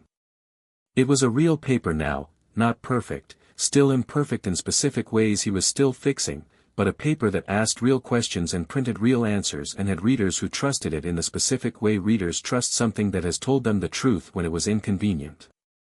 He had the Quibbler, and Zeno Lovegood's particular brand of committed truth-telling. He had Rita Skeeter, who was an imperfect instrument but a genuine one when the story warranted it. He was not afraid because Dumbledore, who was complicated and brilliant and had done things that deserved accounting for and had begun, slowly, to become a colleague rather than a manager, was working with him now in ways that felt like collaboration rather than strategy, and that was not nothing. He was not afraid because the thing inside him, the fragment, the Horcrux, the piece of a broken soul that had anchored itself to him on the worst night of his parents' lives, was not what defined him. It was in him and it wasn't him. He would remove it when he understood how, or he would find another way, or he would do the thing the prophecy described and trust that the same magic which had protected him once could do it again and differently. He did not know which of these would be true. He was not afraid of not knowing. He looked at the small portrait of Fleamont on the windowsill. The portrait was working, the smaller version was less detailed, less conversational, but present. Fleamont was looking at the garden with an expression of satisfaction. "Good year," Harry said. "A very good year," Fleamont agreed, in the smaller, slightly thinner voice of the secondary portrait. "You've been busy." "I'm always busy." "You should also sometimes not be busy." "I know." He looked out the garden window. Sirius had planted something, he didn't know what, some wizarding plant that was currently doing something luminous in the evening light. "I'm learning." "Yes," Fleamont said. "You are." Harry picked up his quill. He wrote, at the top of the new page in his year-end notes, "What remains?" He wrote the list. It was not a short list. There were Horcruxes and a war and a prophecy and an institution still imperfectly reformed and a ministry still imperfectly honest and a world still imperfectly brave. Then he wrote, at the bottom of the list, something he had not written before in his year-end notes. He wrote it because it was true and because truth, Fleamont had taught him, deserved to be written down. "What I have." He wrote that list too. It was longer. Outside, Grimmauld Place settled into the London evening, and Sirius was downstairs making something that smelled like it might eventually become dinner. and Hedwig was on her perch watching the street with proprietary attention, and somewhere in the house the large and questionably domestic hippogriff was doing something that made a slow, calm sound, and Harry Potter sat at his desk in his room, properly his, in a home, properly one, and looked at his notes and thought, I am 13 years old. I own a newspaper and a mountain of inconvenient truth and a handful of people I would do absolutely anything for. I know what's coming. I am not afraid. He closed the notebook. He went downstairs to help Sirius figure out whether the dinner was salvageable. It was, mostly. Chapter 7, The return of the inconvenient fourth year arrived at Hogwarts on the back of two things, the Triwizard Tournament and a summer that had gone sideways in ways Harry was still untangling when the express pulled into Hogsmeade Station. The tournament had been announced in the Prophet 3 weeks before term. Harry had read the announcement over breakfast at Grimmauld Place and thought three things in quick succession. First, the age restriction of 17 was going to be violated somehow, because magical competitions with enough prestige always attracted people willing to break rules for glory. Second, the timing was specific, the tournament hadn't run in over a century and someone had decided to revive it now, which was not random. Third, the presence of students from Durmstrang and Beauxbatons meant foreign observers in Hogwarts for the entire year, which was both an opportunity and a complication. He'd written a memo to Griphook asking for background on the tournament's revival, who had lobbied for it, through what ministry channels, whose budget it was coming from. Griphook's response had arrived in July. The revival was proposed through the Department of International Magical Cooperation by the current head, Bartemius Crouch Sr., who you will recognize as a name of previous relevance. Budget from Joint Ministry Hogwarts allocation. Dumbledore supported the proposal but did not originate it. Crouch has been pushing international cooperation initiatives aggressively since the Malfoy Review opened. We assess this as image rehabilitation. Crouch. The name that had appeared in the Sirius investigation, the man who'd signed off on the illegal arrest under expired wartime authority, who'd claimed a very senior colleague had told him the evidence was overwhelming. Harry had never publicly gone after Crouch because the evidence against him was secondhand and Rita couldn't get him on record for anything beyond the background comments. But the name kept appearing. Names that kept appearing were worth watching. He'd written back, keep watching Crouch. Is there anything unusual in his department's records from the past 2 years? Griphook, his son, Bartemius Crouch Jr., died in Azkaban in 1982. The death record is sealed. We find that unusual. Harry had sat with this for a week. The summer's other problem was the World Cup, which he'd attended with Sirius and the Weasley family in August. The match itself had been extraordinary, Bulgaria versus Ireland, Viktor Krum performing a Wronski feint that Harry had committed to memory because it was genuinely brilliant, but the aftermath had not been extraordinary in any good sense. Death Eaters. An attack on the campsite. The dark mark in the sky, cast in green fire above the smoke. He'd been awake most of that night, not from fear but from the specific focus state that danger produced in him, everything sharp, everything documented. He'd watched the ministry's response and noted its inadequacies. He'd watched Fudge arrive at the scene and watched Fudge's face and understood immediately that Fudge's primary concern was not the people who'd been attacked but the story that would be written about it. Harry had written the story first. He'd owed it from the campsite to Rita, who was at the World Cup for the Prophet sports coverage and was therefore already there and already writing, and he'd told her, this is what happened. Document it exactly. Don't let them shape the narrative before we do. Rita had published the piece the following morning before the ministry had issued its official account. The official account, when it came, contradicted the Prophet's piece on 2 significant points and agreed with it on everything verifiable. The ministry had not enjoyed this. Harry had not particularly cared. Now the train moved through Scotland and he sat with his usual people, Hermione with a book, Ron challenging Neville to exploding snap, Luna reading the Quibbler upside down as was her custom, and thought about the tournament and Crouch and the Death Eaters at the World Cup and how all three things connected to a single direction, the way tributaries connect to a river. Voldemort was moving. Not back, not yet, but the groundwork was being laid. Someone was preparing. The attacks at the World Cup were not random acts of nostalgia by Death Eaters with nothing better to do. They were a demonstration. A signal. Something sent to someone who was watching for it. Harry thought about the Crouch file. The sealed death record. He thought about a man who had sealed his own son's death record. He thought, that record wasn't sealed to protect Crouch Jr.'s memory. "You're doing the thinking face," Ron said, without looking up from his exploding snap hand. "I'm always thinking," Harry said. "The specific face. The one where you're somewhere else entirely." "I'm thinking about Crouch." Ron looked up. "Bartemius Crouch? The ministry bloke?" "His son," Harry said. "I want to know what happened to his son." Hermione put her book down. "What do you already know?" "He died in Azkaban in 1982. Record sealed." He paused. "He was convicted, I found a very brief note in the open records from the serious investigation, of being a Death Eater. After 1981. He was imprisoned with several others." He looked at Hermione. "The conviction records should be public." "Theoretically," Hermione said, which was her way of indicating they probably weren't. "Sealed along with the death record," Harry agreed. "Someone wanted him forgotten." Luna looked up from the Quibbler. "Fathers who seal records about their sons generally feel guilty about something specific," she said. "It's a particular kind of erasure. Not about shame, shame you'd acknowledge, even quietly. Guilt about an action is different." She returned to her magazine. "Just a thought." The three of them looked at her for a moment. "Sometimes you're very precise," Hermione said. "I know," Luna said serenely.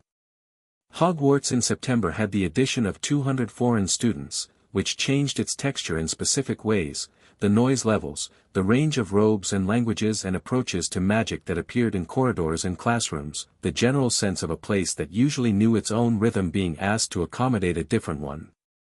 The Beauxbatons students arrived in a powder blue carriage pulled by a dozen winged horses the size of elephants.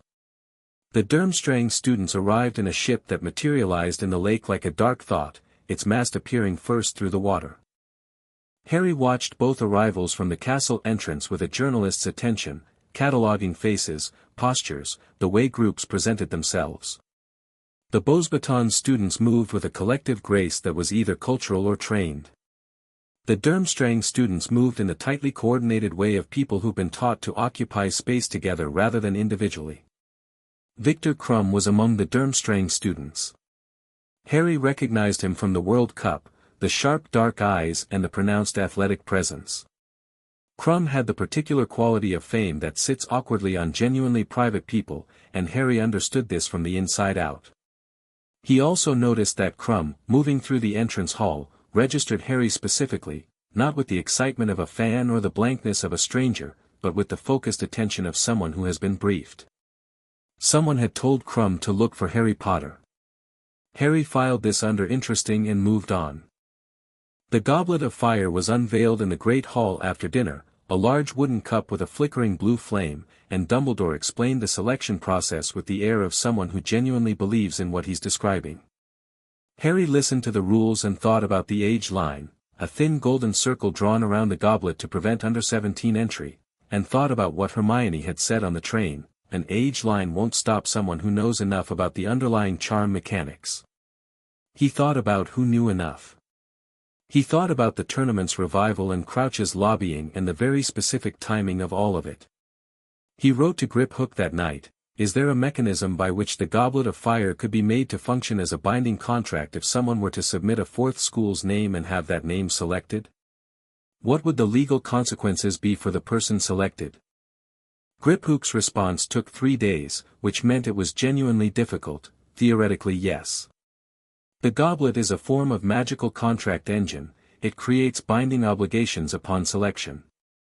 If a fourth party were submitted fraudulently and the fraud went undetected at time of selection, the resulting contract would be valid and enforceable. The selected person would be bound to compete regardless of their own submission or intent. Unwinding such a contract retroactively is extremely difficult. Precedent suggests it has never been successfully challenged. Harry read this and thought, someone is going to put my name in the goblet. He didn't know how he was certain. He just was, the same certainty he'd felt about Quirrell, about the diary, about the pattern of things that had a specific logic to them, a destination they were moving toward. This tournament was a mechanism for something, and whatever that something was, it required Harry Potter specifically to be inside the goblet's binding contract. He sat in the dormitory on a Thursday evening and wrote out what he knew. Tournament revived by Crouch Sr., who has a history of cutting procedural corners. Timing, post-Malfoy investigation, post-Sirius exoneration, post-Prophet Horcrux peace, suggests someone is moving. Goblet can be used as binding contract engine. My name will be submitted. The person submitting it will know enough about the goblet's charm mechanics to circumvent the age line. He wrote beneath this, who benefits from having me bound by tournament rules? Tournament rules include, competitors must compete in all 3 tasks, competitors must not receive outside assistance that isn't tournament sanctioned, competitors are under specific ministry jurisdiction for the duration. He underlined that last one, specific ministry jurisdiction. If he were under ministry jurisdiction, Fudge's ministry, the one currently terrified of Voldemort's return and actively suppressing Harry's newspaper coverage of it, then anything that happened to him during the tournament would be within Fudge's authority to manage. Including the narrative. Someone wanted him under Fudge's authority for a year. That someone was likely not Fudge himself. Fudge didn't have this kind of strategic sophistication. That someone was using Fudge. He wrote, Voldemort needs something. Something the tournament provides. The binding contract, the ministry jurisdiction, the location, Hogwarts, the presence of foreign students, the tasks themselves. What do the tasks require? He'd read about the old tournament. Hermione had found the historical records weeks ago, as a matter of academic thoroughness, because Hermione. Dragons for the first task, historically. A water challenge. A maze. A maze. An enclosed space with no external oversight. He sat very still. He wrote, the third task. Something happens in the third task that requires the champion to be alone, isolated, with no witnesses. That's the point of entry. He closed his notes and went to find Dumbledore.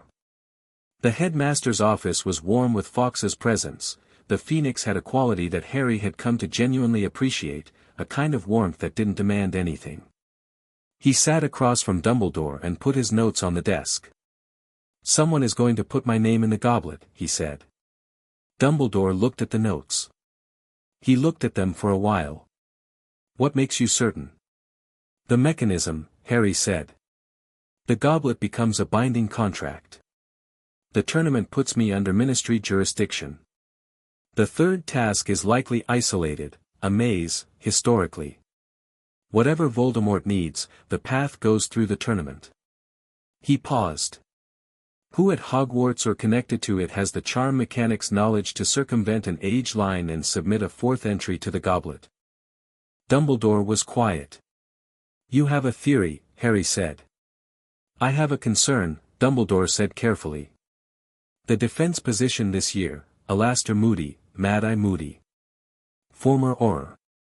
You chose him yourself. Harry looked at him. Did you choose him yourself? I made the offer, Dumbledore said.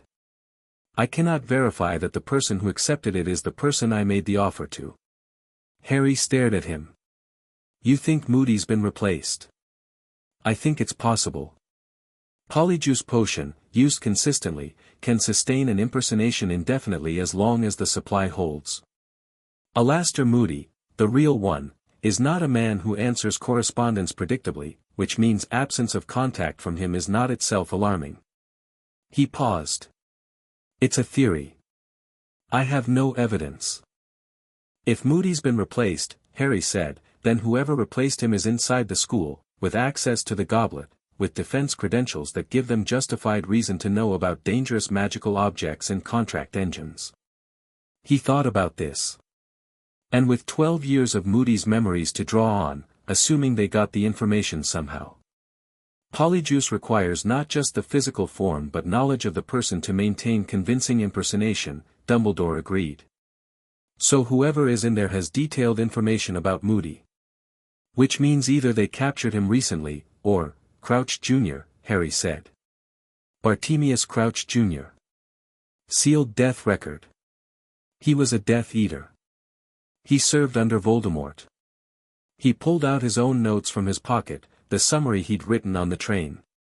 If he didn't die, if Crouch Sr. covered his death somehow, then he's been hidden for 12 years. And if he's been hidden, he's been waiting for instruction. For Voldemort to be strong enough to give instruction. He watched Dumbledore's face as he said this and watched it confirm, with the particular stillness of recognized possibility, that this was the direction. We have to verify it, Harry said.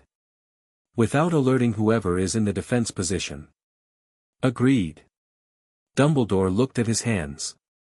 I should have seen this earlier. You're seeing it now, Harry said. That's what matters. You're remarkably generous to me for someone who published an accountability piece about me 6 months ago. The piece was about what you did, Harry said. Not about your capacity to do better. He stood. I'll continue normally. I'll let my name be submitted. I'm not going to try to prevent it, because preventing it might tip off whoever is doing it, and I'd rather have the situation where I know what's happening than the situation where they adapt to something unknown. He paused. But I'm not going to compete blindly. I'll need information about the tasks in advance. Dumbledore looked at him for a moment. That's against tournament rules. You told me my name is going to be submitted against my will, and I'll be bound to compete with 7th years as a 4th-year student against the explicit design of the competition. Tournament rules have already decided not to apply uniformly. He kept his voice even. I want to know what I'm walking into. Not the specific tasks, the general category of challenge. That's a reasonable request given the circumstances. Dumbledore was quiet for a long time. Then, the first task will test courage. It will involve a creature. He paused. Typically a dragon. Harry nodded. Good. Thank you. He moved toward the door. If you identify the Moody situation as confirmed, tell me immediately. Of course.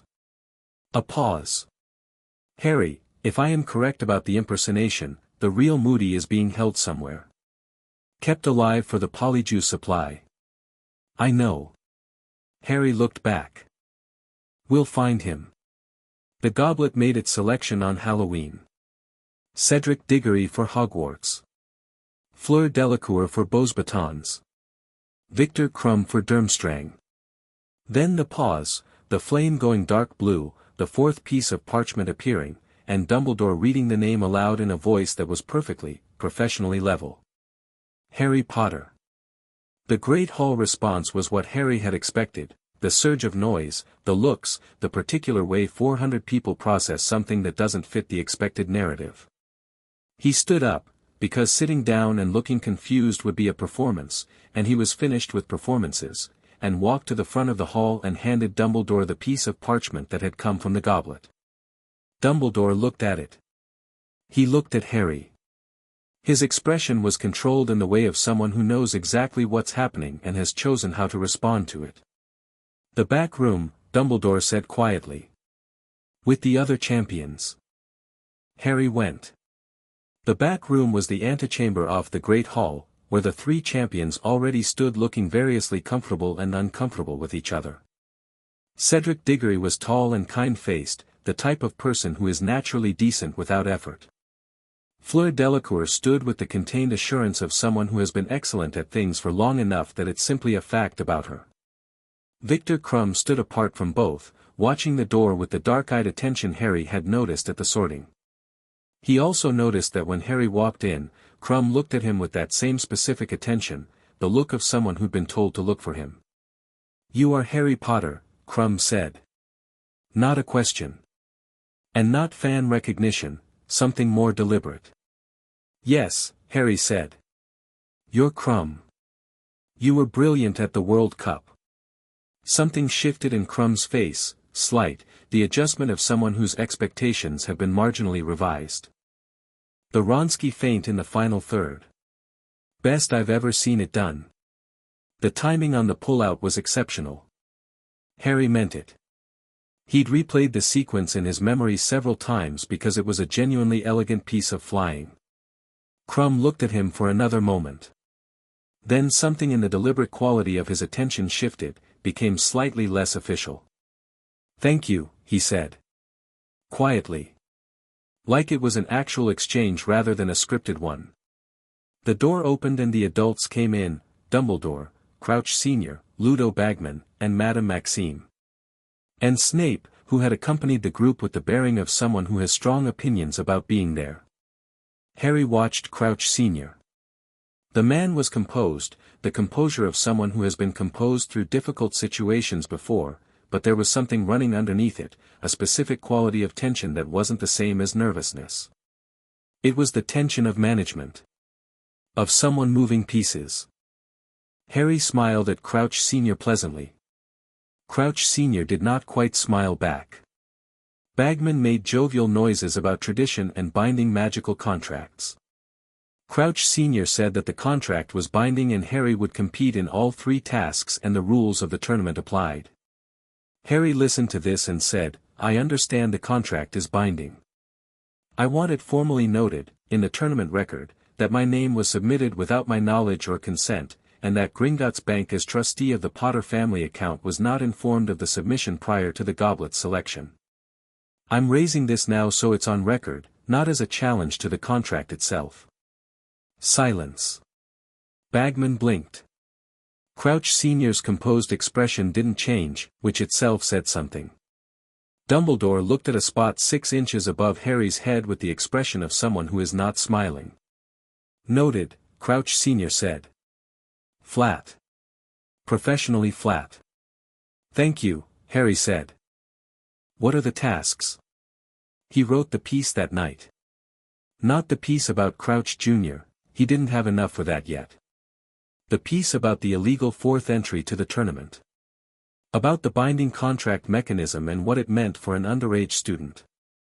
About the formal notation he'd made in the tournament record. He wrote it not to cause panic but to establish the facts in public before anyone else established a different version. The morning editions of the Prophet were finalized late at night and Cuff had standing instructions to run anything marked urgent from the Potter editorial account without waiting for morning review. He marked it urgent. It ran with the morning edition on November the 1st, under the headline, 4th entry in Triwizard Tournament, What the Law Says About Binding Contracts and Underage Students. The article was legally thorough. It didn't accuse anyone. It simply documented the mechanism, how the goblet could be used as a contract engine, what that meant for the person selected, what protections should theoretically exist for an underage contestant selected without their own submission, and why those protections hadn't been triggered. The final paragraph was Harry's addition to Rita's framework. The wizarding world deserves to ask who benefits from an underage student being bound under ministry jurisdiction for the duration of a tournament. This publication intends to find out. By breakfast the ministry had received 200 owls. By lunch Fudge had made a statement calling the article sensationalist. By dinner 3 Wisengamot members had written to the tournament committee requesting a review of the entry procedure. Harry ate his dinner and thought about what was in the maze at the end of all of this. Neville slid into the seat beside him. "The article," Neville said. "Yes," Harry said. "The last line. About finding out who benefits." He kept his voice low. "Do you know?" Harry looked at him. Neville had changed over 3 years in the way that slow, steady change worked, not a sudden transformation but an accumulation of small things, each one adding to the total until you looked up and the person who'd been uncertain about everything was now someone who held opinions and stated them with the quiet confidence of a person who has checked them twice. "I have a theory," Harry said. "Tell me." Harry told him, quietly, carefully, the Crouch Jr. hypothesis, the polyjuice theory, the maze. He told him about Voldemort moving, about the tournament as mechanism. He watched Neville take it in with the focused attention that the Herbological Society scholarship seemed to have clarified and sharpened. The real Moody, Neville said. If he's being kept somewhere, on the Hogwarts grounds, probably. You need to harvest hair regularly for polyjuice. You need the subject nearby. Neville was quiet for a moment. There's a case in the Herbological Society archives, he said slowly. About mandrake root application in concealed spaces. It's a paper on magical concealment, the specific kind that uses living plants as detection barriers. I read it last spring. He paused. If someone was keeping a person hidden somewhere on the grounds, and they were sophisticated about it, they'd want concealment that was organic rather than spellcast, because organic concealment doesn't show on magical detection scans. He paused again. The greenhouses have a section that Sprout doesn't use because the drainage is wrong. It's sectioned off. Harry looked at him. Neville. It's probably nothing. It's probably exactly the kind of thing we should check, Harry said. Can you get access without raising attention? I help Sprout with the greenhouse maintenance. She gave me a key in September. He said this without pride, just as fact. I can look. Don't go alone. I wasn't planning to. Neville paused. Ron. And Hermione. Tomorrow. Harry thought about it. Don't tell Moody we're looking. Don't tell any staff member yet. Let's see what we find first. Neville nodded and picked up his fork and finished dinner with the composure of someone who has just committed to something and is being sensible about not telegraphing it. Harry thought, 3 years ago this boy came to me asking if it was possible to not be afraid of things. He thought, he figured it out. They found Moody in the greenhouse. Not in the disused section. Neville had been wrong about that, or rather right about the principle and wrong about the specific location. The disused section had a false floor panel, accessible through a concealed door behind a shelf of dormant devil's snare, and beneath it was a large wooden trunk with 7 locks, and inside the trunk, inside the 7th compartment, reached by unlocking all 7 in sequence, which Hermione worked out from the locking mechanism's charm signature in 20 minutes of focused analysis, was Alastair Moody. The real one. He was alive. Barely, in the way of someone who's been kept alive because they're needed and not because anyone cares about the quality of the aliveness. He was dehydrated and gaunt and his magical eye was missing, presumably being used by whoever was wearing his face, and he looked up at the 4 of them with an expression that was simultaneously relief and the habitual wariness of a man who has been an Auror for 40 years and finds the concept of rescue inherently suspicious. Who are you? He said. Not a question. An assessment. Harry Potter, Hermione Granger, Ron Weasley, Neville Longbottom, Harry said. Gryffindors. We're students. We've been looking for you. Moody looked at Harry. Potter. He took a rasping breath. How did you know? Long story. We'll tell it properly when you've had water. He looked at Hermione. We need Dumbledore. I'll go, Ron said immediately, and was already moving. Hermione conjured water. She'd been practicing conjuration ahead of the curriculum for 3 weeks, Harry knew, because Hermione considered the curriculum a starting point rather than a limit, and Moody drank it with the careful efficiency of someone who has learned not to trust good things but needs them anyway. The person wearing my face, he said. We think it's Crouch Jr., Harry said. Bartemius Crouch Jr. Your assessment. Moody looked at him. His remaining eye had a quality of evaluation that was different from anyone else Harry had met, professional, precise, the look of a man who has been reading people for threats his entire career. You're 13, Moody said. Almost 14, Harry said. The assessment is correct, Moody said. Junior was convicted in 1982. I was there. Nasty piece of work, but brilliant, technically. Better with transfiguration than anyone I'd seen since. He stopped. He sustained the polyjuice this long, which means he's had help. Means he had the potion pre-brewed in quantity, which means someone knew this was the plan months ago. Voldemort, Harry said. Voldemort, Moody agreed, with the same zero hesitation Harry used, and Harry noted this as a mark of quality. What's at the end of the tournament? The third task. We think the maze is the point of entry. Something happens inside. Harry paused. Something that requires me specifically. A portkey, Moody said immediately. Harry had thought about portkeys. He'd thought about them and dismissed it as too simple, and now he was putting it back. A portkey inside the maze. To a specific location. Disguised as the tournament cup. That's how I'd do it, Moody said. Touch the cup, go somewhere specific. Somewhere prepared. He looked at Harry steadily with his one remaining eye. Somewhere Voldemort is waiting. The silence in the trunk's seventh compartment was very specific. Right, Harry said. That changes the third task considerably. Dumbledore arrived within 10 minutes, which meant Ron had run rather than walked. He came into the greenhouse and looked at the open trunk and at Moody inside it and at the 4 students arranged around it with the expression of a man absorbing a significant situation and choosing his response. Well done, he said quietly, and it was directed at all of them equally. We have a timeline problem, Harry said. Crouch Jr. doesn't know we found Moody. We have whatever window exists before he comes to refresh the polyjuice. How frequently is that? Every hour for continuous use, Dumbledore said. So we have less than an hour before he comes and finds the trunk open. Harry thought quickly. We need him in custody before that. With the real Moody in custody. Simultaneously, ideally. I'll handle Bartemius, Dumbledore said. The word handle had a specific weight in his voice. Not alone, Harry said. Dumbledore looked at him.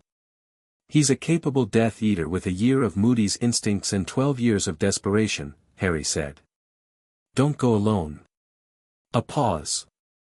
I'll take Minerva, Dumbledore said. And Shacklebolt, Harry added.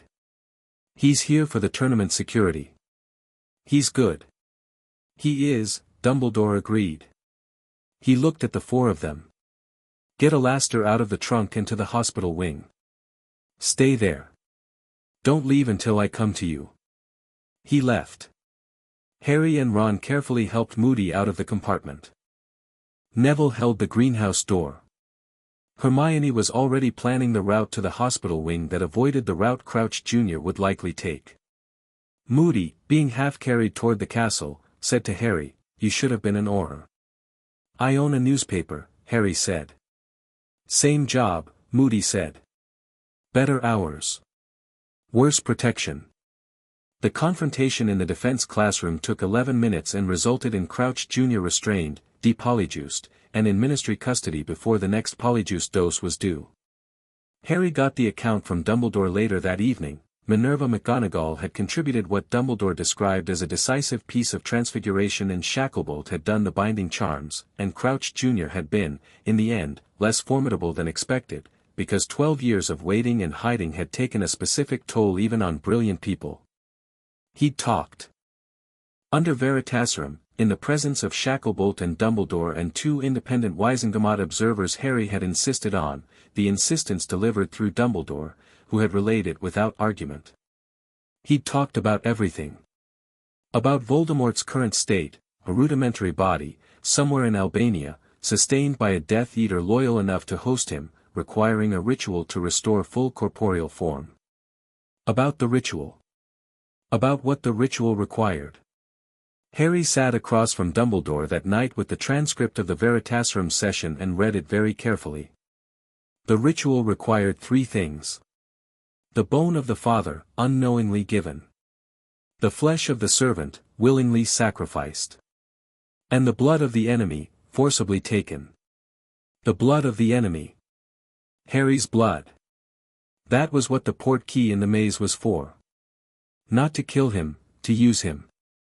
Take his blood and use it in the ritual and restore Voldemort's body. He read this 3 times and then set the transcript down. He wasn't trying to kill me, Harry said. At the end of the maze. He was trying to bring me to the ritual. Yes, Dumbledore said. Which means Voldemort chose to use your blood specifically. Which means, the protection. Lily's protection. Harry thought about it. If he uses my blood, if Lily's protection is tied to my blood, then taking my blood into his own body would mean the protection lives in him too. He'd be able to touch me. He'd have burned the bridge between us that kept him from physical contact. That is my assessment, Dumbledore said. It would also mean, theoretically, that the blood protection cannot end with your death the way it otherwise would. Because it lives in him too. Harry looked at the transcript. You've been thinking about this. Since I read the ritual requirements, yes. If Lily's protection lives in both of us, if my death triggers the continuation of the protection through his blood, he stopped. He thought about what that meant for the prophecy. About neither can live while the other survives. About what happened to the Horcrux inside him if his body were to be temporarily destroyed and the protection activated. It changes things, he said. Yes, Dumbledore said. Possibly in your favor, if the theory holds. It's a theory. It is. Harry sat with it. I need to talk to Sirius. And I need Griphook to pull any records on the ritual's magical mechanics, whether the blood transference of a protection charm is documented anywhere. He paused. We have time.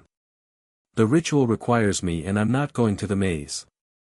The tournament still requires, the tournament still exists, Harry said, and I intend to complete it, because I said I would when my name came out and the binding contract is real and I'm not going to break it just because the context is dangerous.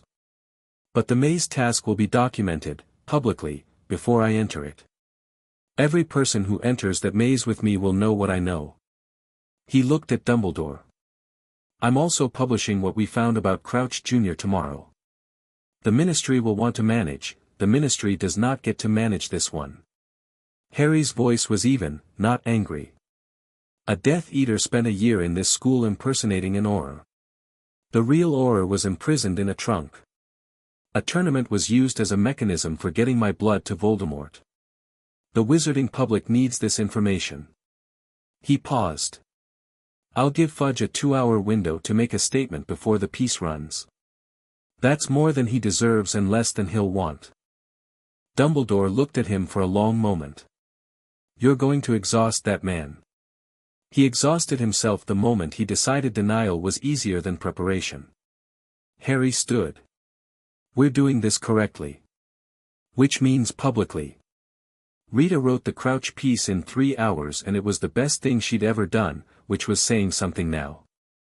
Harry wrote the accompanying editorial, the one that named what this meant, what Voldemort's attempt to use the tournament demonstrated about the threat level, what the wizarding world needed to understand and prepare for. He signed it with his name. H. J. Potter.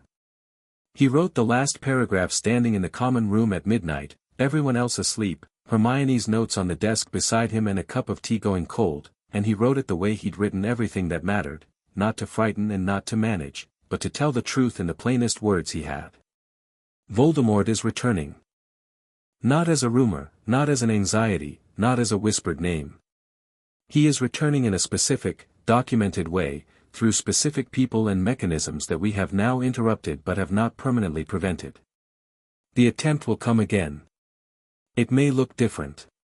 It may use different people and different tools.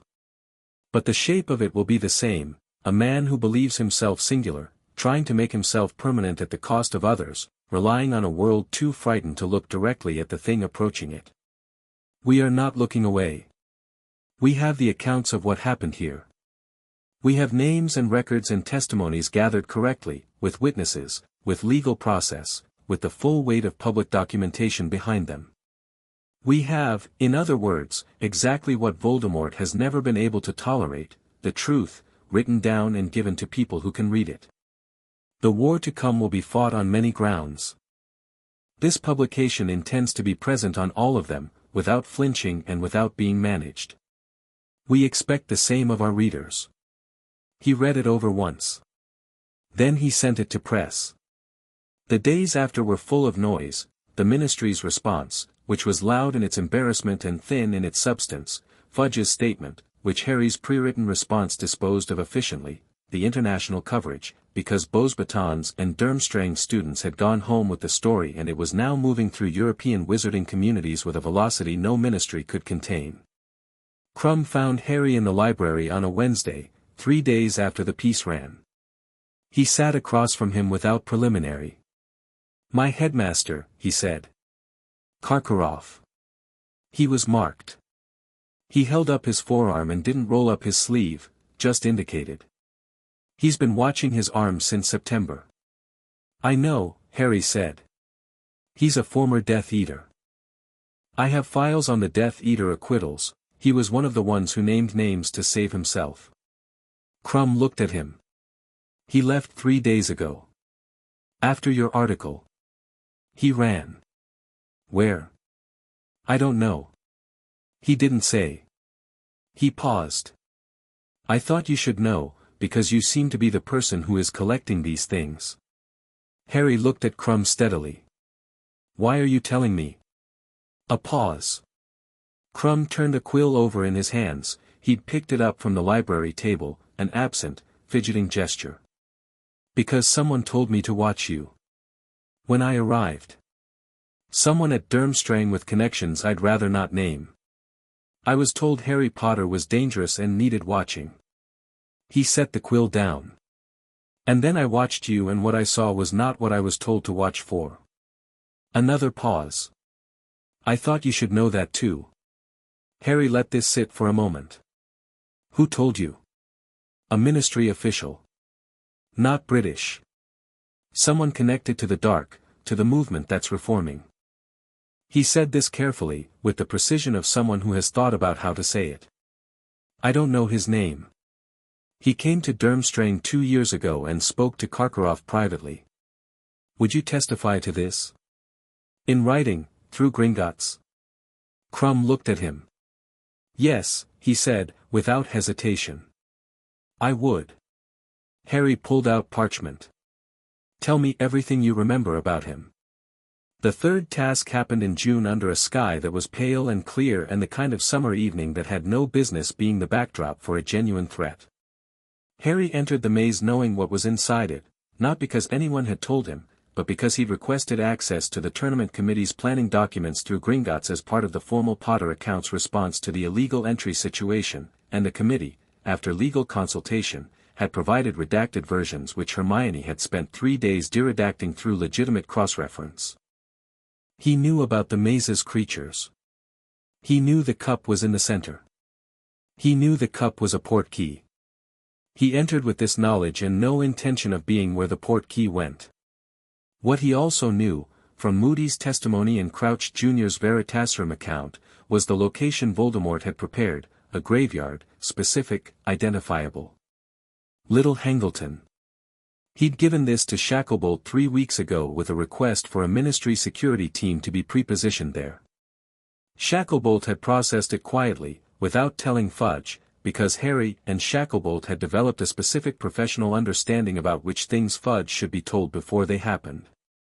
He moved through the maze efficiently. The creatures presented challenges, but challenges with known solutions, and he'd researched every magical creature catalogued in Wizarding Britain and most of the ones that weren't. A blast-ended script required specific approach angles. A boggart in an enclosed space was manageable with the preparation. The golden mist that caused spatial disorientation responded to a directional finite incantatum. Cedric Diggory was in the maze too. Harry encountered him 20 minutes in, dealing with a sphinx. "The riddle has 3 parts, Cedric said, slightly frustratedly, when Harry appeared around the corner. "First part is a spider," Harry said. "Second part has no eyes, ears, or voice. Third part is the whole, the creature that spreads darkness but is made of light." He'd read the Sphinx's riddle compendium in January. Cedric looked at him. "How did you?" "The answer is shadow," Harry said. "Tell it shadow." Cedric looked at him for another moment. Then he turned to the Sphinx and said shadow, and the Sphinx inclined its enormous head and moved aside, and they walked through together, because there was no rule about not helping each other through the maze, and because Cedric was decent and Harry didn't see any reason not to.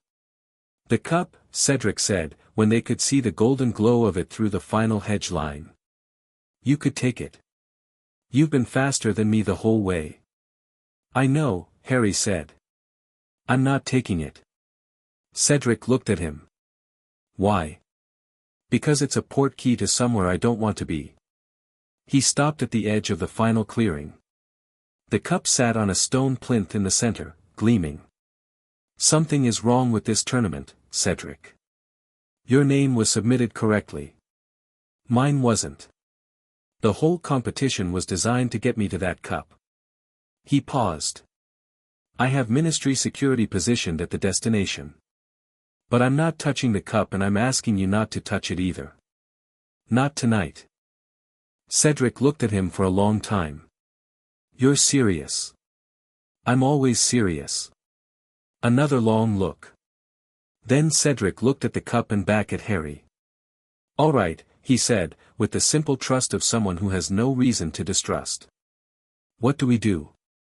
"We send a signal," Harry said. He raised his wand and sent up the red sparks of the distress signal, the one tournament officials were required to respond to, and held Cedric's gaze while the sparks climbed into the dark sky above the maze. "The officials will come," Cedric said. "Yes," Harry said. "And Shacklebolt's team at the graveyard will have someone waiting who came expecting a bloodletting and found a ministry security cordon instead." Cedric absorbed this. "Peter Pettigrew," he said suddenly. "The graveyard, Little Hangleton, Pettigrew grew up near there. I read your article about him." "Yes," Harry said. "He's been Voldemort's host since escaping the ministry transport in January." He said this without editorial because Cedric deserved the plain version. "He's there now. And Voldemort with him." Cedric was quiet for a moment. "And the ministry security team. And Shacklebolt." Another quiet. "Bloody hell," Cedric said, with feeling. "Yes," Harry said. The first tournament official appeared through the hedge opening, and Harry turned to meet them, and the maze lit up with the light of people moving through it toward them, and somewhere across England in a graveyard in Little Hangleton, a ministry security cordon was encountering a contingency Voldemort hadn't planned for. Harry thought, not tonight. He thought, not on your timetable. Not on anyone's timetable but the one we choose. The war to come was coming. He knew it. He could feel it in the particular way you feel a tide, not afraid of it, but aware. Aware and prepared and surrounded by people who knew what he knew and would stand in the direction of the knowing. The officials reached them. The maze began to be dismantled from the outside. The summer sky above Hogwarts was enormous and full of stars, the kind of sky that doesn't comment on the things happening beneath it, that just continues being sky. Harry looked at it for a moment. He thought about the stone room, the cold stone floor, the biscuit tin, a painting of his grandfather, a 4-year-old boy who'd fallen through a door that opened the wrong way and found everything waiting for him on the other side. He thought about the newspaper. About ink and truth and the specific permanence of things written down and given to the world. About 12 years of Sirius in Azkaban undone by 7 months of research and a front page. About Ginny Weasley handing over a diary with shaking hands. About Neville with a plant catalogue talking about rare species in Southeast Asia. About Hermione with 3 inches of index in a library in October, eyes lit with the particular joy of knowing something and knowing what to do with it.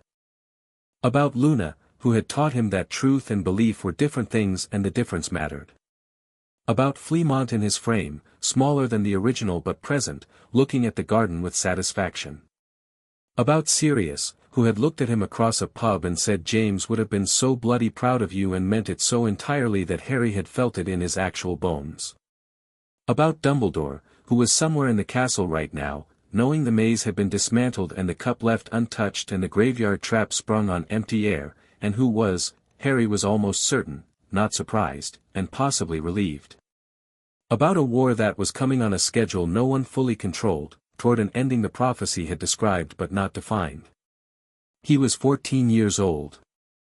He owned a newspaper and a legal guardian and a family of people he'd assembled from the truth rather than the given, and he was standing in a ruined maze under a clear night sky with the war approaching like weather you can see coming and can't stop but can prepare for, can build for, can decide how to meet. He was not afraid of it. He was ready for it. He would meet it exactly as he'd met everything else, with his name on it, with the facts in order, with his people beside him, and with the absolute unshakable certainty that the truth, written down and given to people who could read it, was the one thing in the world that could not be confiscated, could not be managed back into darkness, could not be silenced once it had been spoken aloud. He lowered his wand. He turned to the officials. He said, "I'll write the account tonight. It'll run in the morning edition." And he did.